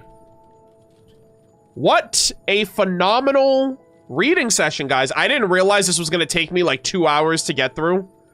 So I apologize. We're still going to be reading some more stuff. I just didn't realize how chonky this was. And we're not done yet. We still have 2 more interactions. Apparently, Arlecchino and Columbina have additional voice lines about Sandrone fall. Oh, yeah, right here. Sandrone 3. Nature. All right, let me just see if there's any more. No. Yeah, so this one was new. This one was just added. Sandrone has returned. Woo! I'm so happy. I noticed her wind-up key sometimes turns a bit faster now. Aw. It always seemed to turn at the same speed before. She said it's because she's embraced her inner feelings, and that she's different now. But whether she's changed her outfit, or her key turns faster, Aw. I feel like Sandrone is still Sandrone, my best friend. Aw. Whether it's her past or present self, she has my complete admiration. I told her this, and her key turned faster. Oh!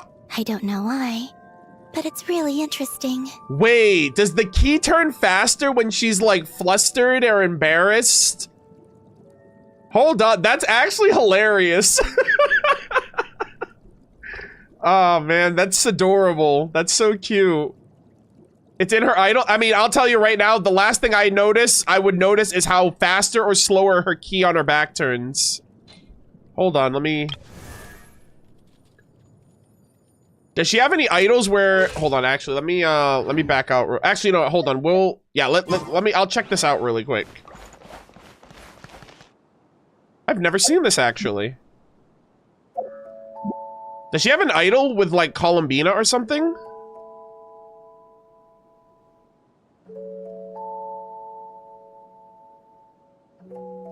I like music. In fact, I've taught myself to play many different instruments. You don't believe me? Find me a piano, and I'll show you a thing or two.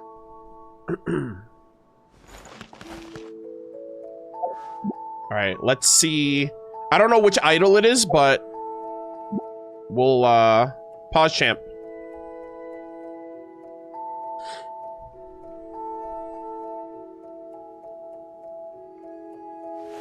That's such a cool detail. Oh, is it this one?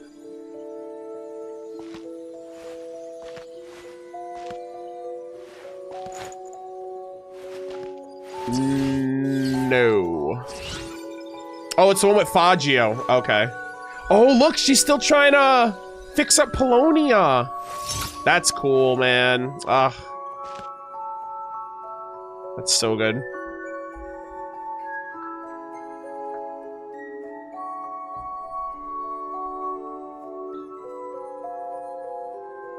It's about time we threw another tea party. Bro, she's giving me every idol except the one we're waiting for. This is crazy.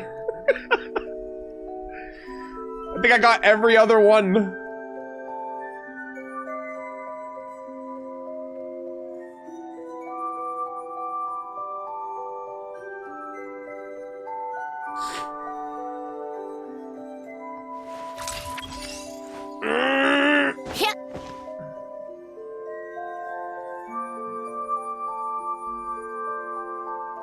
Chat, there is no idol with Faggio. What are you talking about?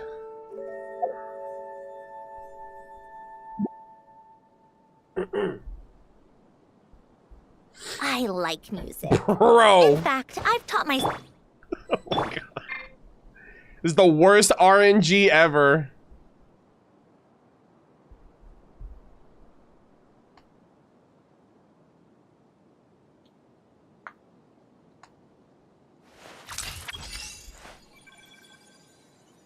Sandrone! Yeah.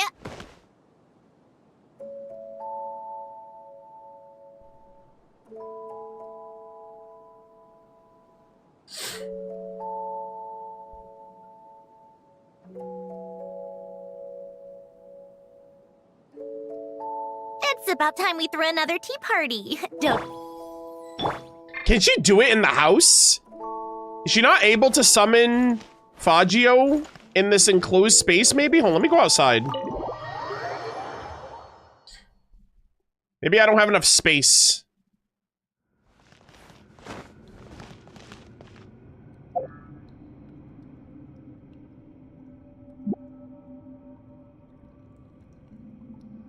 Actually, we'll go over here.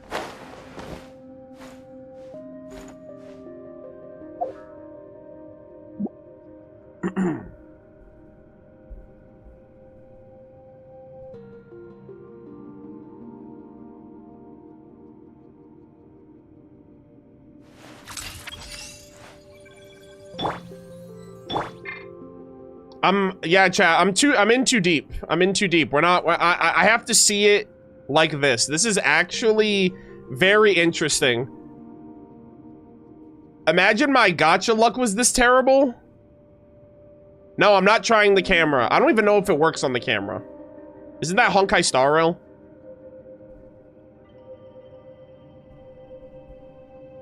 Go to characters menu? No, I wanna see it in the open world.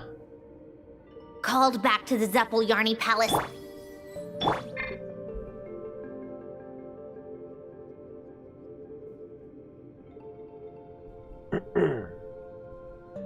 I don't even know how many attempts this is.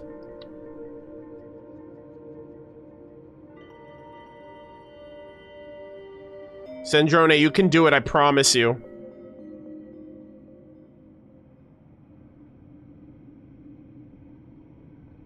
Waiting. Oh, finally! Oh, okay, well, this is a little odd, because, okay, this is the...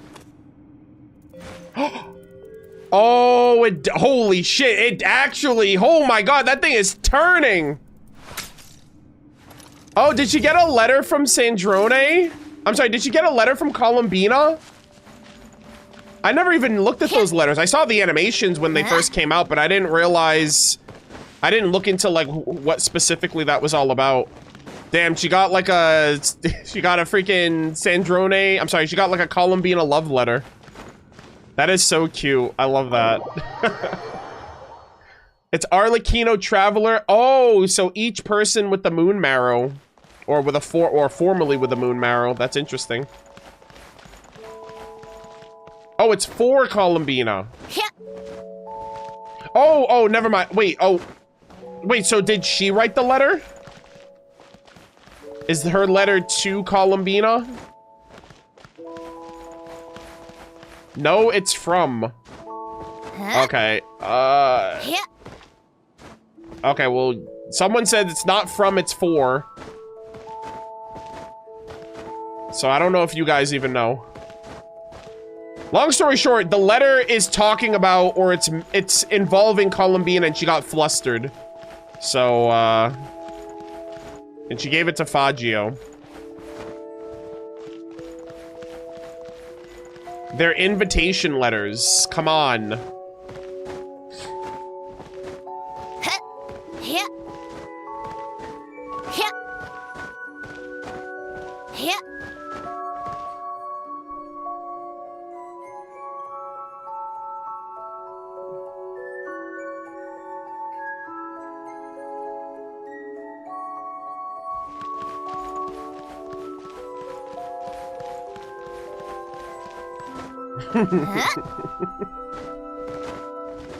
Yeah. Long story short, it's a letter addressed or addressing Columbina, and she's like, "Oh my gosh, Columbina, I'm so nervous, ooh woo."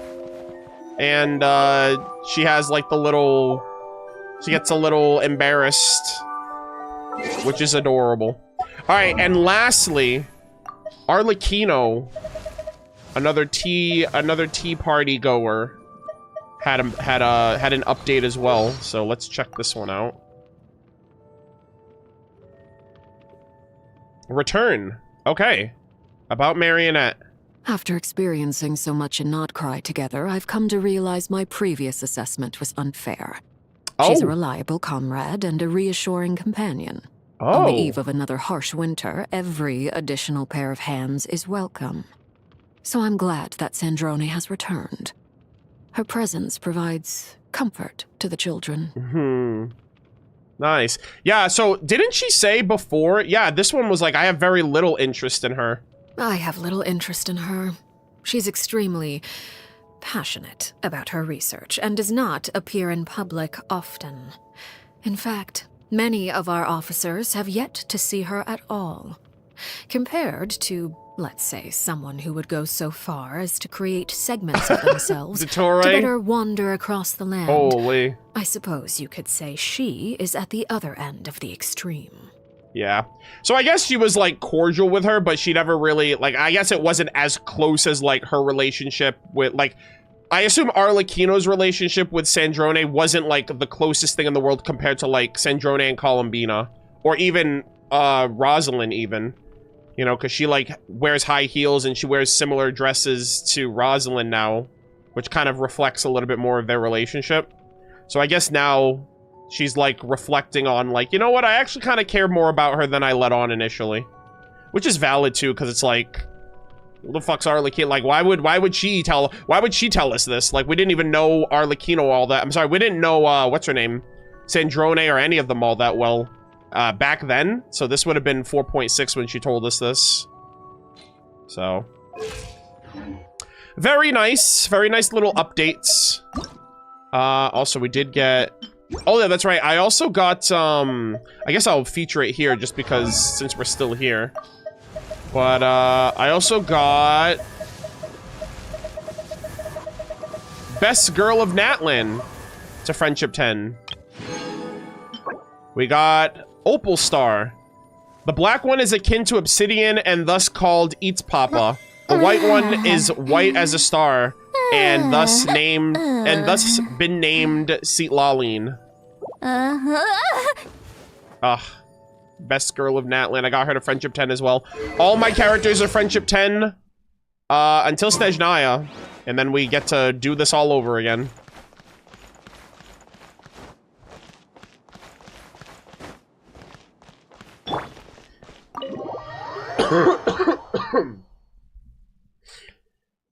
But there you have it, gamers. That is the Sandrone character lore and voice lines. Really great wrap up, and also kind of giving us more insight into her, into like the deeper, intricate understandings of Sandrone's past, from Alen to the Fatui to Columbina, and even a little bit into the future now that we're going to Snezhnaya relatively soon. But we're gonna take a short little intermission, and then we're going to read the weapon next. So I just wanted to illustrate. No. We're still reading the weapon. I have to go to the bathroom, and I wanted to at least close out this portion before we continue. So sit tight, and we'll be right back.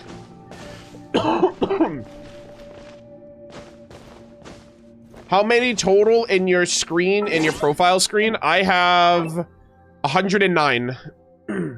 Traveler doesn't have a name card, and the marionettes or the mannequins don't have name cards either, because they don't have friendship level.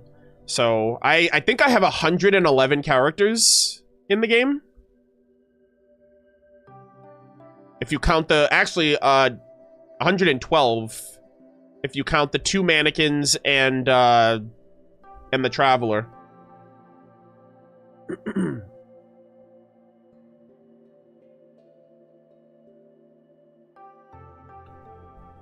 Will you read the artifacts? Yeah, I have a long list. Sandrone was just the first one that we took, that we wrapped up, so I have a lot more reading, trust me. I just forgot how long it takes for us to do, character, like, voice lines and story quests and weapon. So, like I said, today, we're not gonna get through everything today. You can't sit on that log? No, you can.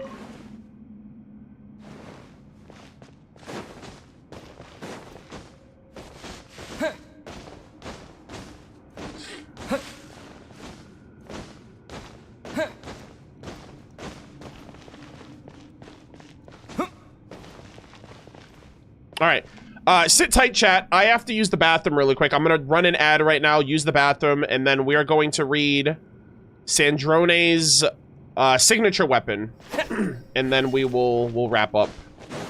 Actually, I kind of left out of the room. I was a little on autopilot there, but yeah, we still have to read the weapon. So actually, you know what? I'm gonna come and sit at the by the fire over here, or by the fireplace.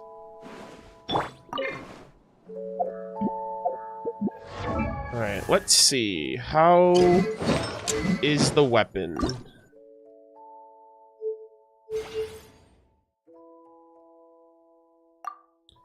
An object of fantasy.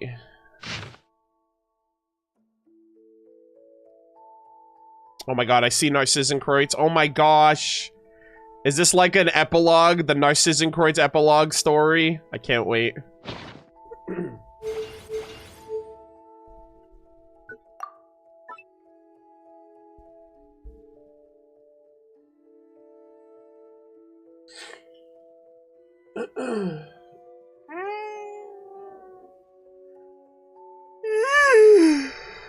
Oh, man.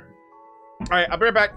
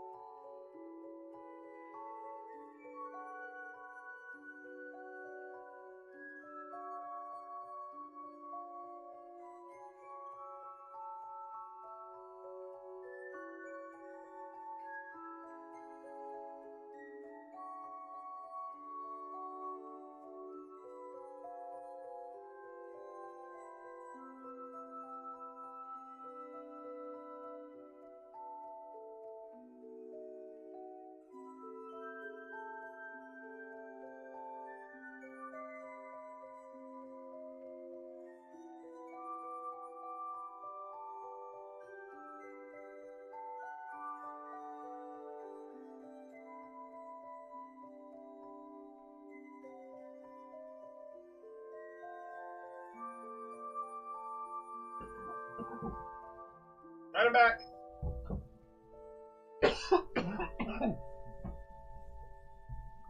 Ugh.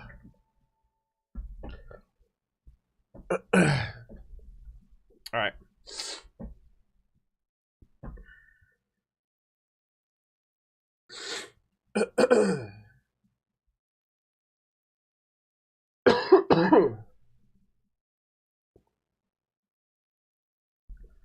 All right, how we doing? How we doing?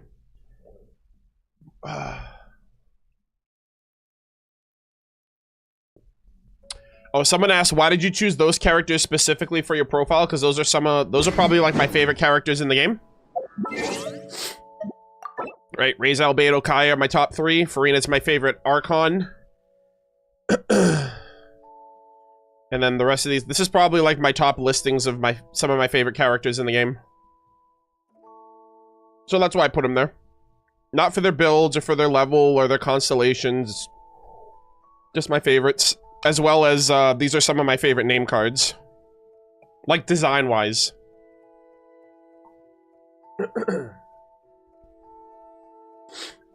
So, yeah. I tried to pick at least one character from every nation. But, you know, I had to start... Like, Yoimiya used to... Not Yoimiya, sorry. Xiangling used to be in here. Official used to be in here. But then when newer nations came out, I was like, okay, I want to at least do one character per nation. And then I did four Mondstadt characters, because of course I did.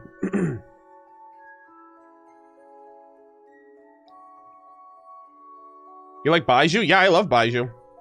I loved his story quest. His story quest was awesome. That's why I put him here, because of his story quest.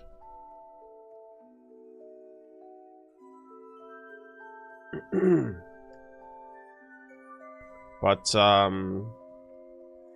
where'd you get the Kaveh I'll Hate Them name card from? This was from, I think it was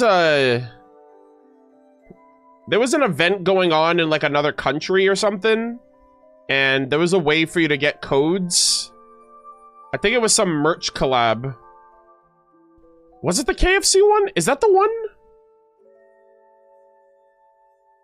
No, I got mine Family Mart. That's what the one. That's how I got it. I got it from Family Mart. I don't think you can get it anymore, though, unfortunately. Which is, you know, one of the reasons why I display it, because it's pretty exclusive. Lavish Gala.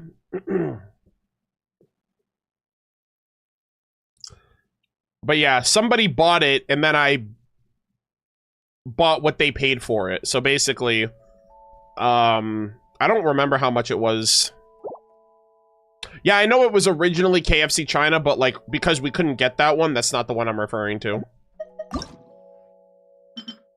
Like, I don't think of it as like the like, I'm not gonna call it the KFC Wing Glider, because I didn't get it that way.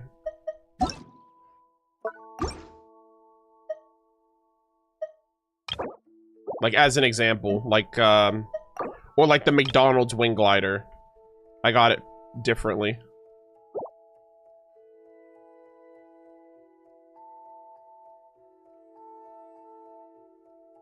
Waking up early, I'm jealous, damn. Do you have the pet? Yeah, I have the Aranara pet. I don't like having the pets in because, like, the Aranara pet especially, because I remember when I had the pet equipped, it just fucking rings all the time, and I realize this is really annoying when I'm in the open worlds. So I decided after a while, I was like, I like the pets, but I don't really like them lingering around in scenes. They do tend to be a little distracting. So yeah.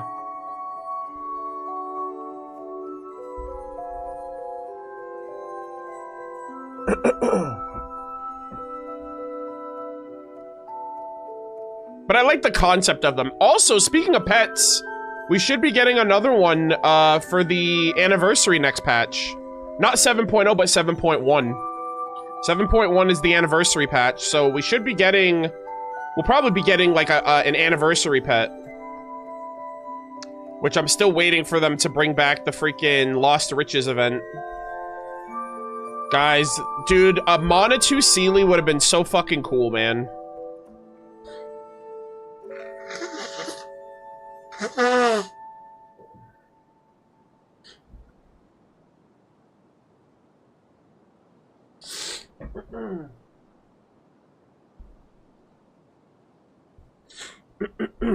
right.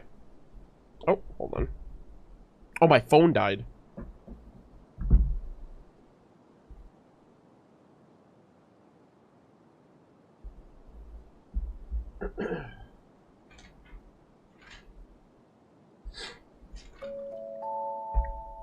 Oh, another thing too. Java, you're still in chat, right? Can you... Oh, fuck, actually, I completely forgot to check. Can you do me a favor? Do you have access to our mod, Google spreadsheet for the reading order of stuff? I forgot to write down the reading order for the Pale Flame set, the Celestial's Gift, and the Disenchantment of Deep Shadows. Can you guys get that for me? Either you or Anthony?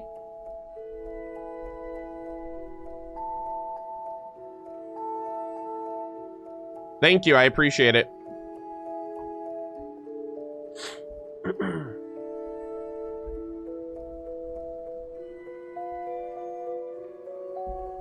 Yeah, I completely forgot to do that before stream.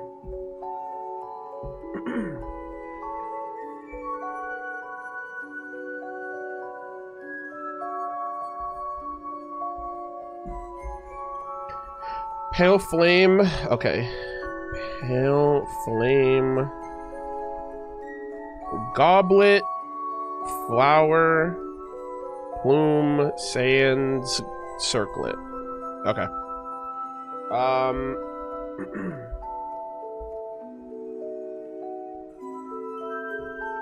Alright, I'm gonna read this and I'll look at the chat or like if you send it earlier or if you send it afterwards, but I don't want to delay for too long.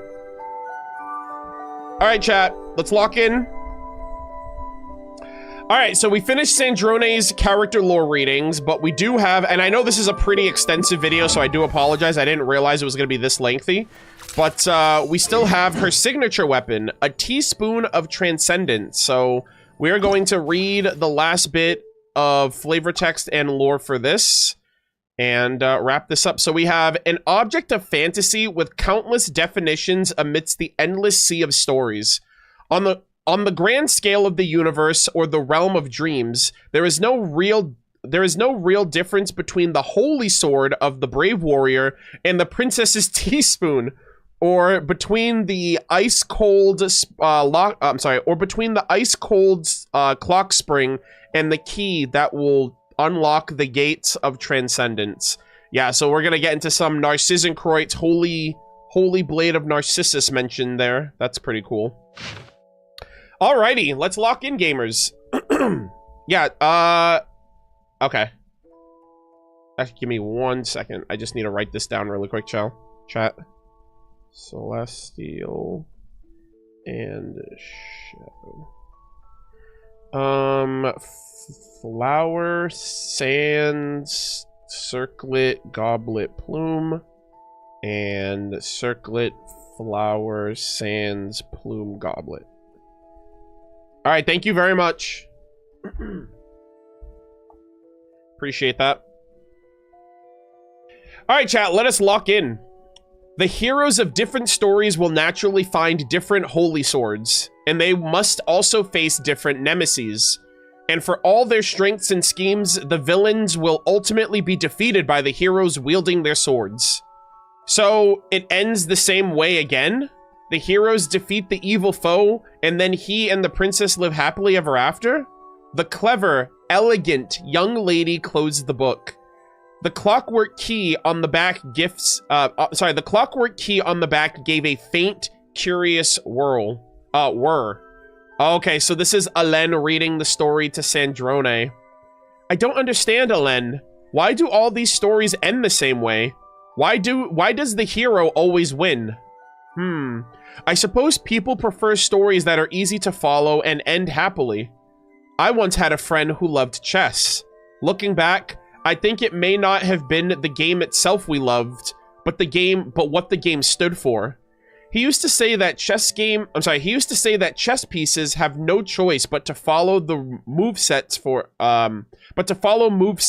them, just as those too weak to resist have no choice but to give in to fate. That sounds like Renee, maybe. Stories are no different. If a hero is given a holy sword, then the story must also give him a dragon to defeat.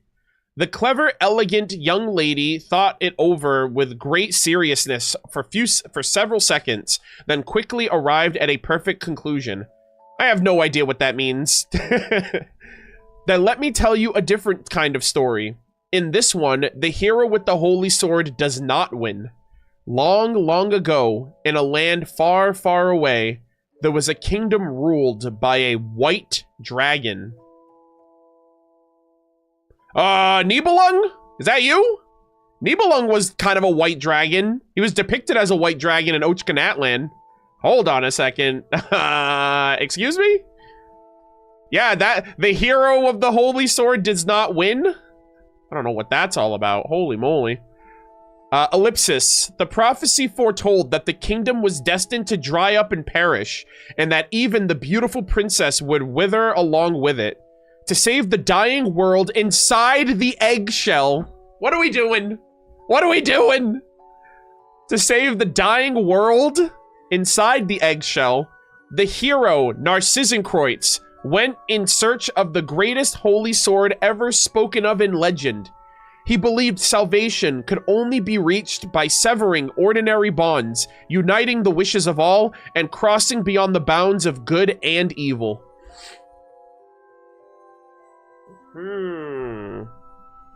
I'm curious, chat. Unstinting in sacrifice, unflinching in farewell, undaunted by pain, the hero Narcissenkreuz always dreamed on a scale so vast and noble that no mortal vessel could withstand its weight. And so the hero longed to transcend the weakness he's like kind of talking about Renee here. Renee tried to be the hero and he failed. And so the hero longed to transcend the weakness of flesh and blood. He dreamed of shouldering all sin and suffering by himself, of wiping every tear from the world through the mysteries of the tearless magic, and of attaining what some called transcendence, a transformation like a leap from ape to man. Yeah. So the white dragon is kind of interesting because like that kind of sounds like Nibelung was supposed to be the hero of dragons, and to save the dying world inside the eggshell. Basically, in order to save Tevat, the hero Narcissenkreuz, aka Rene de Petrichor, decided to create his plan of merging all of the world's fates and consciousnesses into a single entity. And he wanted to become a descendant, and that would allow him to transcend to become a descender. So, yeah, he's basically talking about Renee's failed dream. Which is odd because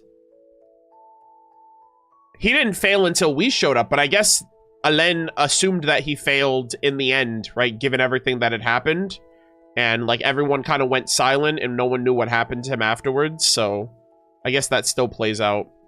And what is a kingdom without its people? So the white dragon, stubbornly clinging to the old ways, tried to stop the righteous hero. He built countless wicked mechanisms and scattered them across the land. Until even the hero Narcissenkreuz, though he carried the holy sword, was forced into a desperate corner. And before the hero fell into the chasm that dissolves all things, yep, the primordial sea, he seemed to think of the times he had once spent with the dragon. Then he said, "Yes, hatred shall not fill me. I know that you have not seen the sights I have, and that you wish to, and that is why you wish to stop me." Oh, you know what? Actually, I actually think this is actually foreshadowing. I remember when they were kids. And they used to, like, play together. One person would be the hero, and one person would be the dragon, and everyone else would help in between. So he's probably, like, twisting... He's probably, like, talking about the story of how they used to play pretend. and like how Renee would have to be the dragon and how Alen had to be the hero. But Alen couldn't stop Renee from pursuing his plans. So in a way, I think Alen is the hero and Renee is the dragon.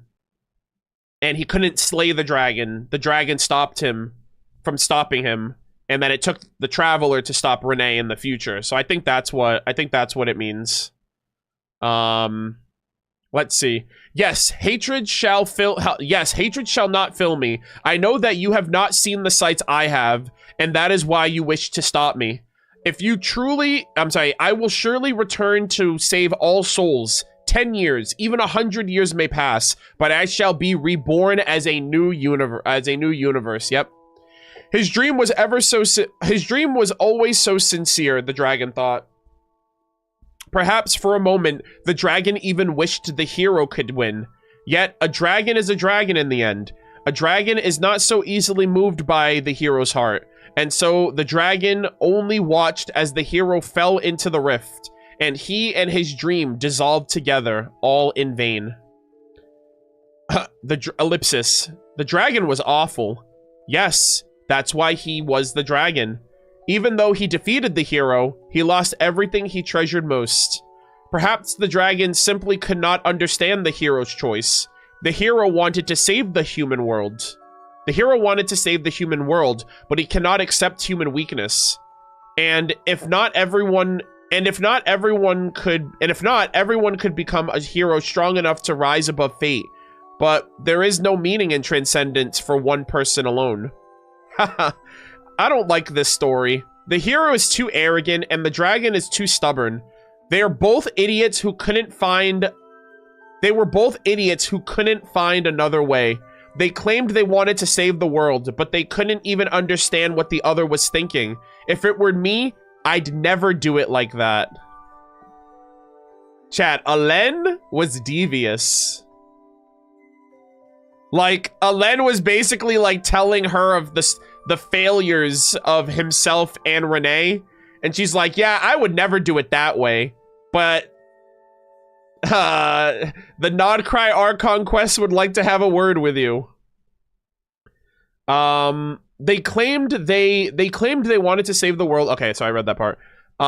That's good to hear. After all, this idea of sacrificing yourself to save the world is little more than an unrealistic obsession. In the words of Caterpillar, it's an excuse to alleviate mental illness. So basically, if you think you can save the world, you have a mental illness. I'm sorry. I didn't say it. Caterpillar said it, okay? He's the GOAT. This is why stories where the righteous, kind-hearted hero wins are always more popular. The stories of different, the heroes of different stories will naturally find different holy swords, and they must also face different nemeses. And for all their strength and schemes, the heroes will ultimately be defeated by the heroes wielding their swords. Oh, Narcissenkreuz, we still talk about you to this day. That was just a great story to round off everything, and you know what made that like, it was like he was like reading her like a bedtime story or something. I remember that when we were first reading a bunch of lore during the Marianne and the Narcissenkreuz adventure team, Alen was reading stories to Marianne. And now in the present, or in the most recent present of their past, Alen was reading stories to Sandrone like he used to read them to his sister. So... Huh? Gosh, that was so good. But yeah, Alen and Renee. Renee was the dragon, I guess, and I guess he's just teaching her, like, hey, sometimes you might be the hero or the villain of your own story, and you might not even realize it. But that was a great read. I hope you guys enjoyed the character lore, the voice lines, and the signature weapon reading as well. This took me quite a while to kind of go through all together, so I do apologize by how long this stream was compared to what I was hoping to get through. Like I said, we're still going to be doing some lore reading today, but I'm going to make sure that all this lore is read and finalized before Snezhnaya comes out. So I hope you guys enjoyed the reading session. I hope you guys enjoyed all the lore for Sandrone. We're going to take a short little break, and then we're going to get into the next piece of lore. All right. That was a doozy, but one down. Many more to go. What time are you going live tomorrow? Probably like 7 a.m., an hour before the program starts, as I usually do.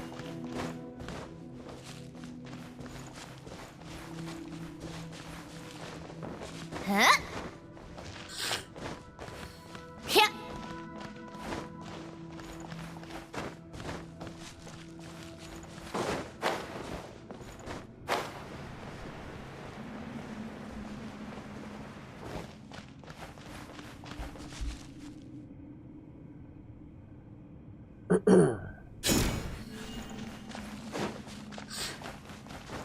Yeah.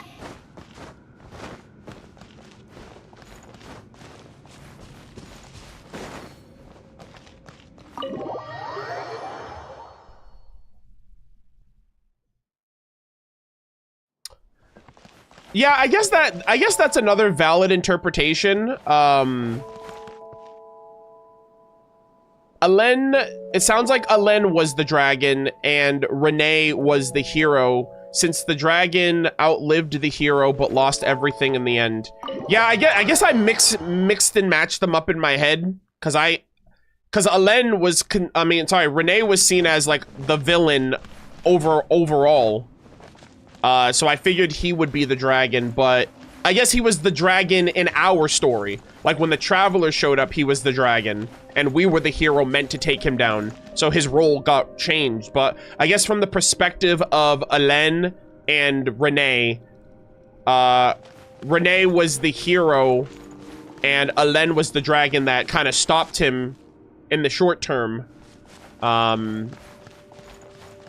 So yeah, I think that's, or rather, the dragon and the hero, the dragon stopped the hero in the long term. I'm getting a little like tongue-tied in my brain. Yeah, and that's the thing too. They didn't see eye to eye with each other either, right? Like they just stuck to their guns. They were both very similar. They were both geniuses in their own right. So there was a level of arrogance, I think, that they thought that they were right and they weren't even trying to view or come to an understanding or reach a common ground. And, you know, that's probably one of the things he's regretted in his old age, especially when he looks back on everything that's happened. So, yeah. Yeah.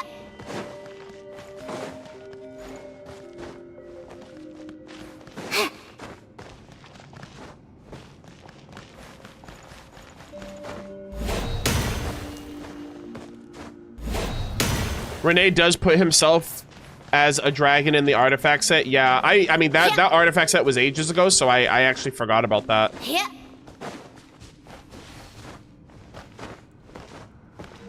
Yeah. Alrighty, chat. I gotta read Dottore's boss mats now. Where should we go for this, by the way? I actually have no idea where to go for the, we're gonna read Dottore's archive, we're gonna read Dottore's boss drops, and we're also gonna read the anomalous marrow. I guess I should go to his boss location in Sumeru.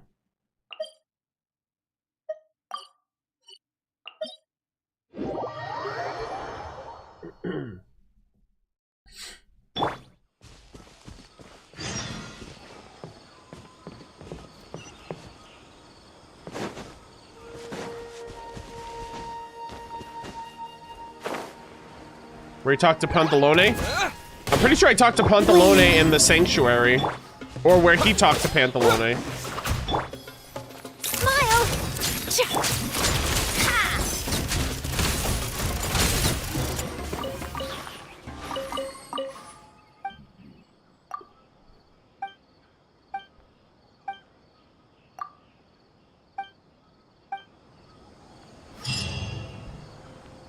Now we'll just stick to this one. Also, the lab in Nodcry doesn't really make sense because this tree marrow is from the recent Dottore from Sumeru. But yeah.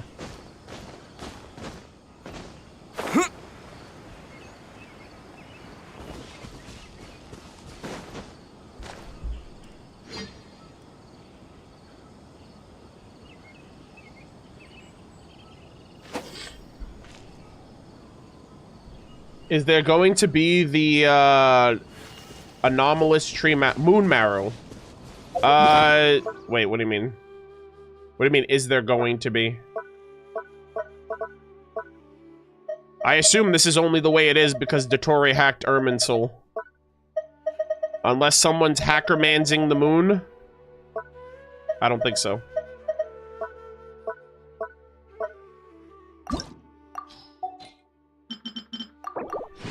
Chat, I desperately need Hoyoverse to increase the artifact cap by like 200 when we go to Snezhnaya. I swear to God, I'm almost always capped when I do like, I can't even farm artifacts right now. It's so bad.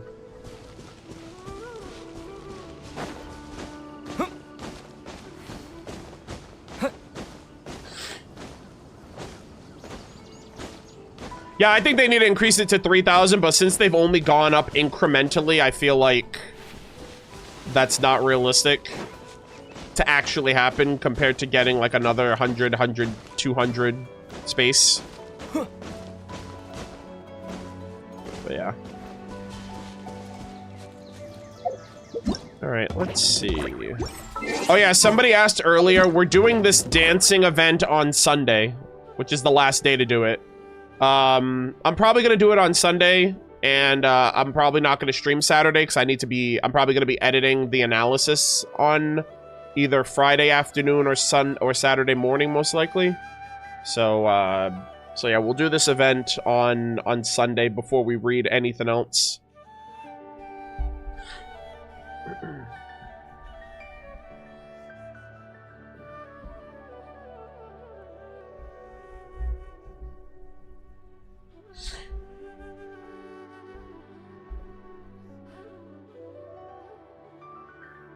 Did you notice that the symbol on Mitya's chest looks like the angel thing from the mural? Yeah, I did. I saw that on Twitter, actually.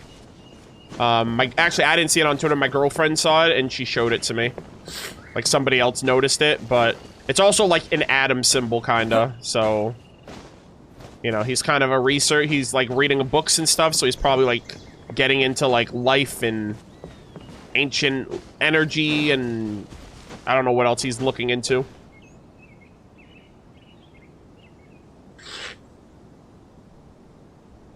That's why I wrote moon. Well, yeah, I mean, I also said that. I don't know if you just got here, but I literally said that, like, maybe 5 minutes ago, that we'd be reading all Dottore's boss. I said we're going to read Dottore's archive, we're going to read Dottore's drops, and the anomalous moon, tree marrow.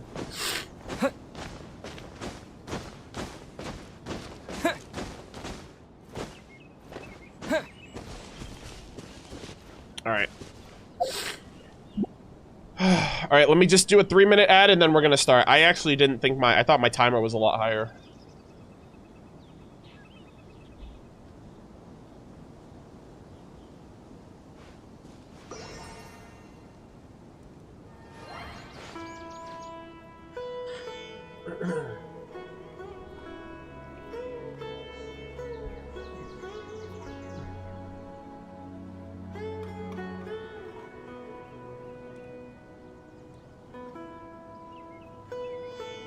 Did you see the YouTube short from this event? It was devious? No. I don't believe I did. I don't really watch YouTube shorts.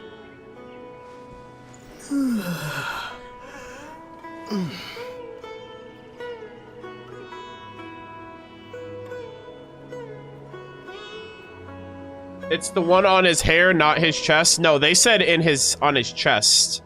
Like the atom-looking symbol. That's on his chest, and the mural of the angels in Dragonspine are holding a similar symbol. So yeah, I know what he was talking about.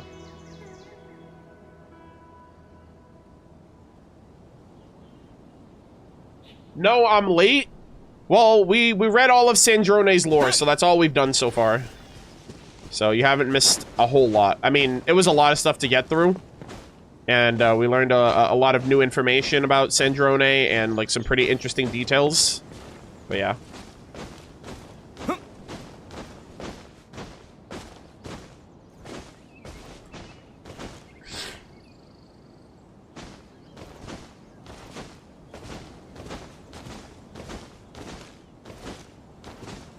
Yes, but the angel's symbol is also on his hair. Yeah, no one's saying it's not, but like, what? He wasn't talking about that though. He was talking about the symbol on the chest. So that's what the conversation was about. I'm sure there's other symbolisms on his person, which, you know, no one's denying that.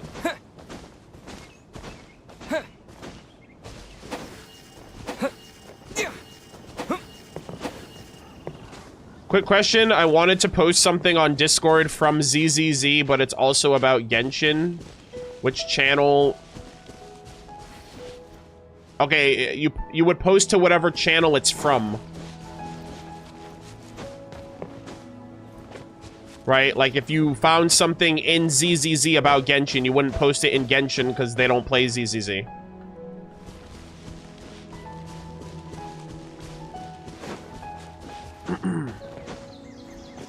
But yeah.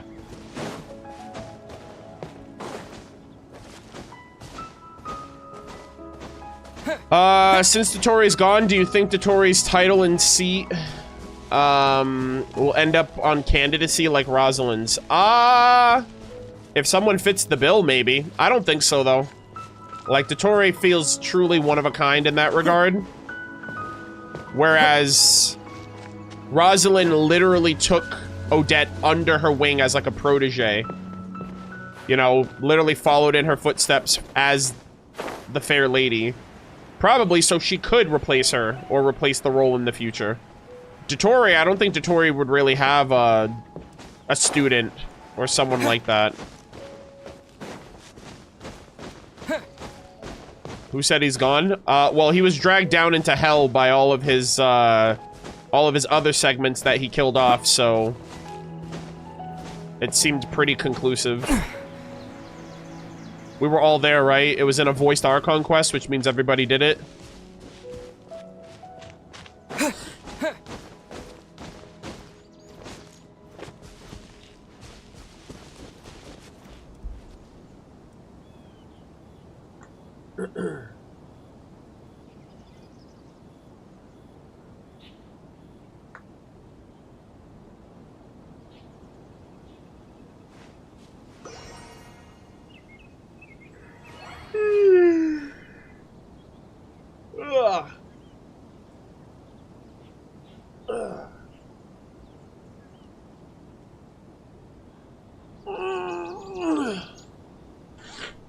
All right, chat, let's lock in. We're gonna get into Dottore content, actually. All right, say hi to YouTube chat. We're gonna be starting now.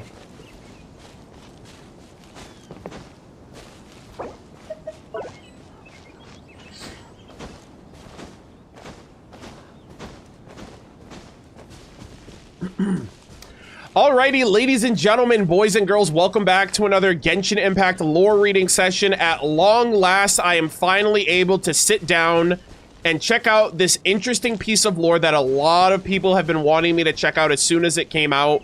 I've been trying to catch up on a lot of lore, on a lot of videos, and a lot of streams of the last couple of patches. So I do apologize for those of you who have been eager in anticipation for this. I have stayed away from it like the plague, and we are finally ready to read all lore regarding Data, Irminsul, Dottore from the Act 9 and 10 Archon quests of Nodcry/Sumeru in the Truth Amongst the Pages of Piranha content.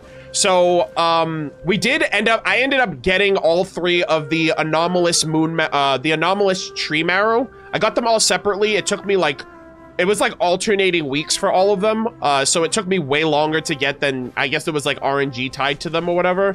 So I do have all three of them in my inventory. The three marrow have come together and they've created like a lore dossier or a lore document for Dottore and I believe his other segments, if I'm not mistaken. So I'm going to be reading this for the first time. However, there's a couple of other things for Dottore that I want to check out as well and read. Things that I kind of overlooked in the Archon quest because I knew I was going to do a stream like this and go through it myself. So the first thing we're going to check out is his boss archive. Dottore has 2 boss fights, so instead of giving him 1 boss fight with 2 phases, they were like, yo, we're going to cut you into halves. We're going to cut even your boss is going to be a segment. You're going to have 1 boss fight in Nodcry with 1 phase, and then you're going to have a boss fight in Sumeru with 1 phase. So, yeah, look at this, dude. Oh my god, this thing is so freaking... I love this splash art. This shit looks so fucking cool. He looks so awesome, man. Unfortunately, it does constantly remind me of, like, the vibes of Amphorius with the Black Tide and all of that, but it's still super badass. I love the color scheme. I love the design. I love the move sets that he uses in the fight as well. But with all that said, we're gonna start with the archive, and then we're gonna head to the boss materials, and then we're gonna read the document as well. So let's see what they have to say about Dottore. To push his heretical experiments to their end, Dottore has severed the constraints of his corporeal form, which was also like such a smart way of tapping into Irminsul, being like, hey, I'm gonna die, and I hope and pray to God that my soul and my will is strong enough to have, like, sentience and consciousness within the ley lines of this world. So that was really cool. Now he has merged as one with the Irminsul that threads throughout all of Teyvat. This world inherently predates any natural order. Until it casts its gaze, the origin and terminus of all matter were indeterminate. Yet the weak, seeking to escape the crushing weight of freedom, would rather bow before the throne of certainty.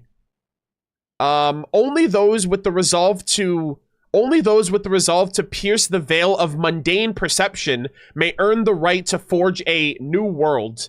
This is the domain of possibility, a perpetual and magnificent experiment that shall never reach its end. It's time to enliven this stagnant, unchanging reality. How can you be certain that I am not capable of perfecting it?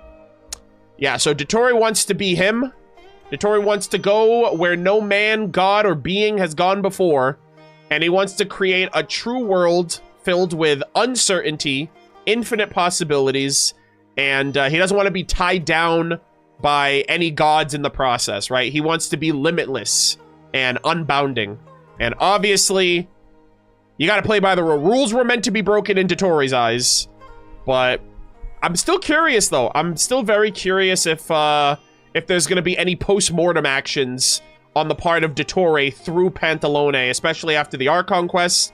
They also talked in their final moments. They talked about, you know, the potential of a segment created through memories of Dottore through the memories of somebody that he knows. So, like, maybe extracting memories of Dottore from Pantalone to create, like, this memory segment of himself, which would be kind of cool. We also never knew what happened to that, like, that lizard that they were, like, pushing and throwing and, like, just having us constantly look at on screen during the Archon quest. So I don't really know what's going to come about with that, if anything. Especially because he did a bunch of animal experiments in that one domain, or in that one, like, energy dome in Nodcry of, like, the souls being swapped with the humans. So clearly, it seems like he was researching something with that. So, yeah, just wanted to read this and have, like, a fully readable sequence of all of Dottore's materials. So the second one we're going to get into, or the 3 actually we're going to get into, are his individual boss materials. I haven't read these either. Holy shit, Dottore's a fraud. He has counterfeit resin. That's crazy. That's hilarious, actually. A resin shaped from the shattered depths of the ley lines after the defeat of the heretic hidden within Irminsul. Once a crystal meant to bear many beautiful memories that make up this world, it is now filled instead with delusions and malice that do not belong here. Holy shit. So yeah, I guess resin is like the condensed physical embodiment of memories of Teyvat. right? It's like I think it's actually like a physical, coalesced, tangible form of memories in the world. And Dottore's trying to like create his own fake memory, like, I don't know, not necessarily fake memories, but these are basically like his delusional, like, dreams and wishes of grandeur, it seems like. So that's really cool. We have a twisted weathered branch. A twisted weathered branch recovered from the shattered depths of the ley lines after defeating the heretic hidden within Irminsul. A twisted bow grown from a giant tree meant to remain buried deep beneath the earth. Even cut off from its source, it still holds a strange and malevolent power. Interesting. So these are like kind of like the remnant energies of Dottore's influence on the tree, it seems. And then we have Profaned Sprout. A sprig recovered from the shattered realms of the ley lines. What would have been a bud of hope has now become a beacon of profanation. Through its spreading veins, the sinful tree begins to climb towards the sky. So I guess these are like remnants of what Irminsul had become after Dottore had like seized control over it, right? And then Nahida was like, only you can prevent forest fires, and I'll be damned if I'm gonna let this tree exist in my Sumeru rainforest. And she decided to burn that shit to the ground, Smokey the Bear style. And so, yeah, basically they're all just like remnant remains of the Irminsul tree before it was destroyed from, before it was destroyed during the Archon quest.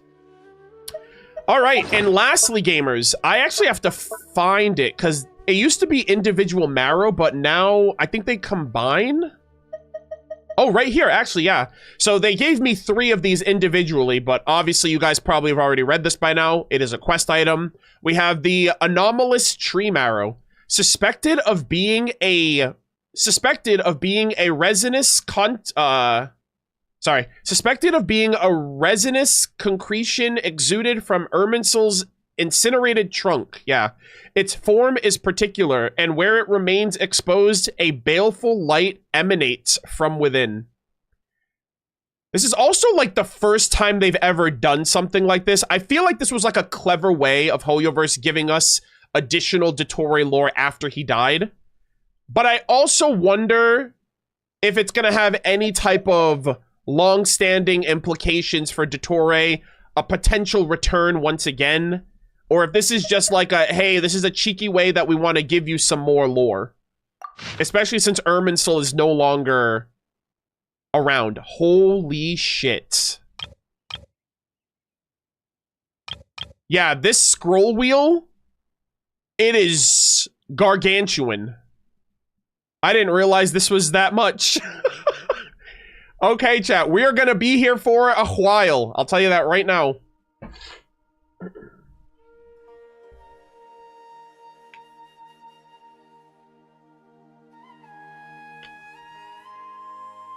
It's strange that it's a 4-star item and not a 5-star one. Technically, we already got a 5-star item from the Sumeru Archon quest, technically, right? We got the silver twig. We usually get the gold ones from, like, Archon quests, predominantly, like Mondstadt, Liyue, Inazuma, Sumeru, Fontaine, Natlan, Nodcry. These 2 are just items that connect to other things, the Teapot and Miliastra. I know Act 9 and 10 was an Archon quest, but I feel like that one was like a little special, right? Whereas this one represents Sumeru itself. Yeah, that's also, yeah, I did flip the pages too, but yeah, this is page 1, this is page 2, and page 3, but page 1 is a doozy, man. Holy. All right, chat. Let's lock in. Anomalous Tree Marrow. Experiment report. Experimental subject. Acute toxicity test. Oh, is he experimenting on people? Acute toxicity. What are you, poisoning people? Experimental subject. Acute toxicity test. Specimen 1. Male. 43 years. Specimen presentation. Obese with signs of mental confusion. Vital signs are stable. Toxicology screenings indicated the presence of other drugs in specimen system. Also, he calls them a fucking specimen. That's literally like another human being. Like, brother's eyes just like reflect the world as one giant lab. I swear to God. Like, just the terminology too. It's like, damn, man, specimen is crazy. Toxicology screening indicates the presence of other drugs in specimen system. Route of administration. High dose oral ingestion. Reactions. Specimen exhibited minor extremity spasms within 60 seconds, with no vomiting or distress in the chest area. Onset of hallucinations occurred at T plus 5 minutes, accompanied by cognitive linguistic disorganization. Progression to respiratory failure and death occurred at T plus 8 minutes. Holy shit, dude. Yep. Another one bites the dust. We move on to the next patient, to the next subject, to the next specimen, the next experiment. This is diabolical. Oh yeah, Dottore, you had to go, my guy. I'm sorry. I don't know what the hell this is all for. Specimen 2, male, 28 years. Specimen presentation. Middle build with signs of psychological instability. Physical restraints were utilized due... physical restraints were utilized due to acute non-compliance. Yeah, imagine that. They don't want to comply with being experimented on. That's... Vital signs were extremely robust, exceeding expected psychological parameters. Route of administration, high dose gastric gavage. Reaction. Specimen reported numbness to the extremities with neither spasms on the limbs nor vomiting. At T plus 2 minutes, subcutaneous bleeding was oh my god. Subcutaneous bleeding was observed. Subject remained passive with no signs of combative behavior following the removal of physical restraints. At T plus 4 minutes, subject exhibited rapid involuntary eye movement. Indicative of hallucinatory activity. Mortality occurred at T plus 5 minutes following respiratory arrest. I'm kind of wondering... I'm wondering if he's doing... Well, he's doing acute toxicity test. But I'm wondering if this is what he was doing during his early research into Elazar. Or if this is, like, something else entirely. Like, if these are, like, the preliminary early tests of what eventually helped suppress Kale's Elazar back in the day.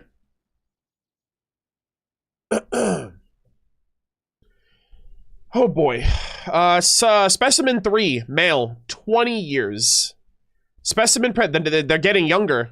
Specimen presentation, slim of build, appeared fully sorry, let me read that again. Slim of build, appeared fully oriented and alert. Multiple superficial injuries accompanied by intraabdominal hemorrhage.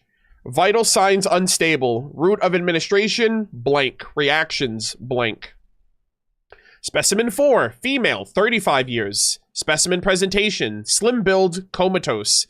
Vital signs were abnormal with no response to external stimuli. Route of administration, high dose neural injection. Why are we doing this, man? Reactions, onset of subcutaneous bleeding immediately following injection. It's like he knows what's gonna happen and he's doing it anyway. Death occurred rapidly at T plus 3 minutes with no signs of emergence from comatose state prior to death. Subject 5, Specimen 5, ellipsis. Initial assessment. Initial assessment. Disruption of vascular integrity exceeded expectations.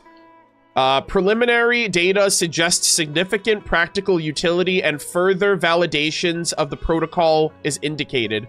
Investigator, Zendik. Okay. Oh, so is this like the original? This is like OG Dottore. Right, this is like, well, Dottore was the segment. I think Zendik was the first one, right? Fuck off, man.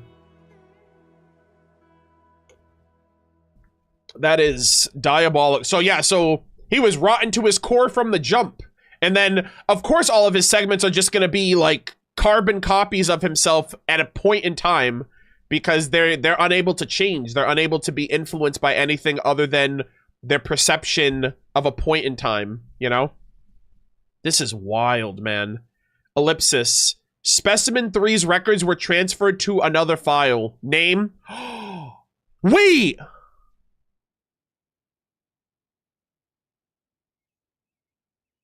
Theophan? Dude, they gave him the full name! Subject 3 is Pantalone! Oh my god. When he was 20 years old? Holy shit. Oh my god. Slim of build, appears fully oriented and alert. Multiple superficial injuries accompanied by intraabdominal hemorrhage. Vital signs unstable. And it didn't say how he offered administration and like the reaction to it. Holy shit. So this sounds like he kind of got fucked up before Dottore got him. Right? Like his initial assessment is like, oh, he's got a nice build. He's awake, he's alert, but he's got a lot of injuries. He's hemorrhaging in his abdominal section. So I don't know what that was all about. Also, I have to go back and watch that, Number 4 was comatose, though?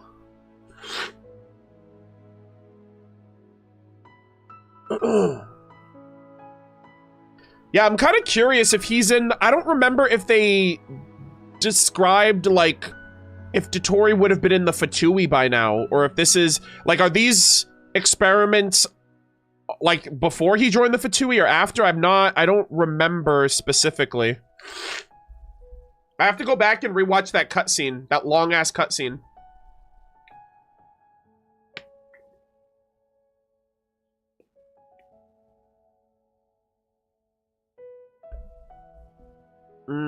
Yeah, I guess he didn't do anything here.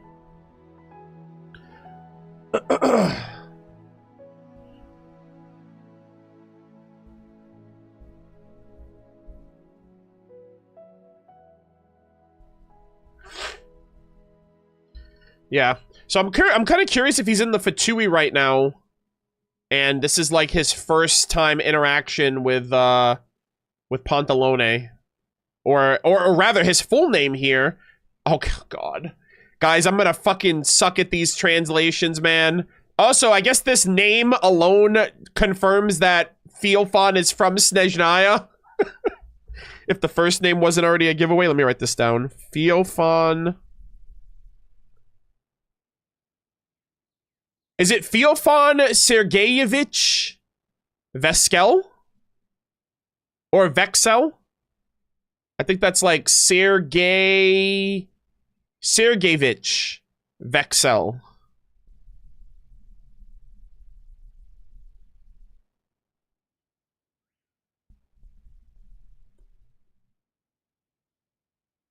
Theophan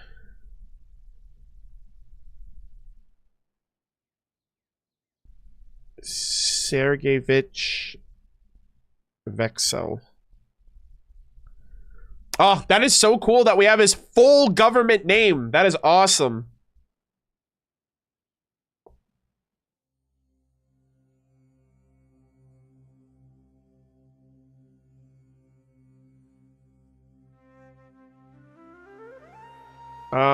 The first one was pretty good. Okay, that's good.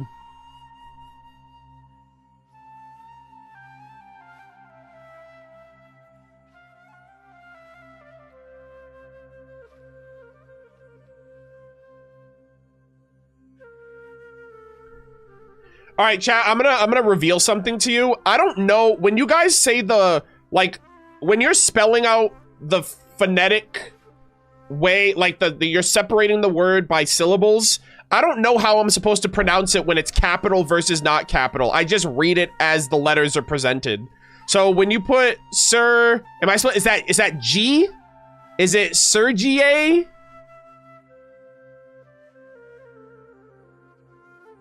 I have no idea how, that doesn't make it any easier for me to pronounce.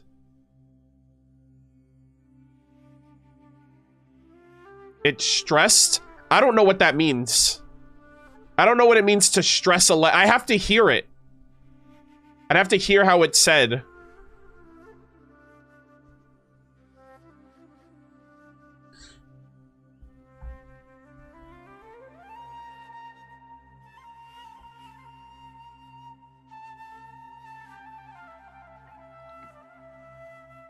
Your first reading was pretty close. Great, because I already forgot how I said it the first time, because I thought I had it right the last time I said it.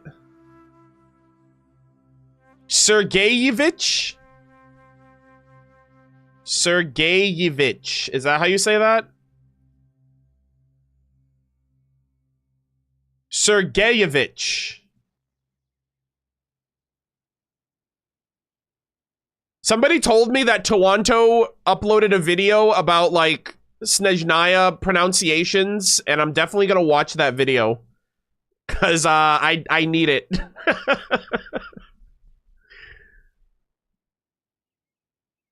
That's close enough.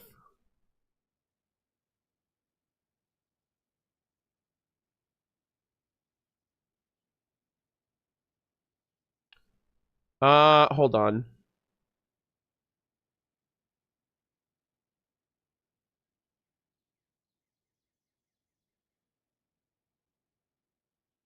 Okay. Hopefully I'll never need to pronounce his middle name again after today, so we don't even have to worry about this. I'll just call him Theophan for short. But Theophan Sergeyevich Vexel. Alright, that's the best you're getting out of me, chat. I'm sorry. Alright, I am not Russian. I'm so sorry. Okay, we'll try it. We'll try our best when Snezhnaya comes out. Let us continue. Okay, so Specimen 3 records were transferred to another file. So I assume these are Theophan's records. Medical record. Sex, male, age 26. Okay, so is this 6 years later? He was 20 in this one, and now he's 26 here. Complaint. Through and through gunshot wounds on the left upper arm. Description of complaint. In addition to a through and through gunshot wound to the left upper arm, the patient the patient presents with multiple superficial injuries sustained in a physical altercation. Well, yeah, didn't they say, like, I'm pretty sure I have to go, it's been a while, but Dottore said, like, Theophan was, like, sold off. So I guess he was, like, I don't know if he was, like, he lived in, like, the slums or something. Or, yeah, he had, like, debt. Yeah, he had debt that he had to pay. And, I guess he got roughed up by the people that owed him, that he owed money to.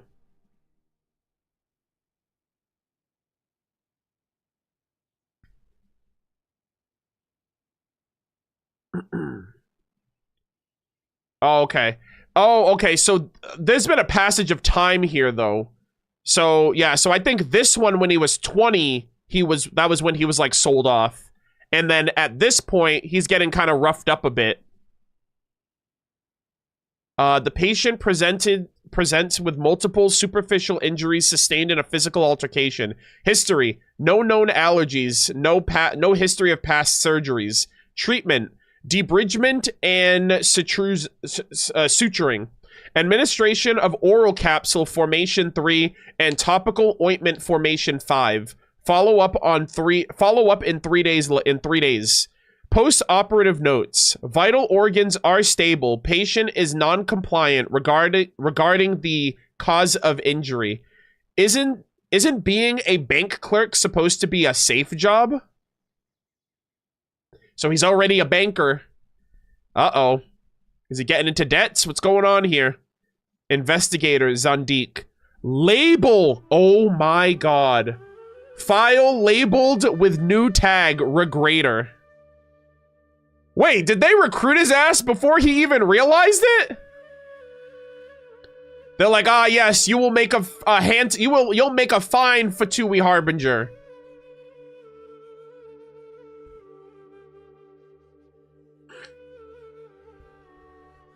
Oh, wow.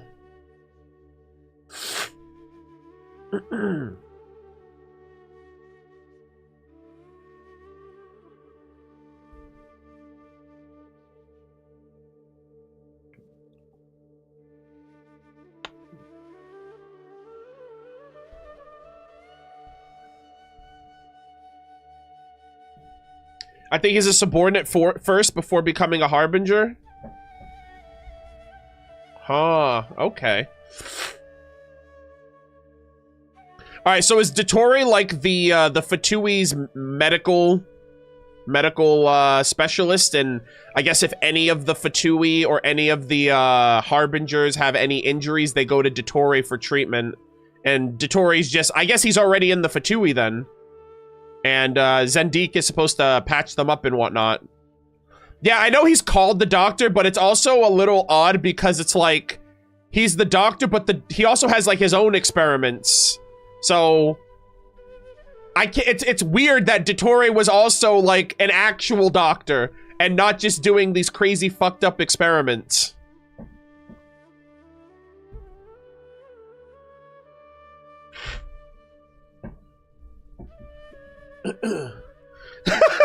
If I'm in the Fatui and I get injured, just let me die.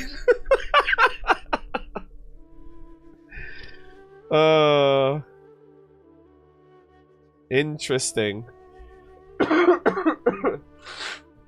Okay, so let's continue. Physical examination. So now he's 30. This is 10 years later. Also, this is still hundreds of years ago.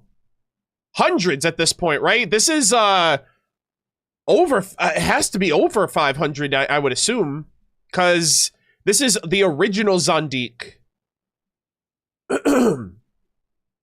Right, this is the original Zendik before the segment ended up going to Inazuma and fucking it up and everything, right? So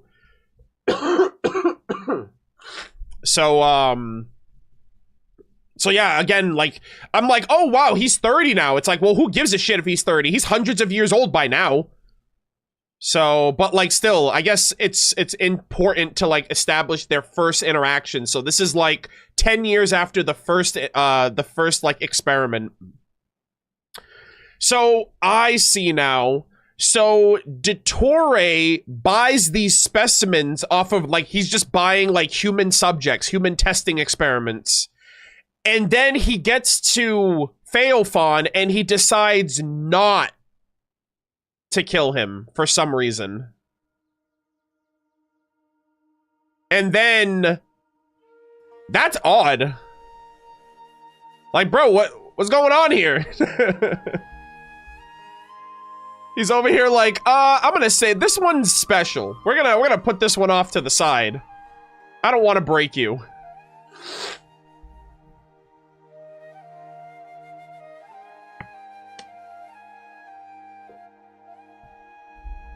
Yeah, so that makes a lot more. Okay, so now, like, I have to constantly go back and forth. So, like, now I understand how things are playing out here. So, he was sold to Dottore. Dottore was supposed to kill him in all of these, along with all these other specimens, but he didn't. And then I think he ended up just getting Pantalone a job in the Fatui as, like, a low-level recruit or whatever. And this is, like, an altercation or a situation where he gets into a fight. And Dottore doesn't know why, and he didn't tell him why. And I guess we're just left to believe that, I don't know, maybe he got attacked, or I don't know if people are, like, asking him for money because he's a banker, or something like that. So, this was 26, when he was 26. And he has a new tag, the Regrader. So, I don't know if he's a Harbinger right now, or if he's just in the Fatui still. And now, it's 4 years later, he is 30 years old, no known allergies, history of past surgeries, frequent smoker. I guess he wasn't smoking before this because it wasn't listed in any of the prior notes. So now brother's, he's become a chain smoker, it seems. So this is like the beginning of the end for Dottore. And the lung cancers and everything that's going to catch up to his life where he's literally not even going to be able, like, he can't survive without Dottore now. No known allergies, history of past surgery, frequent smoker, exam type, regular. Health condition, good. Oh dear. What is the purpose of filing this kind of procedural document? The forms have all been submitted. Why have I not seen it? Investigator, Zendik. Experiment, sex, male, age 38. Subject's condition, good. All right, is this still the same person or okay, never mind. Yeah, because he's 30 right here, and now this is 38. So I'm like, well, I know he eventually works on.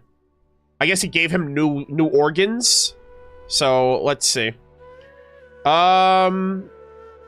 Male, 38, good condition. Test drug. Oh, I think he's working on the elixir of. I forgot what he called it. It was like the elixir of life or something. Like the immortality elixir. I remember now. Okay. Test drug. Trial version 2. Route of administration, oral ingestion. Reaction. Vital signs are stable. No short-term side effects observed. Observation type. 3 years. Holy shit, that's a long time. I mean, Dottore's got time. Experiment results. Tissue aging has been significantly slowed. Tissue aging has been significantly slowed compared to the first experiment, with the most significant results seen in the preservation of organ vitality. Neural functions remain normal with no increase in anti-aging effects.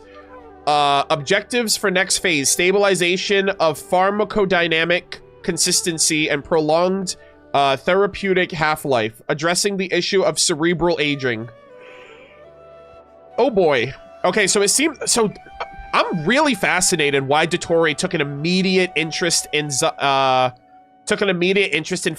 to the point where he's like, not only do I not want to kill you and turn you into a lab experiment, but I also want to help you. Like, I don't know if he had feelings for him. I don't know if he just was like, you're the one, out of all the things I kill in this world, I want to protect you. Or I don't know if he saw like a potential for him for the future or something, you know? So he's 38 now. And this is the start of the elixir of immortality. Medical records. Sex, male, age 56. Complaint, deteriorating vision. Oh, is that why he wears glasses now? Yeah, just like me for real, buddy. I needed glasses since I was a kid because unfortunately I got my dad's side of the gene pool when it comes to like, my mom has 20/20 vision, perfect vision my mom has. Everyone on my dad's side of the family wears glasses, and unfortunately I lost the vision 50/50, and I have to wear glasses. So yeah. Complaint, deteriorating vision. Description of complaint. Patient reports severe visual decline over the past 3 months, accompanied by acute ocular pain and sensitivity to light. Oh my god, no known allergies, history of past surgery. Smoker of 30 years at 20 sticks a day. Brother. Is this eye condition even related? Does smoking affect your vision? I have no idea. I mean, I don't smoke. Why would I? But that's like a pack a day. That's a pack a day for 30 years. Brother, this man's insides is just like a fucking tar pit. Chain smoker Feofan. Jesus. It might be just general organ failure. But he's 50 though. He's 56. And he's talking about not only is it like, there's one thing like if your vision, like if you're like, I can't see, I need glasses. But he's saying that he's having like pain, like eye pain too. That doesn't, acute eye pain and sensitivity to light. So I don't know anything about smokers or smoking or the effects of smoking. I've never smoked because I knew, like, you know, I've never been in a situation where I would need to rely on, like, smoking to, like, relieve stress or whatever the case might be. And I'm, like, terrified of its effects. So I legitimately, I remember growing up, like, in school, they would always tell you, like, we watched so many, like, documentaries and stuff about why you shouldn't smoke. And I don't really even hear a lot about, like, cigarettes and stuff like that. I don't know if it's, like, just not... I'm pretty sure it's still, like, a booming industry, unfortunately. But yeah. Diagnosis: damage to the cornea. See, I don't know if that's because of the smoking or if that's due to, like, a separate incident or, like, another scuffle that he was in or something. Treatment: corneal repair surgery. Administration of topical solution 9 and investigations to avoid exposure to strong light. Follow-up in 7 days. Follow-up examination. Subject is recovering well. Investigation 25. Note: in light of the subject's failure to adhere to the recommended occupational safety adjustments, any subsequent instances of similar restorative or graft procedures will no longer be added to the record. Oh, Feofan. Oh, wait, Investigator 25. 25? I thought it said I thought it said, like, he's done 25 Yeah, I was like, what the hell's the number? Investigator 25. Wait, is that how old he is? Oh! It's not Zendik anymore! It's the segment! Oh, shit. This is his 25-year-old segment. Oh my god. Holy shit. Wait, so he already created the segments by now? This is the first one we're seeing. Feofan at 56 is being treated by a 25-year-old Zendik. That's kind of weird. It's like, oh, you're looking so young today, doctor. Thank you so much, Feofan. I appreciate it. Holy moly. So, I assume at this point they killed Zendik already? Cause like, this Zendik is already old, which means all of the other segments had to have been created already. And then they just waited for him to die, and then they took over, I think. Unless either that or they're living alongside him. But this one's 25. Yeah, I'm not entirely sure. I'm also curious how old Dottore is. Like, I wonder how old Zendik is in the present. Like, how much older or younger he is to Feofan. Like, if they're around the similar age or not. Obviously, they're hundreds of years old by the present, but I'm curious if, because, like, I assume this is Feofan, he's 56. I'm like, is Zendik that same age? Is Zendik around the same age? Is he older? Obviously, his segments are younger, but...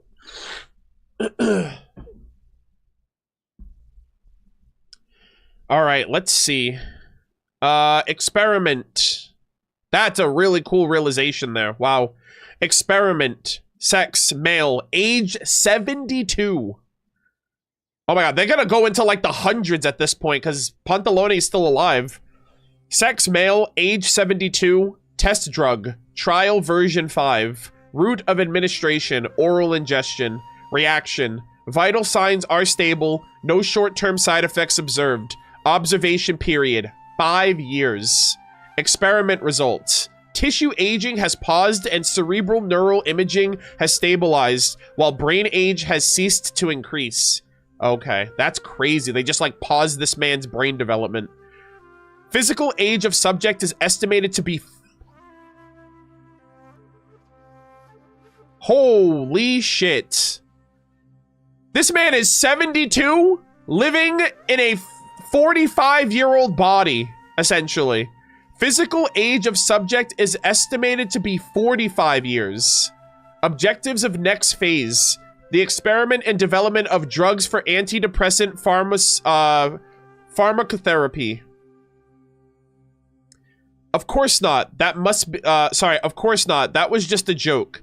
Sorry, let me read that again. Of course, that was just a joke. Because fighting time requires a stronger mind. The clinical data observed from the autopsy of Zandik has been utilized to its fullest extent. Assessment suggests that any subsequent iterations are unlikely to yield breakthrough progress. Any maintenance of observed effects is contingent on the subject's adherence to a scheduled drug regimen. The current report is hereby concluded. Investigator 35. Interesting. So I wonder if each of his segments are like 10 years apart from each other. That's a healthy gap of creating a segment, right? Also, yeah, rip 07s to Zandik. Brother slipped on a banana peel, Looney Tune style, and his segments just let him die. And then they experimented on him.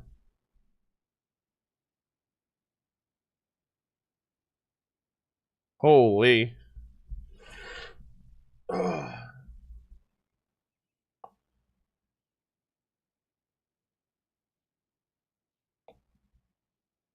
Chat, you know what would be crazy? You know what would be like low-key kind of fucking devious? So you know how like, I don't know what they would be able to get out of it or how they would utilize it, but if Zandik is dead now, I wonder if they took any of Zendik's organs and gave them to Theophan. Like, just to help make his body, like function a little better. Like, if he had any organs that Theophan could utilize because he's just, like, chain-smoking himself into death. Because it's like, oh, well, they killed him, and they did an autopsy, and I'm sure they harvested the organs. It's like, what if they used the organs of the original Dottore to keep Theophan alive even more? Then they would be truly connected, right? They would just combine. They would be the closest thing to one at that point. Yeah, I was gonna say I think Zendik's too old for that, but like, I don't know. I'm pretty sure Pantalone would take an older organ versus one that's like destroyed from all of his chain smoking.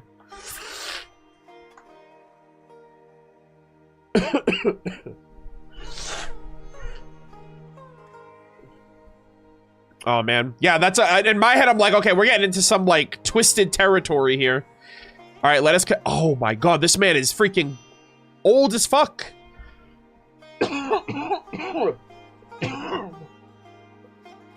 All right. Medical record: sex, male, age 103. Complaint: bro, this man's falling apart. Acute upper gastrointestinal bleeding. Description of complaint: patient reports history of high intensity, high stress work, and irregular meals over the past 6 months. Emergence of persistent epigastric pain without an obvious trigger 3 days ago, accompanied by nausea and vomiting. Bro, how bad does it have to be a banker? I mean, I guess if you're a banker for Snezhnaya and like under the Tsaritsa within the Fatui Harbingers, I can't imagine the amount of stress. Like, I understand why you smoke 20 packs a day, like 20 cigarettes a day. But like holy moly, dude. Like, this is like you're destroying your life over this job. Emergence of persistent epigastric pain. Okay, so we read that. History: no known injuries. I'm sorry, no known allergies or history of past surgery. Long-term smoker at 20 sticks a day. Well, let's do the math, chat. Hold on. 103. He was a chain smoker for 30 years, and he started when he was 26. So he's been chain smoking, I think, for 80 years. He's been smoking 20 packs. He's been smoking 20 cigarettes a day for 80 years. Like, brother, I think you're addicted. Like, 77, yeah, I'm rounding up. That is fucking crazy. He's like, yeah, I like smoking. I like my vices even when they kill me. It's like, sir, Dottore literally died for your ass, and you're like, hey, he's going down with the ship. He made a bad investment because I'm never gonna change. Jesus. Treatment. Patient declined a stomach transplant and opted for more conservative treatment instead. Yeah, like you have, like, brother, beggars can't be choosers. I mean, I guess you can, but I mean, it's your life. Administered oral capsule 4 and, what is that? Yeah, administered oral capsule 4-3 and instructions to adhere to a consistent nutritional schedule and ensure adequate sleep. Investigator 45. Yeah, so we have a 25 segment, a 35 segment, a 45 segment. I assume 55, 65. I don't know if he goes younger. I don't know if he has like a, well, yeah, there was like a kid segment in there too, actually. So I wonder if he has like a 15-year-old segment or like even younger. Actually, I have no idea. Let's see. Medical records. Male, 175 years old. Complaints. Difficulty breathing due to pneumonia. Description of complaint. Patient presented with difficulty breathing on exertion. Along with persistent fatigue and chest pains. Examination reveals extensive necrosis. Bro, I'm surprised he has lungs. Are you serious? I'm surprised they just haven't, like disintegrated into freaking, just like the freaking husks of the remains. I assume they just keep replacing his organs every so often. But holy shit, dude. Examination reveals extensive necrosis of lung tissue. No allergies, history of past surgery. Smoker of 145 years. Bro, this is horrifying. Smoker of 145 years at approximately 20 sticks a day. Yeah. Oh my gosh, they figured it out, guys. Lung transplant surgery. Per operative notes, patient is recovering well. And guess what? He's gonna do it again and again. And he can't stop. He's addicted. Recommendation. Smoking. Smoking cessation. Investigator, 65. Nice. Note, the chances of the patient actually yeah, the chances of the patient actually quitting are low. As such, any subsequent complaints of a similar nature will no longer be added to the record. AKA, I'm not just gonna keep coming in here and writing the same goddamn shit because you refuse to change. So we're just not even gonna bother at that point. Brother's been smoking for over 100 years. What makes you think he's gonna stop? 145 years. It's like, yeah, any day now. Yeah, any day now, guys. He'll smoke his last one for sure. Oh my god. And this is just the first page, bro. What the hell are these other 2 pages? Medical records. Male, 220 years. Complaint. Chemical burns. Description of complaint. Patient was assaulted 4 hours ago. Bro, how are you 220 years old and you're getting, like, what? Chemical burn? Who the hell's bullying Pantalone? What the hell? How is this man not, like, hot shit by now? Patient was assaulted 4 hours ago. Presenting with chemical burns to the forearm from exposure to a high concentrated mixed solution. Longtime smoker. Oh!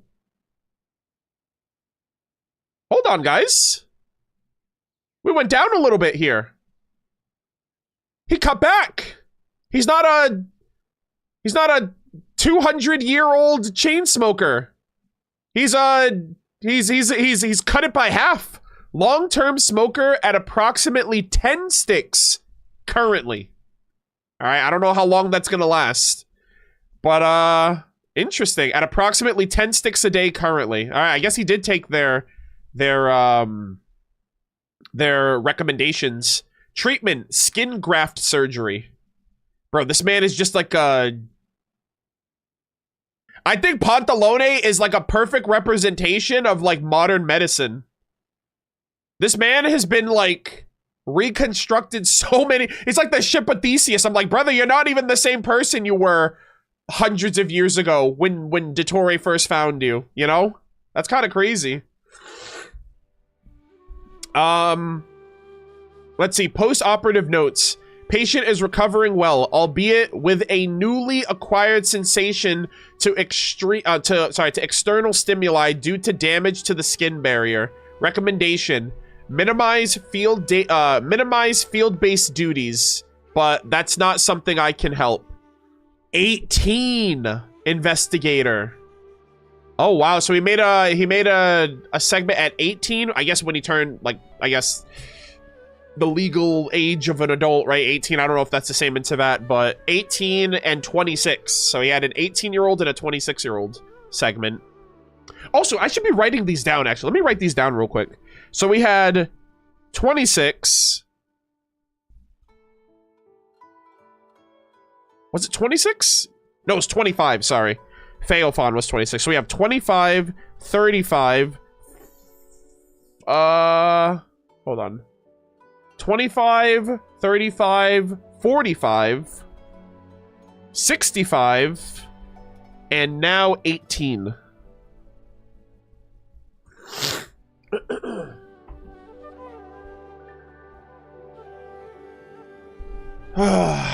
Okay, let us continue.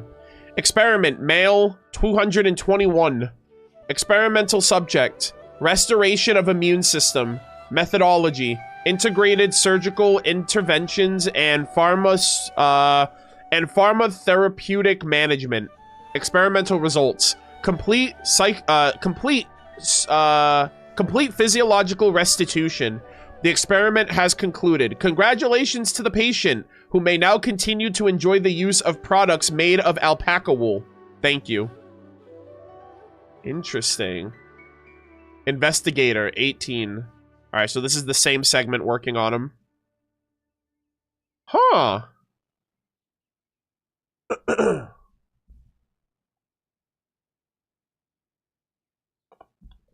Yeah, I was gonna say, it was probably because of his skin, right? The previous experiment, his skin was exposed, which made it hard for him to like his immune system was kind of thrashed, and that was kind of maybe like an allergy. But now he's not allergic to alpaca wool anymore, it seems. All right, let's see. Dude, he's 300 now. This is like a 100-year jump. Medical record, male. Well, I guess that makes sense if he comes in every 100 years or every like 50 to 100 years because like if he's being like built up anew, it's like, okay, you might not have to go to the doctor for a really long time. All right. Also, Queen Katie Bat, welcome. Thank you for the raid. Welcome, welcome. Appreciate you.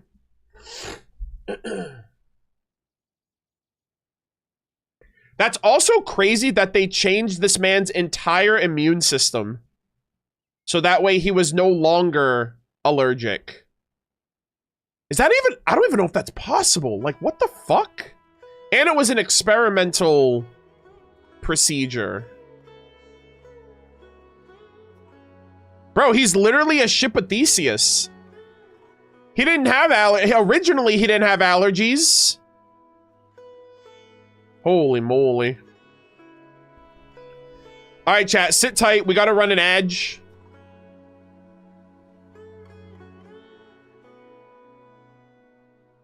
All right, give me 1 second. I got to run an ad so you guys don't get any ads during the content.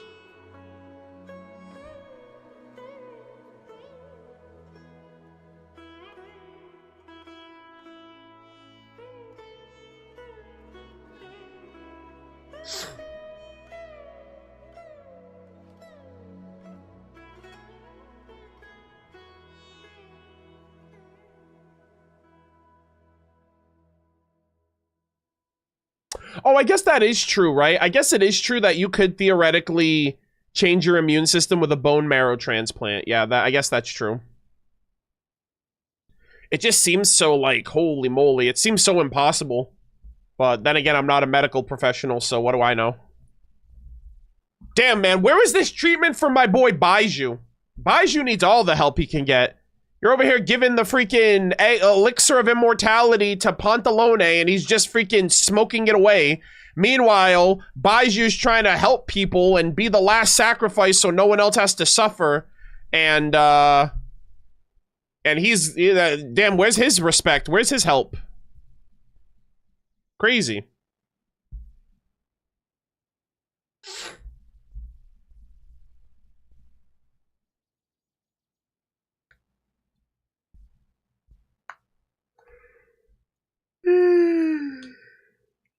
Ugh.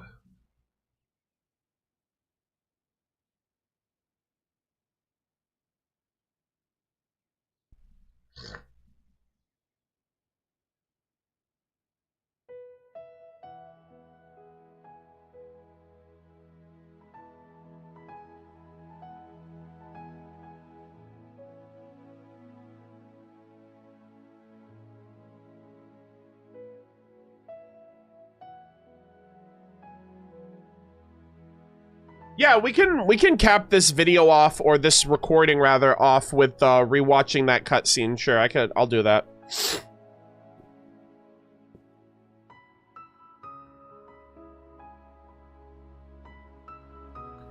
Timed my message wrong. Arnold, on your Murder of Birds channel, the link to the newly made gaming channel leads to a 404 page. Might want to check that out. Okay, yeah. That's an old link. I haven't linked the current one yet. But, yeah, I'll have to do that. Like, where did you said on my Murder of Birds channel? Yeah, that was back when my Impact channel used to be the gaming channel. I never fixed it. But yeah, I'll make sure everything's up to date.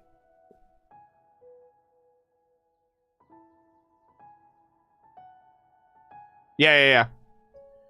Yeah, it's been a while since I've done that.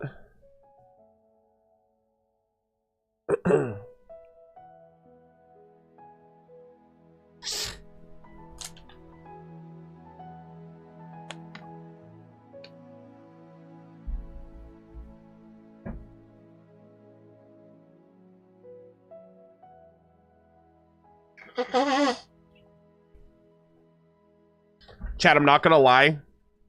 I might only be able to read this and then that's it. I'm not even at the end of the first page. We have 2 more pages than this. It's already 8 p.m. and I gotta wake up at 6 o'clock tomorrow morning. In my mind, I'm like, bro, what the hell else am I gonna get through? And I've already been streaming for 5 hours.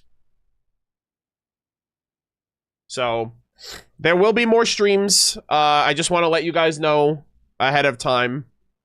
Because, I did not realize it was going to be this involved. Like, this much up. Like, this is very upfront. And I'm already... And I still... Bro, Vera's Melancholy, I'm going to be here for like 8 hours.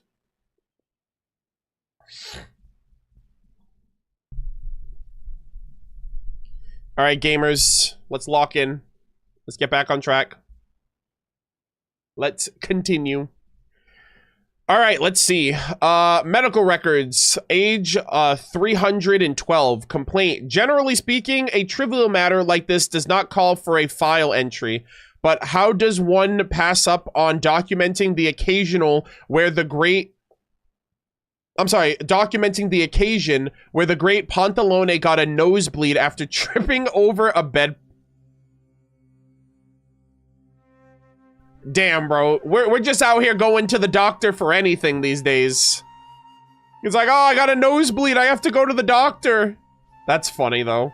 It's like, man, I've been chain smoking. My skin's falling off. I'm allergic to this wool.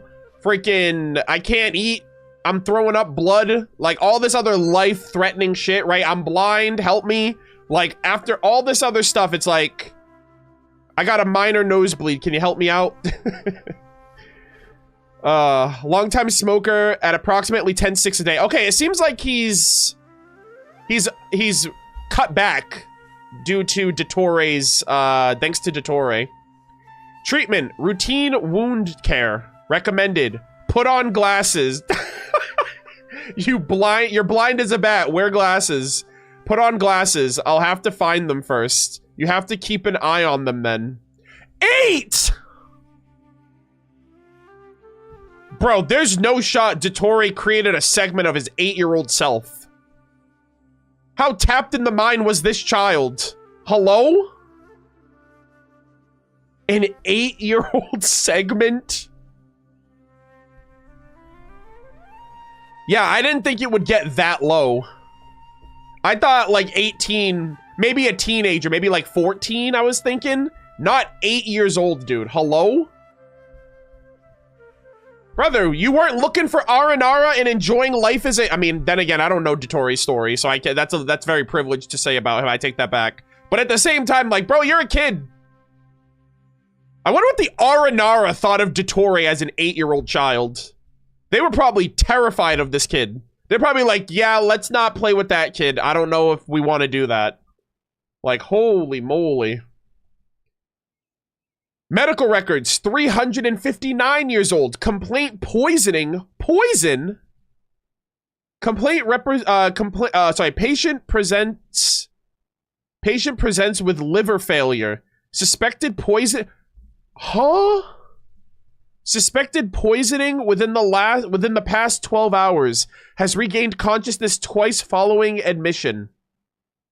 Longtime smoker, 8 packs a day now. Okay, we're getting somewhere. I feel like he's gonna relapse, and he's gonna go to like 30 packs, like 30 freaking sticks a day. Treatment, emergency resuscitation. Oh my god, so he like died. Emergency resuscitation, then liver transplant. Patient is slowly stabilizing.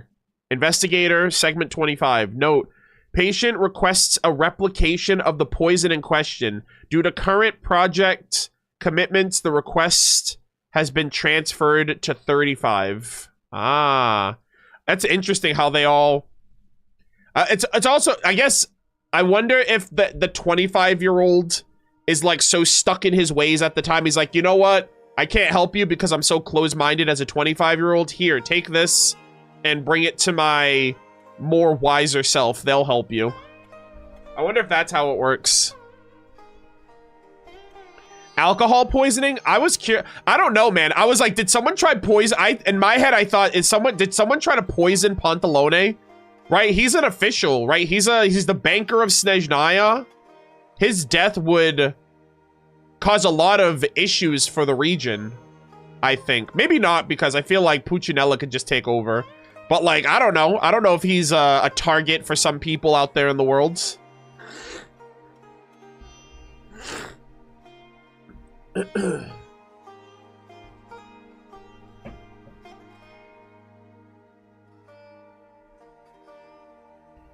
But, very interesting. Okay, let's see. Let's continue. My boy just hit the big 400. I hope I can say that, guys. I hope I can say I lived to 400 years old. Holy moly. Experimental subject. Evaluation of the effects of long-term consumption of the elixir of immortality on the brain and other organs. Methodology. Localized anatomical dissection.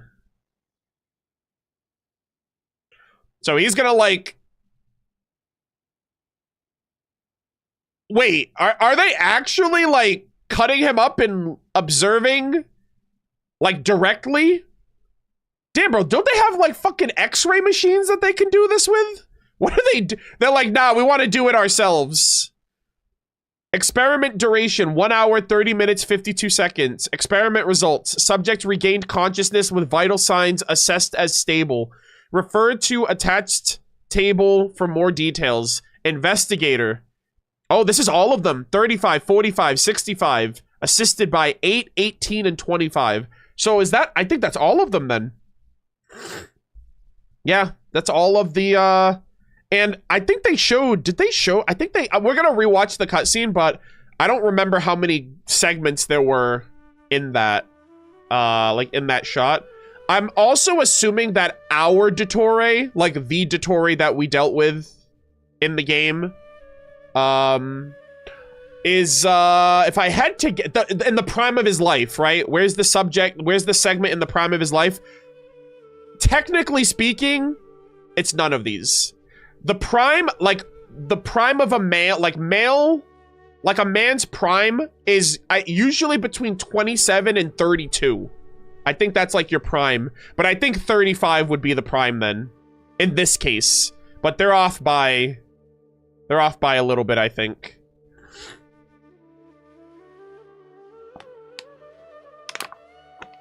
Oh, did he say it in the cutscene? Okay, I mean, like I said, that cutscene was a while ago. We're gonna rewatch it as well, but yeah, the I guess 35 is the prime of his life, but technically that's a little past his prime.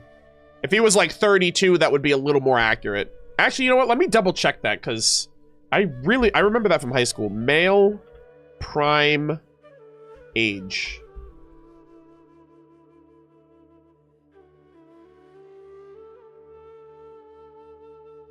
Maximum raw speed, rapid physical recovery, and peak natural bone density from ages 20 to 30.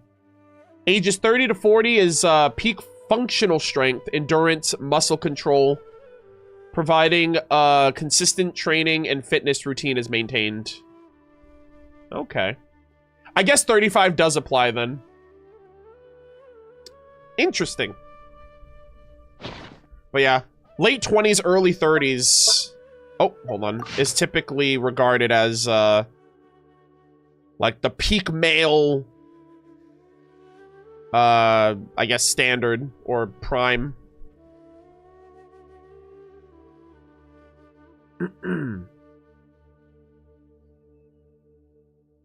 Okay, let's see. Okay, let's close out right here. Multi-user administration of this multi-user administration of this file is concluded. Records are now closed and no further updates are permitted. Further documentation is henceforth the sole responsibility of the undersigned, and this file is hereby sealed and archived. Investigator, our Dottore, segment 35. I see. Interesting. I'm pretty sure we can put a number to a face based on each of the segments that we had in that trailer, which is pretty cool. But yeah, so he's at least okay. So Theophan is over 400 years old. He's probably like 4 something in the present, which is nice, or which is interesting, I should say. Oh shit! These are the segments now. Just the segments talking. Oh, this is interesting. They hate each other, man. Dottore hates himself so bad. He can't freaking stand himself. So, I guess that makes sense for... Obviously, they probably only have themselves to tolerate and hang out and talk to. Only 35? I don't know, man. They're all Dottore, so I would assume all versions of him can't stand each other to varying degrees. Or maybe they only hated the prime one? Oh, interesting. I guess that was him at his most, like, selfish, his most conceited. But yeah, he also couldn't stand himself.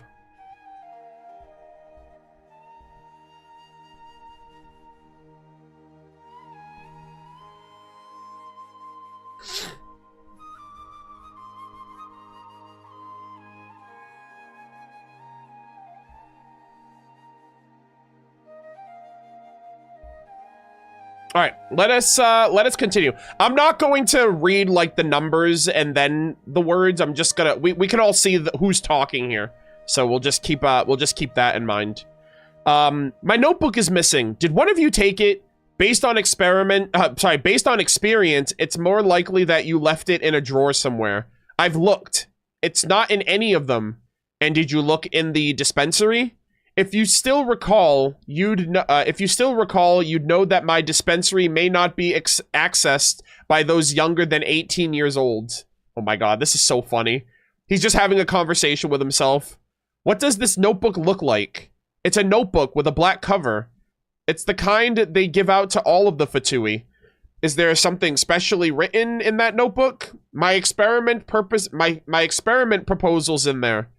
You're not planning on abducting Aranara for your experiment, are you? It's because, bro, they're really picking on the kid. If anything, maybe he should be. Maybe he should, well, maybe not abducting Aranara, but maybe he should just go back to Sumeru and enjoy Aranara and being a kid. Yeah, at least he can look at the Aranara. Okay, you old man. You're in your 60s. You're bullying an 8-year-old. Who do you think you are? What's so funny? Don't you find it so adorable? Seriously, are you saying you're adorable? Oh, Zendique's still alive here. Holy shit, this is freaking trippy. I was gonna say it's fucked up, but at the same time, like, I guess they tolerated the original until he died. What's the matter with you? Why are you so quiet over there? Well, the culprit has to keep a- Oh. Subject A, segment 18, caught in 4K. Well, the culprit has to keep a low profile, doesn't he? I'm the one who threw it out. Why did you do that? Because it looked so childish. Bro, what the hell, man? What an asshole. He's bullying himself. This is actually self-bullying. This is self-sabotage. This is crazy. All right, 25. Did all of you receive the notice about the Harbinger's gathering? What's the difference? If you received it, it just means we all did too. Oh. One of us has to signal it on- wait, one of us has to sign it on- wait. One of us has to sign it to confirm receipt. Would you do it? I'm not signing it. Whoever signs it goes. I have a report to write. Sorry, I'm struggling to, let me reread this again. Whoever signs it goes. I have a report to write. How about I just give you the day off, since I'm the one you'll be handing that report to anyways. No thanks. It's done. Are you really going? Did you lose a bet or something? Apparently, we have a new colleague. I want to go check things out. I vaguely remember that I was maybe in my 40s when I started becoming more of an introvert. And we lost our sense of compassion by the age of 8. Oh my god. That's actually really sad. So Dottore lost his compassion. I mean, he had to have, right? If he's an 8-year-old segment, then that means shit must have gone down in his life even younger than that, right? Whether he was, like, brought up, like, I don't know, in a horrible situation, people using and abusing him to the point where he just kind of lacked any type of, any type of emotion. But yeah, I guess that makes sense why his segment's 8. And we lost our sense of compassion at the age of 8. And it's not like I'm going to be compassionate towards a colleague anyways. I just want to get a feel for this new one. I hope they're in HR. Okay. I, for one, hope that they're in finance. What's this Pantalone? What's this Pantalone? He rejected my request. Maybe it's just an administrative issue. Yeah, hope that they're in finance indeed.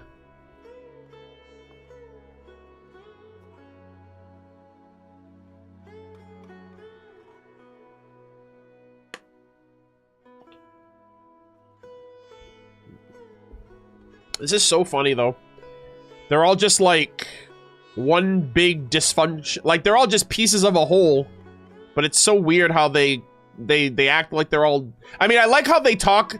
They say we. Like, sometimes they say we, sometimes they say I. So, I like how individual they are, but they also realize that they are all the same.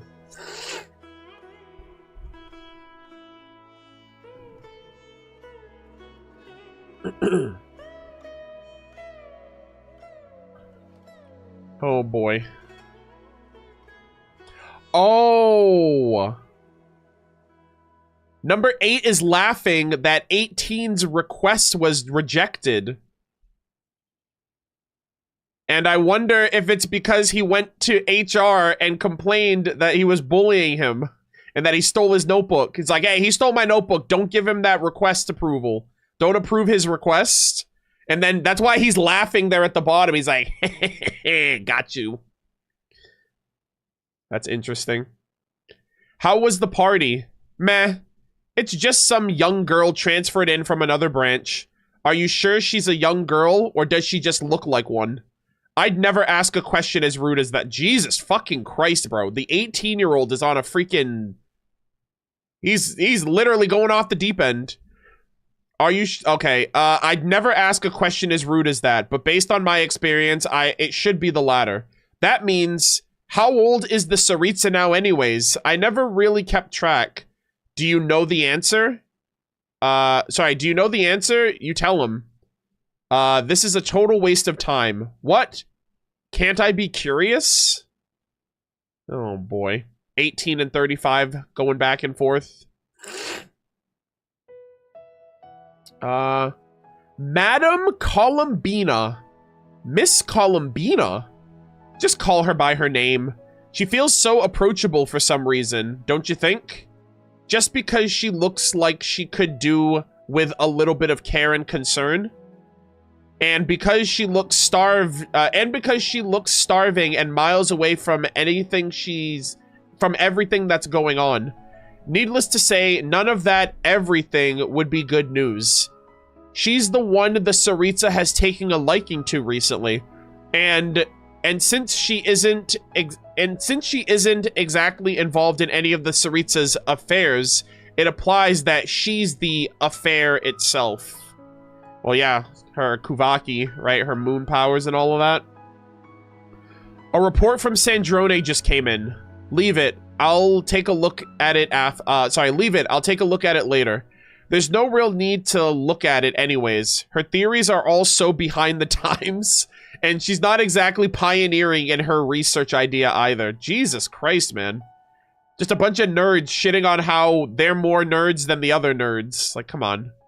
There's no real need to look at... Oh, sorry, I read that already. If you ask me, she's actually more interesting than her science. If you're talking about her personality, I suppose that's fair. What's on shift duty today? The equipment in the operating room was just replaced. I need your signature for the delivery. There must be a gift in the equipment supplier, but why wasn't it mentioned in the letter? I just saw it myself. Yeah, the one who needs help...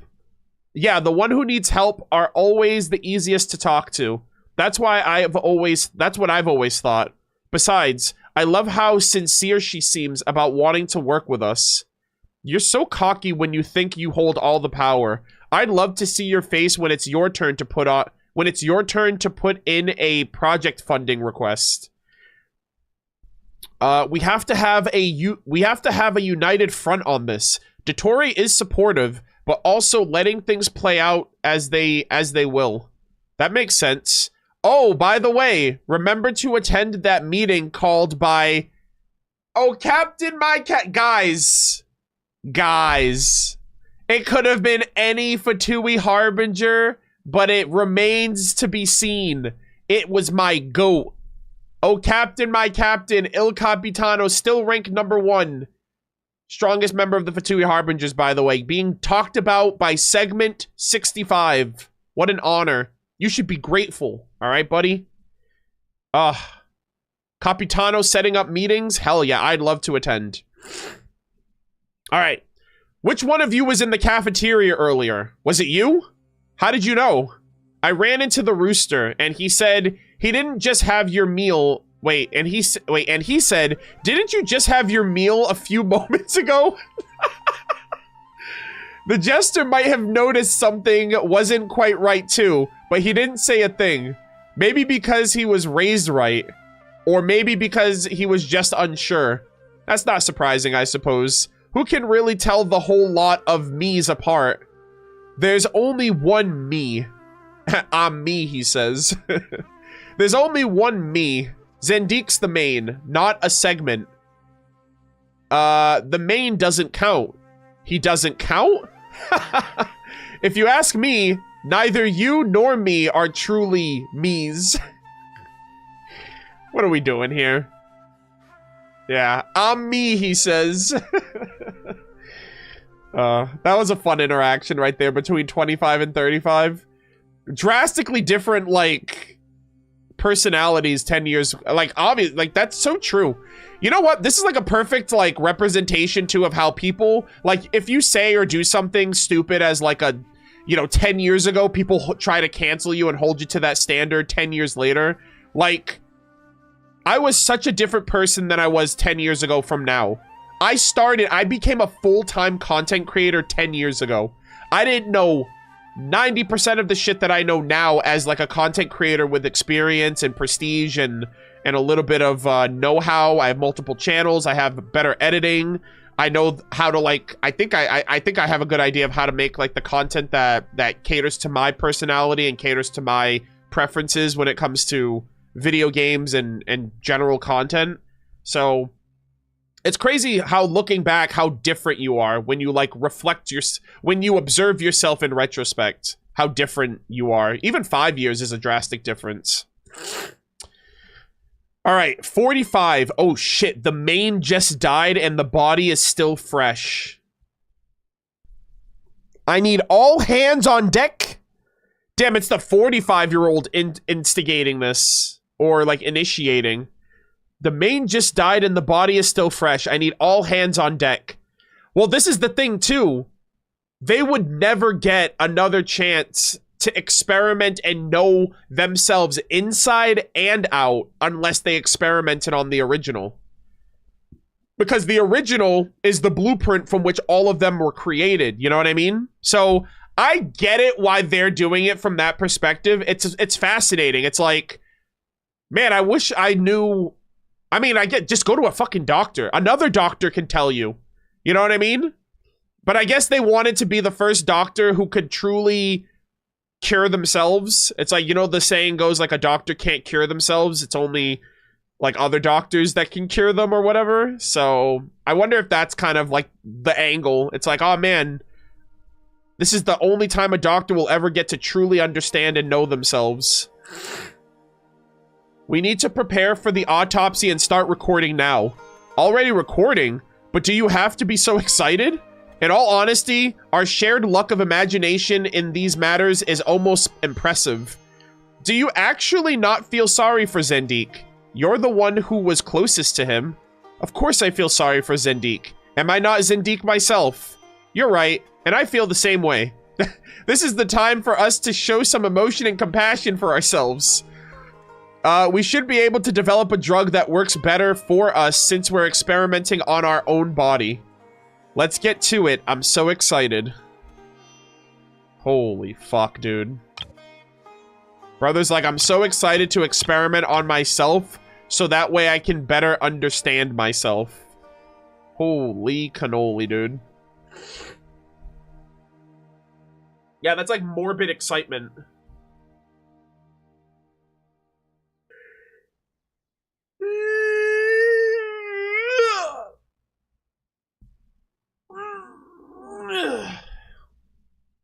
Alright. Yeah, 18's actually a savage. To be honest, that's probably where, like, most people are. It's like, oh, you're an adult in the eyes of the law, and you think, like, you know everything, and you're like, yeah, you know what I mean? Like, you're no longer a kid or anything, but, like, that's also probably where you're most reckless and most likely to make mistakes and, you know, be your most reckless outside of, like, your teenage years. Like, I feel like you're 18 and, like, your early 20s and your late teens is, like, it's like where regulation, like, regulating what you do is probably at its lowest.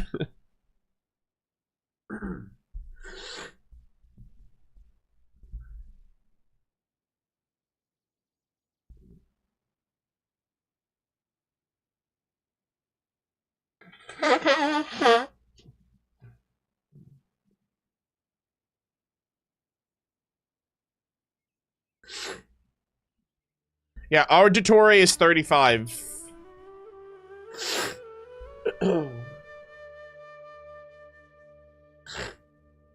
Oh, and I guess number 8 isn't allowed in because he's like a minor, which means he'll forever be unallowed to enjoy or experience anything for children because he's forever 8. Because, yeah, so 25 is here, 35 is here, 45 is here, 65 is here, and 18 is here. So the only one that's not here is 8. Appropriate. I'm glad, because that would have been pretty fucked up if they were just like, yeah, let the 8-year-old see the dissection of his older self. No, he was there? Wait, is he? In this final shot here, where they're talking about... He's not in this final shot. Oh, you're talking about... I'm sorry, I guess he didn't comment. But yeah, I guess he was in the room in that cutscene. I was talking about, like, this interaction here. He wasn't here, but I guess he was in the experiment room in the cutscene. Yeah, I completely forgot about that. Alright. And this is the last note, guys. This is the last page. We finally made it. An overwhelming sense of unfamiliarity comes over you the moment you touch the tree mat. Whoa. Oh, wait, hold on. This is like a description of me. An overwhelming sense of unfamiliarity comes over you the moment you touch the tree marrow. Though you cannot quite pinpoint the source of this entanglement, it is as if you are thinking and standing still at the same time. You sense information quietly entering your mind while other data surfaces, both in a way that renders them in their most easily readable form. Then it dawns on you. This flood of information comes from Wait, am I tapping into Irminsul knowledge? It then dawns on you. This flood of information comes from Irminsul, taking the form of digitized memory. However, you feel neither irritated nor excited. The data simply flows through your mind like water, and you observe all that is with complete calm and equanimity. That's right, equanimity. Okay. Oh, wait, or is this Dottore, actually? Like, after he died, he's one with Irminsul. I thought this was describing me, but it's actually describing, I think, Dottore after he combined and, like, through death, went to the ley lines.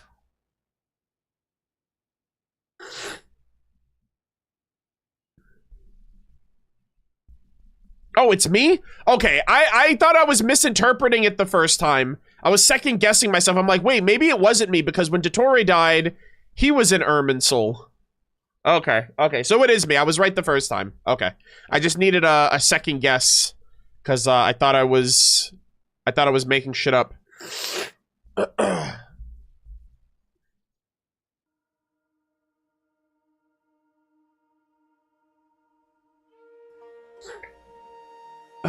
Okay, let us lock in. Okay.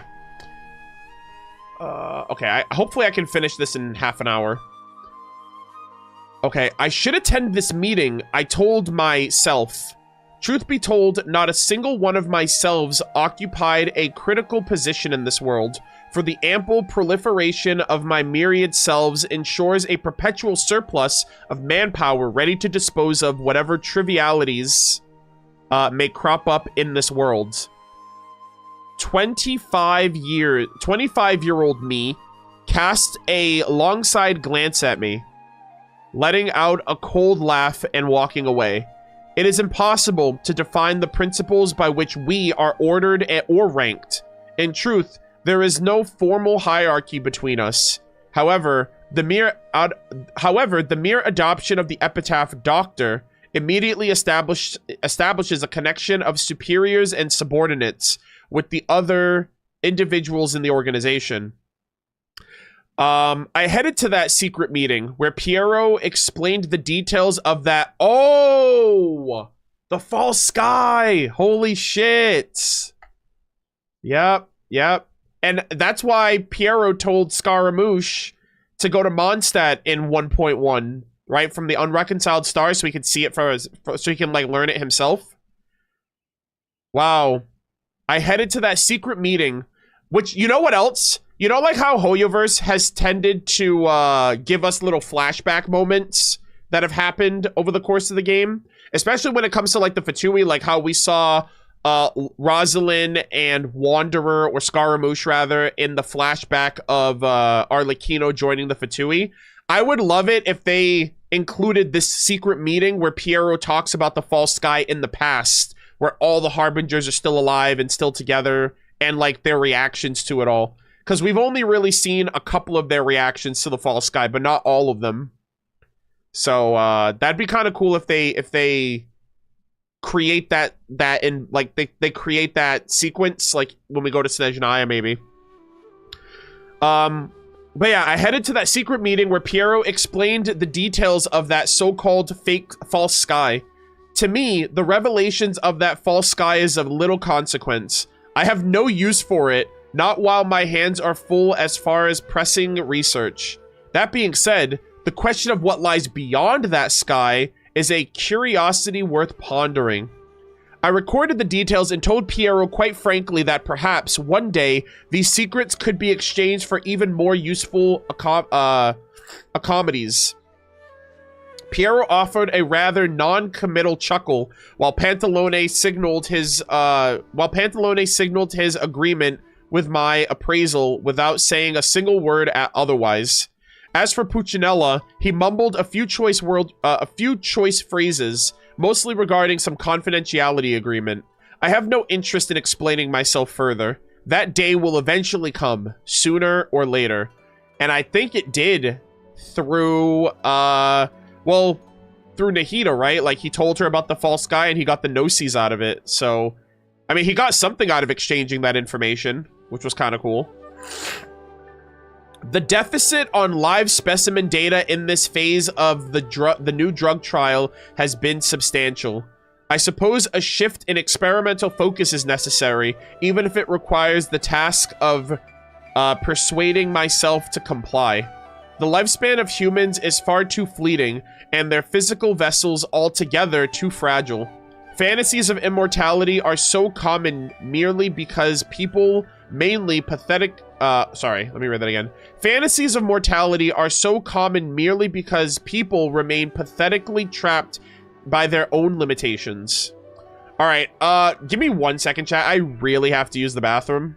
I've been, like, holding this in. I thought I'd be done by now, but sit tight. I will be right back in a couple minutes, and we will resume.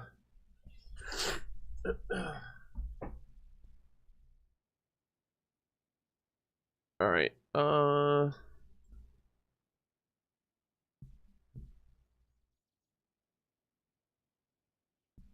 okay. Oh. Okay, I'll be right back.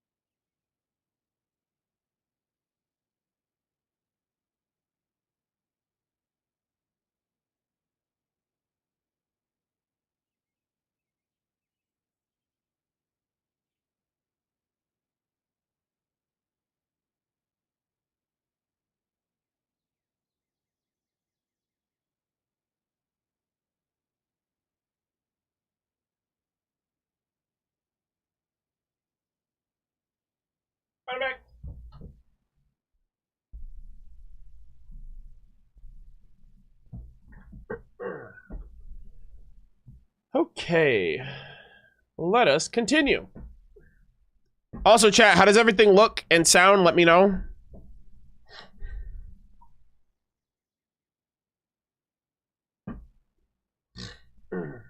All good? All right, cool.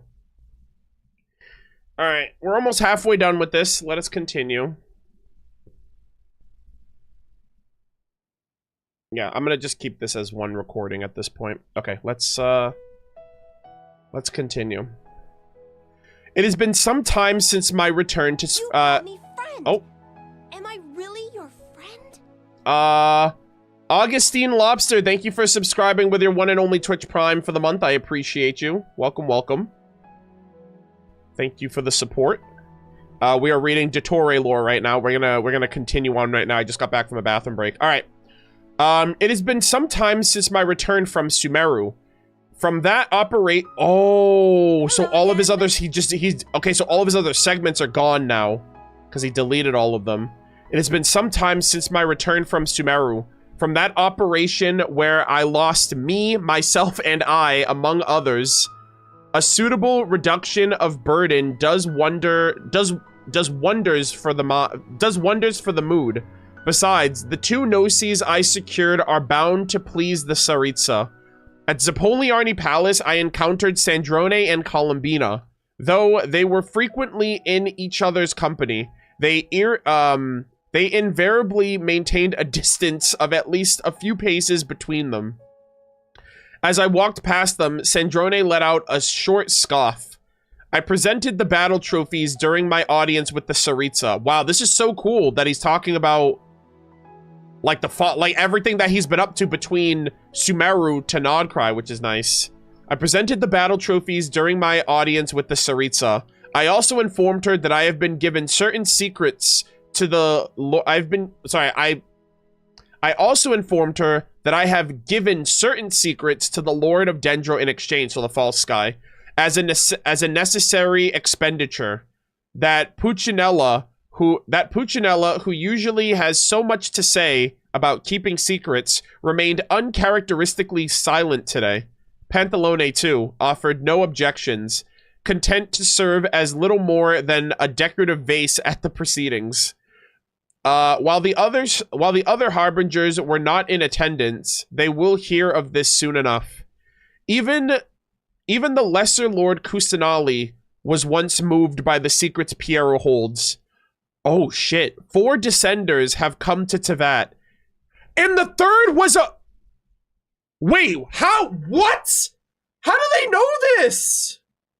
4 descenders have come to Tevat, and the third was erased for violating the one rule? Though the method of that erasure remains a mystery. Oh, what? Bro, they know about the third descender? Excuse me? As for the other 3, I needed only to utter their numbers for her to understand immediately. The pensive silence that followed on her part was quite telling, really. It must surely stem from her relationship with that 4th descender. Oh my god. So... Wait, so did Dottore tell this to Nahida as well as the False Sky? Bro, Nahida, where was all this information? I need to know this shit. I thought he just told her about the False Sky, but now that we know about the False Sky, it's like, okay, whatever. We now know about the False Sky. We're just like them. No, but I thought, like, he didn't know. Well, she told us about the Descenders, not about that the third was erased for violating one rule. I don't know. That's what I was curious about, if he told her. If he told her that specific line right there. I know about the Descenders, but, like, you could tell her that without the third, like, the third message, she didn't tell us that.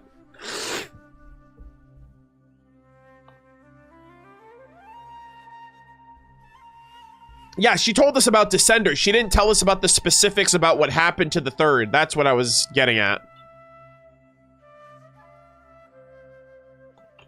Oh my god.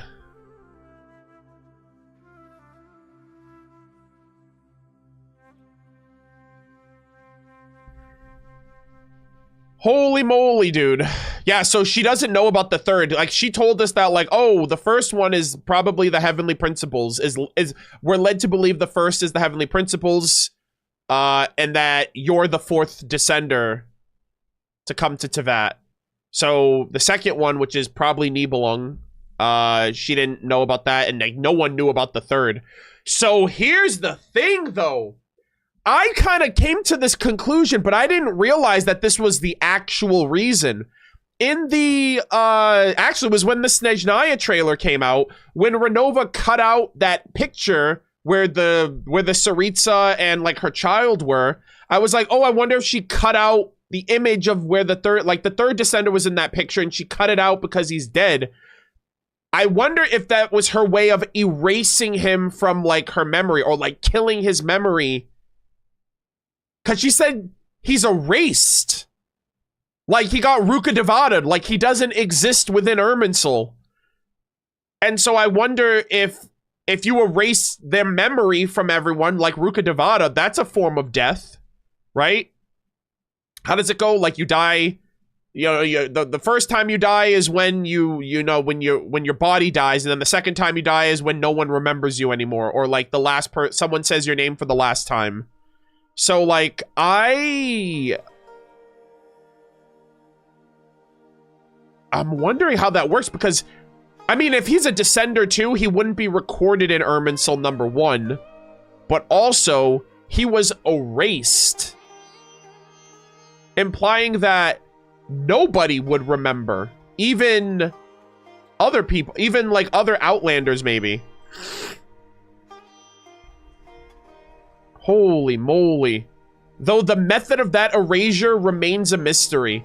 I wonder if it had to do with Renova, with that picture. If she killed him from everyone's memories and he doesn't, like, exist anymore. Right, she's a Shade. I assume she would have dominion over death to that extent. Where it's like, oh, I'll kill the memory of you as well. That's a different form of death, I would say. That's crazy. 4 Descenders have come to Teyvat, and the third was erased for violating what? Huh. They were erased for violating the one rule. What could it? So they have a rule? Like, Teyvat has a rule? And he broke the rule for Outlanders? I was gonna say, if the third Descender and the Tsaritsa know each other, I was gonna say maybe procreating? Right? Creating other life in this world with other inhabitants of the world? Like, if he and the Tsaritsa if she gave birth to his child? I don't know about the gates of Poyola, though, because, like, is that a rule? Don't open the gates? Because, you know, that was the events that led to the death, but that's, like, the obvious. I'm wondering if it's anything more than that. Because that's why they died. But why did they get erased? You know what I mean? Like, unless it's one and the same. The thing killed them and they were erased. But, like, what does it mean to be erased if their body exists as what makes the Gnosis? You know what I mean? Like, what do you mean you erase them? That's why I think you erase, like, the memory of them, the impact they had on the lives that were in Teyvat, if they interacted or knew anybody, stuff like that. Right? Irminsul can't record them, but people can still remember the third Descender. So, like, what if they actually did kill their memory, and that's why, and, like, no one remembers the third? You know? So I wonder if that's more akin to what's going on here. Dude, Dottore just... I can't believe this, dude. Dottore just knows why the third Descender's MIA. And we're over here, like, grasping at straws until we get Snezhnaya. We got that picture with the Tsaritsa. We got the stellar linchpins that are connected to the third descender. We got the third descender whose freaking corpse created the Gnosis, and they were forced to opening the gates of Poyola by Pakai Suko, which may have been the Belyazar. So, lot of interesting stuff here. A lot of interesting stuff to put together. That's like the last thing I was expecting. I wasn't expecting Descender lore in this. I was expecting Dottore, the segments, and at that, at the start, Pantalone, but that was it. Wow. A pensive silence that followed. Sorry, as for the other three, I needed only to utter their numbers for her to understand immediately. So I guess Nahida just didn't tell us then about the third, specifically about like their death. It must truly stem from her relationship with us. Yeah. Holy moly. So I guess she doesn't want to happen I guess she doesn't want what happened to the third to happen to us, maybe, and that's why she didn't tell us. I mean, then again, we're not obligated to know that information. I mean, she didn't really tell us about the false sky either. But damn, Nahida knows a lot, man. She knows a lot more than I thought she did. Let's see. A friend of mine okay, I'm wondering if we're gonna get any other like crazy reveals here, because that was like, that came out of nowhere. A friend of mine believed that a friend of mine believes that my selfishness is not limited to others, but also aimed at myself in a manner that has long since transcended conventional definitions. He did subsequently realize that he had spoken out of turn. But pedestrian notions like convention means absolutely nothing when one is addressing a member of the Fatui. I find the operating room wonderfully serene, blissfully free from the incessant disturbances of my segments. It is a place where I can enjoy a moment of ease and reflect on myself, at an appropriate degree, of course. Splitting the soul is not the most formidable obstacle. Oh, damn. We're getting into this now? The next issue I must address is the mechanism of transfer to ensure that the soul reaches its designated location. First, we conquer the living world. Then, we head to the world beyond death. I expect to begin with animal experiments. There it is. I assume that's gonna relate to the... Yep, we can use the souls of others as the subjects of a... Wow. So it did have a purpose. Oh, it was to aid in the transfer of the soul. So they did it first with animals, going from like swapping, like the destination from the animal and the soul can swap. So will the destination of Dottore to Irminsul have the same effect? Wow, I expect to begin with animal experiments. We can use the souls of others as the subjects of our experiments. Wow, that's so cool. Lizard Dottore, are you out there, please? I beg of you. Phase 2 of the soul experiment is concluded, with losses staying below projections. Evidently, the channel of transfer is more critical than the total volume. Digitization. That's a splendid idea. Damn, he's digitizing his consciousness and his soul into the computer of Irminsul. I perceive a truly magnificent scene. One half of my soul enters the ley lines through death, while the remaining half is injected as pure data. My two halves would then navigate their pathways to converge with the information of the past. It would be possible for me, in this manner, to achieve the preservation of my memories. Dude, this is such crazy forward thinking. I might consider that as one of death's rare oversights. Something that is even more eternal than eternal life itself? An immortal record would certainly satisfy that definition, of course. Wow. Dottore's way too smart. Like, dangerously smart.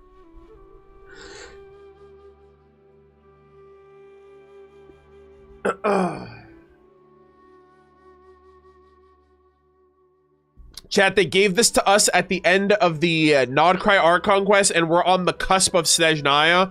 So I feel like this could even be, like, foreshadowing for Snezhnaya, in a way. You catch a faint sound of laughter, and like a thunderclap, it jolts your awareness back to the surface.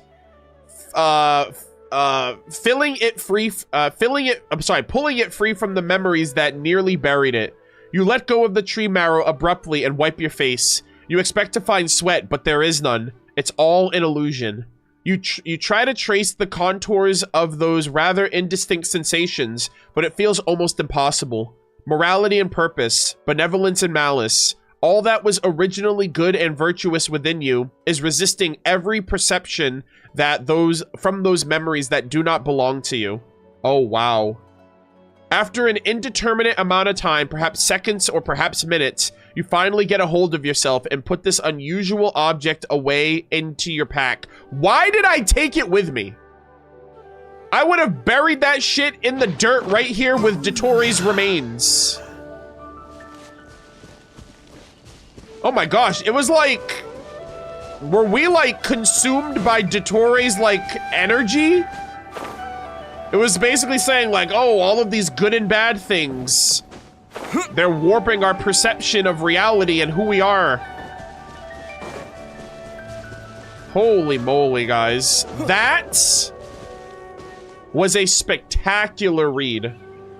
I cannot believe that they gave us all that lore. I mean, they gave us, that's pretty much the full backstory of Dottore.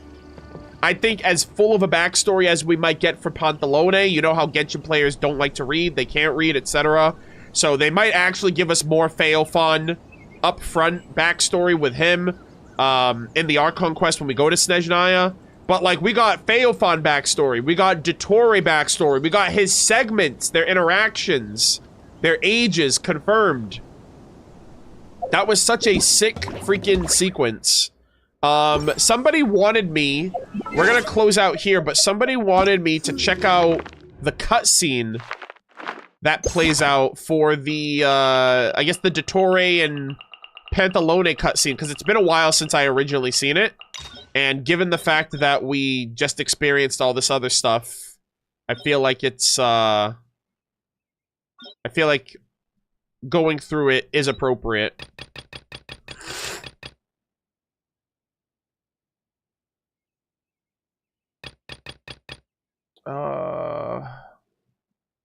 I don't remember. Okay, hold on.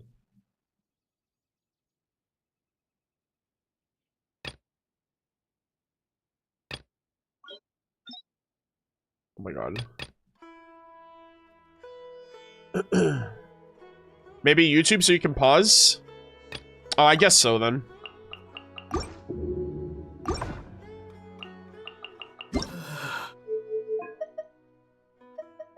Alright, give me 1 second. I just gotta pull the video up. I mean, I don't know what I'm looking for exactly. They just said to, I actually don't even know what they said. They just said to... There's, like, something interesting with the segments or whatever. Alright, let's see. Dottore death scene.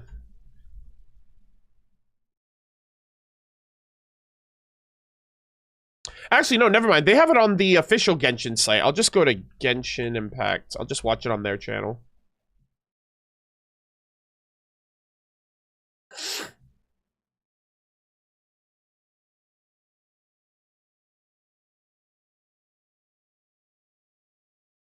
Okay, here we go. Alright, we're gonna do this.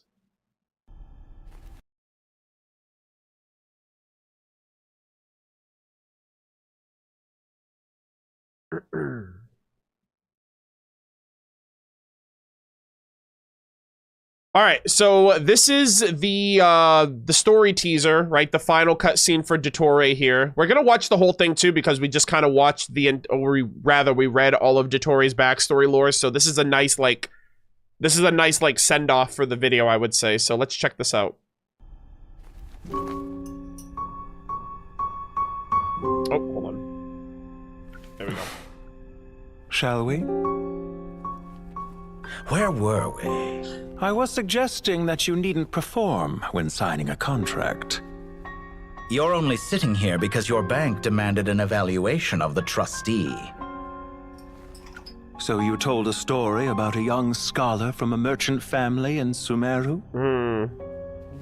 I told a compelling tale, didn't I? The post-expulsion story is far more captivating. The human experiments or the elixir of immortality? Yeah, we have so much context now for that. Yeah, we've seen both. The part where you die. Ah, yes. My favorite part. Crazy, man. The 35-year-old segment thought of himself as Dottore. Okay. Yeah, so confirmation that ours is the 35. Reserving the name Zandik for the original specimen. Of all the segments. Notice how he also refers to himself, the original, as a specimen as well. It was just waiting for his moment to strike. He was the most selfish. After his expulsion, Dottore searched for a new direction. He joined the Fatui, studied Elazar in great depth, secured resources. He was rather fortunate in his career.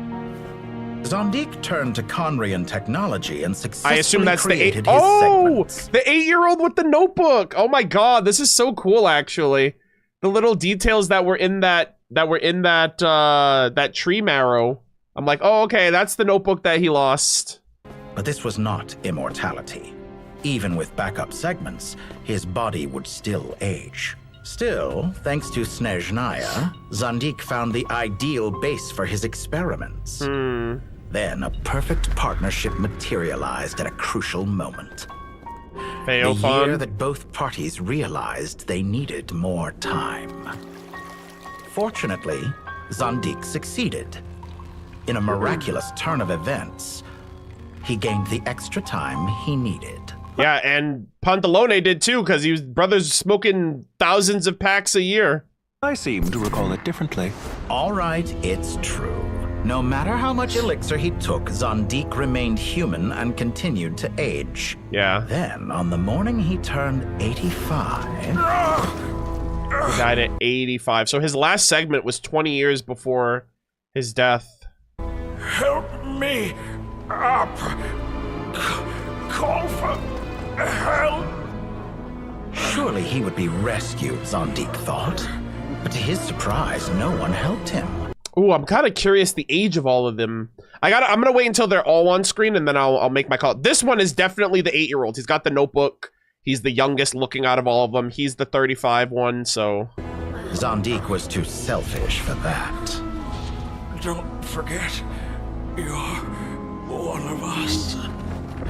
Yes, and we're all waiting. For you to die. Waiting for me to die.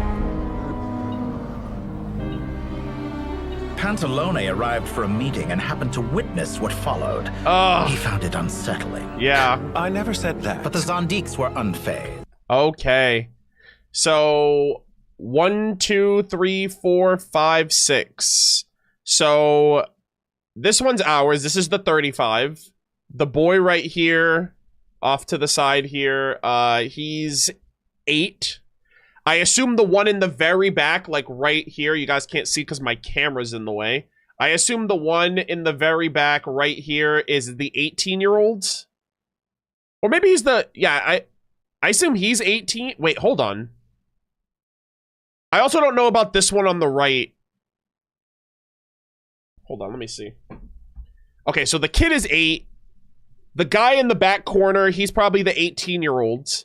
And then we'd go 25, 35, 45, 65, right? This one's definitely the 65-year-old one. I think. But yeah, I think that's the order. For self-dissection. Self-dissection. What does all that have to do with you depositing your data at Northland Bank? It has made me cherish my time in this world all the more. Fair enough. So you do have a sense of self-preservation. Mm-hmm. And there you have it. His John Hancock. That means signature for anyone that doesn't know. What do you mean? You're hardly normal. Oh. And you don't cherish life. You just don't want to admit defeat in the limited time you have. Even so, don't I deserve an interesting ending? I'm counting on it.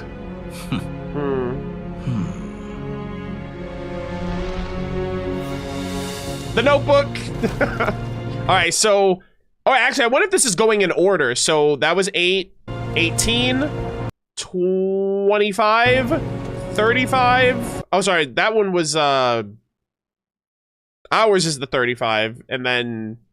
I don't know if that other one was 45 or 65, and then obviously the original.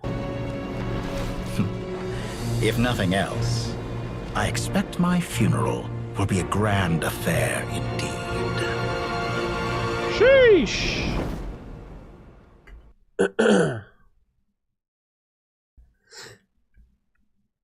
Yeah, I'm not too sure when I'm... Hold on. They said to look over... Oh, hold on.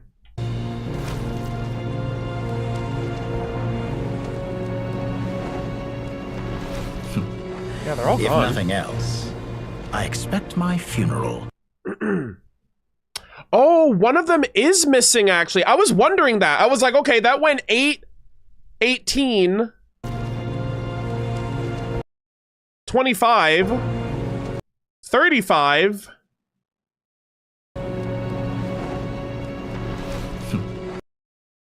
Aren't we missing? Well, ours is 35. That one was 65. So we're missing the 45-year-old one, no? They didn't show all of the... Hold on, but we have 1, 2, 3. But they're all right here, though. That's a little odd. Right? 1, 2, 3, 4, 5, 6.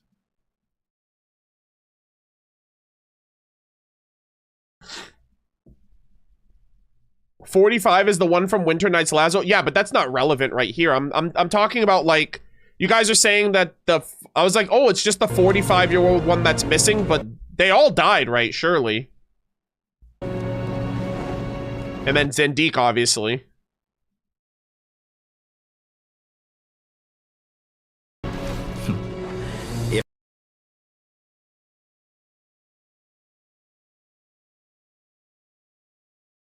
You probably didn't count the original? Wait, what? Well, there's the 8-year-olds.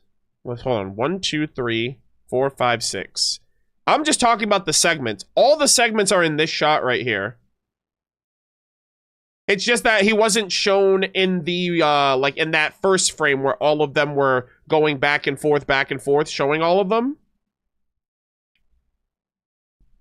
45 is miss. Who's this? Who's this one back here? Or who's this one? Hold on. 1, 2, 3, 4, 5, 6.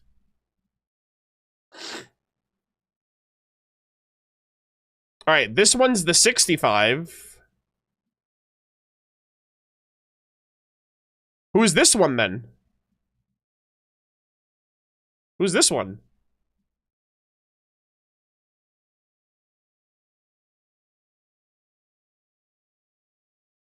$65 is the mask. Hold on a second, hold on. If not, Is this not a segment right here? I can't really see because... Oh, that's Zandy. I can't really... Oh, you know why I can't really tell? First off, this one's right in front. I just assumed that was a segment that was back there. Because, like, I can't really see the full makeup of him because he's in the way. And I see the eye, so I'm like, okay, I guess that's just a segment back there that we can't see. He's only showing one eye, just like this one. And the silhouette's fully black with the black background, so I can't really make out the silhouette. I just see this right here. But I assume this is the one that was just like this. It's this one, but he's like blackened and he's in the background. Which is super weird. Like, I did not notice that. I see all these other segments with red eyes. I can't really see this one, so I just assume it's a segment as well. But yeah, so 45 is missing. And... Chat the Lizard? What if 45 got a jump on that before it was too late? What if they were the Lizard Dottore and they somehow managed to find their way in Nodcry long after the other segments were defeated?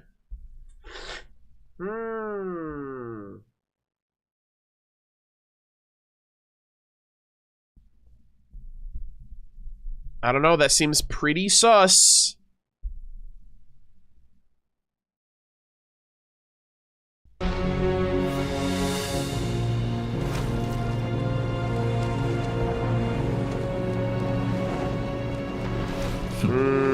If nothing. Wow.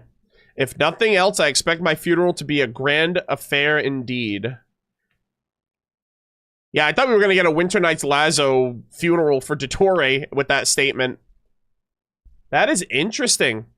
So, I guess no body, no death. We didn't see, but hold on. You know what? Hold on a second. We're going to take a look at something else. Hold on. I'm going to change my perspective.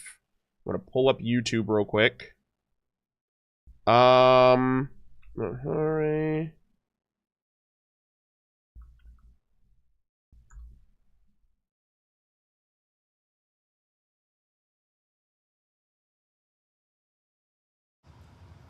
Oh god, I have an ad.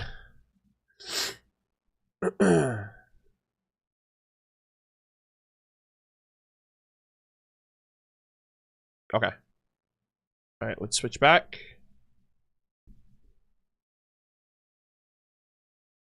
Oh, god damn it. Meaning honesty.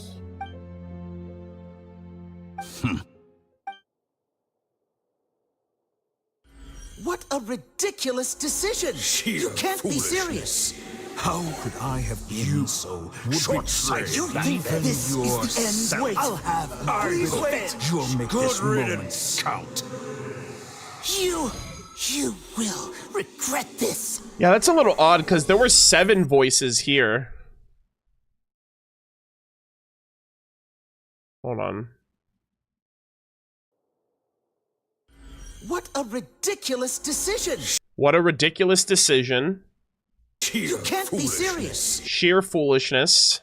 How could I have been so short-sighted? You think this is the end? Wait, I'll have it. You'll make this moment count. You will regret this. I like to think that this is the Dottore from the manga. Yeah, so 1 in 7 are repeating. Yeah, I was trying to I was going back and I was like, wait, I wonder if some of these voices were the same segment. What a ridiculous decision! You can't be serious. What a ridiculous decision. You can't be serious.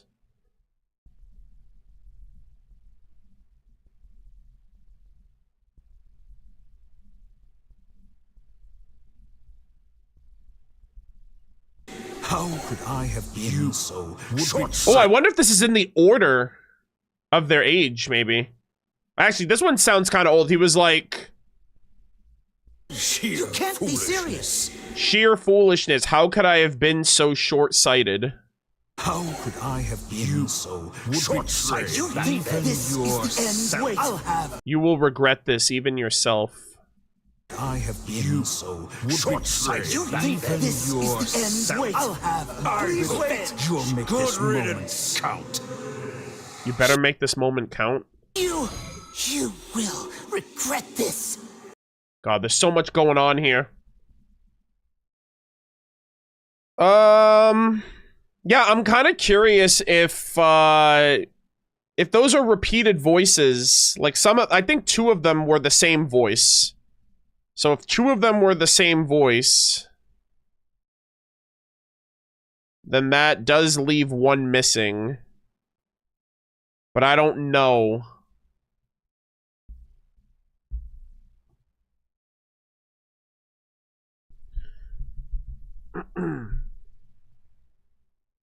Honestly, none of them sound like they're 8 years old. So either that Dottore is like super mature sounding and he hit puberty at 8 years old, or this was obviously during Sumeru, which was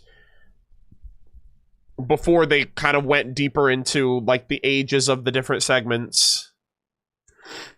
Other languages is fairly evident that the last one is 8. Oh, okay. Well, yeah, that's another thing, too. It's also English, so I guess I gotta take that into account.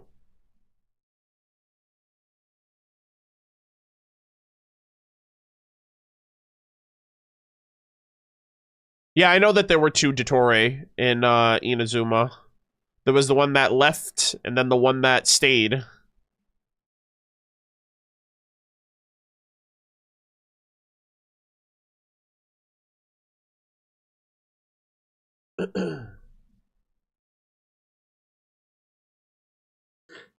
Very interesting, chat.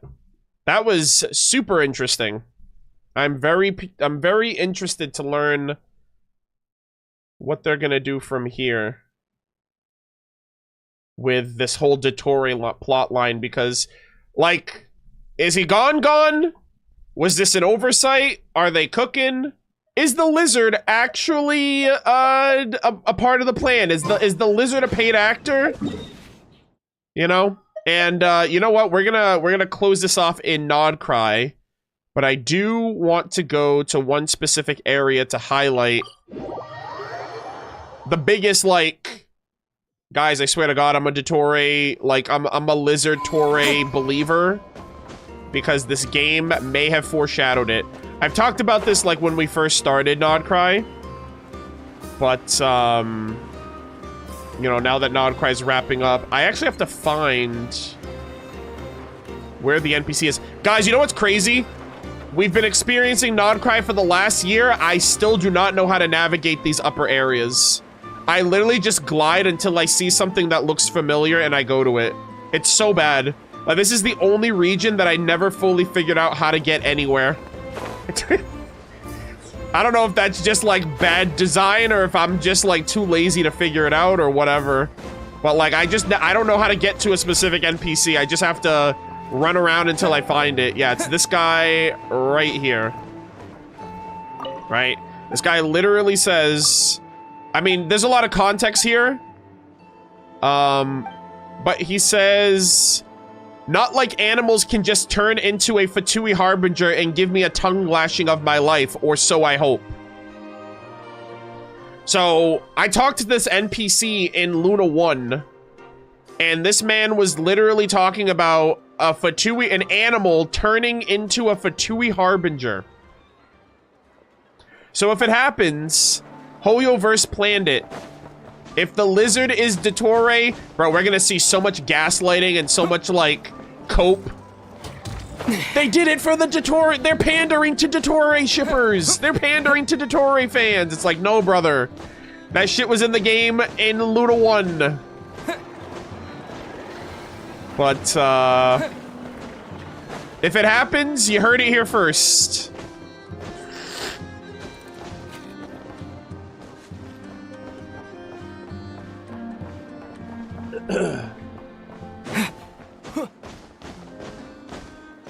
Thank God you recorded it. Yeah, I did. I talked to the NPC. It's in my version 1. It's in my version Luna 1 VOD, and it's in the edited video, so we have evidence. I am the witness, chat. Can't wait for them to say that Snezhnaya was made after Nod Cry, because Nod Cry flopped, guys, surely.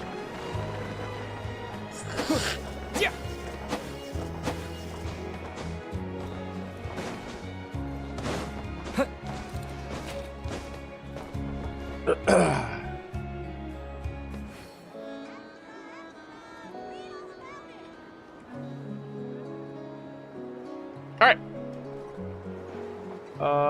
That's wrapped up.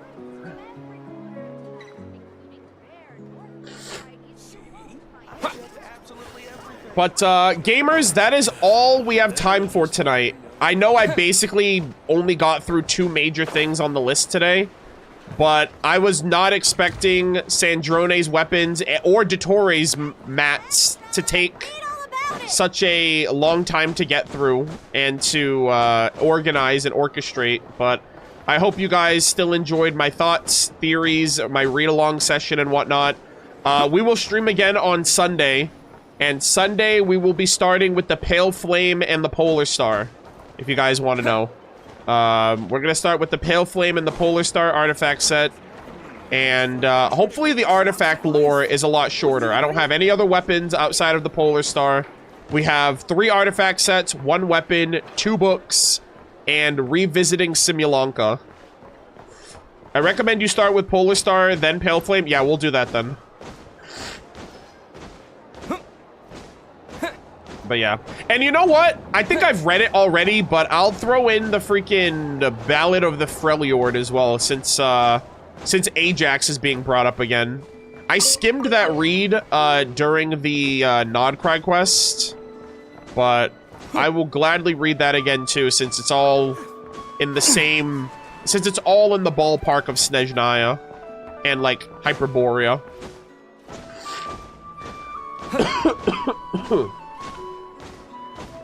I think you're gonna need at least 2 more streams of anything. Yeah, most likely. It'll probably be 2 streams.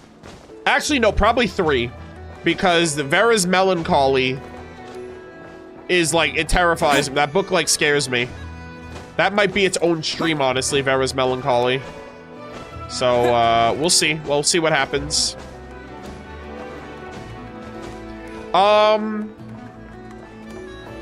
yeah, gamers, we are gonna be streaming tomorrow morning. I will be back tomorrow morning. I should be live around 7 a.m. for the version 7.0 Genshin Impact live stream special program. Our first look at Snezhnaya, the Archon Quest, the Cryo Traveler, the Saritsa, the new characters, the music, the lore, and everything else in between that they have cooking up for the special program and the trailer. And we're gonna do our usual. We're gonna watch and react to the live stream, and then we're gonna break down the trailer and do an analysis as well. But very, very excited for all of this stuff to come together. I hope you guys can make it. If not, obviously the VOD will be available for you guys, and I'll be uploading all of my stuff in the same day as well. But yeah, I'm very, very excited.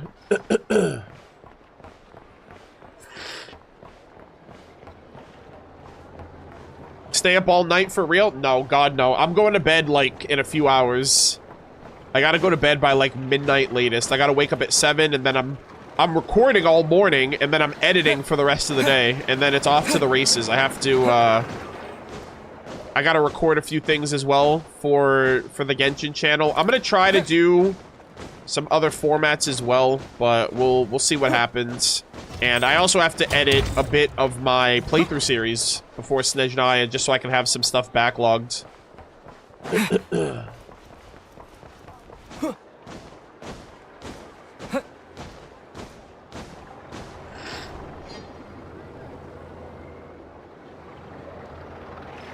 Surely they'll deliver news on the anime. I don't really think the anime needs to come out anytime soon.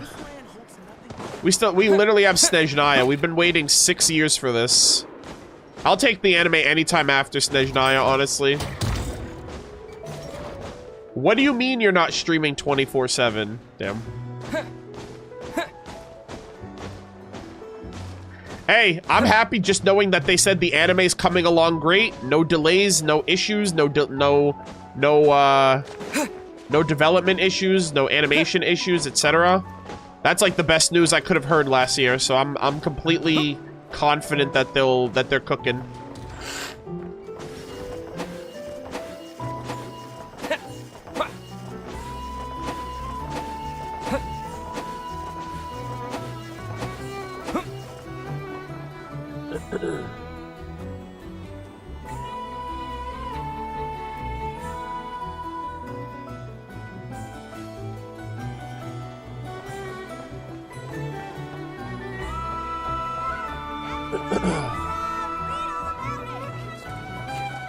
But thank you guys all so much. I think this is that's gonna do it for the stream, basically, guys. To 9:30 my time, so I'm gonna be up for a couple hours, and then I'm gonna try to go to bed by like midnight. But I will see you guys bright and early tomorrow. I'm gonna try to be live like around 7 a.m. Maybe we can do some like clip farming Q&A session. And just, you know, talk about Genshin and stuff like that before the live stream happens. But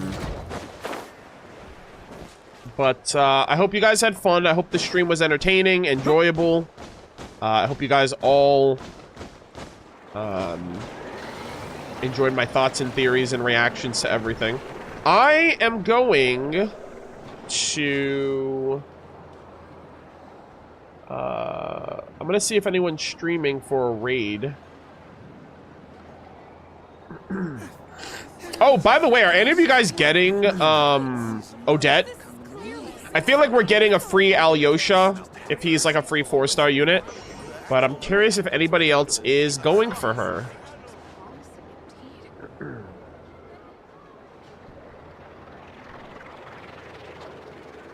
I want to see what she does. Yeah, that's valid. I'm getting her based on just on principle that I get every 0.0 character that comes out, and especially since her lore is connected deeply to Rosalind, so I feel like I'm like, oh man, I got to do it for her.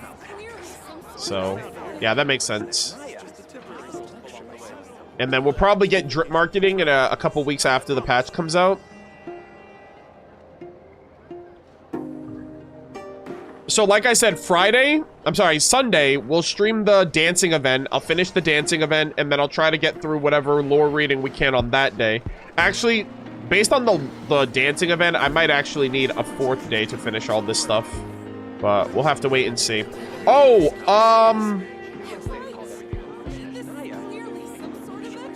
look out on Discord, Twitter, and YouTube. I will be making the announcement on what official day we will be streaming God of War Ragnarok next week. We are streaming... I'm going to attempt to get back into Variety with Ragnarok. So I'm not going to say what day it is right now because I need to figure it out over the weekend and plan my schedule. But Ragnarok is going to be the first game I stream. It's going to be on my Murder of Birds gaming YouTube channel. It is not going to be on the VOD channel. It is not going to be on the Impact channel. So I'll make sure to share links and all of that stuff, unless you guys want to search it and subscribe to that channel now. But yeah, it'll be there. But yeah, there's no one streaming right now. At least nobody that I can find. I'm like all over the place right now. I think I'm just gonna leave it off here for the most part, and I'll see you guys tomorrow morning. Bye-bye. You guys have a good night. Take care. Did you have any reason for why your Ragnarok... Wait, hold on. Did you say any reason why you're doing Ragnarok and not 2018? Just curious. Did Ragnarok come out in 2018? I don't think Ragnarok came out in 2018.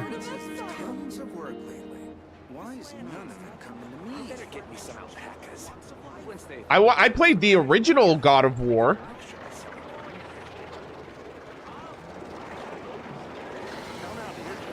I already played the original.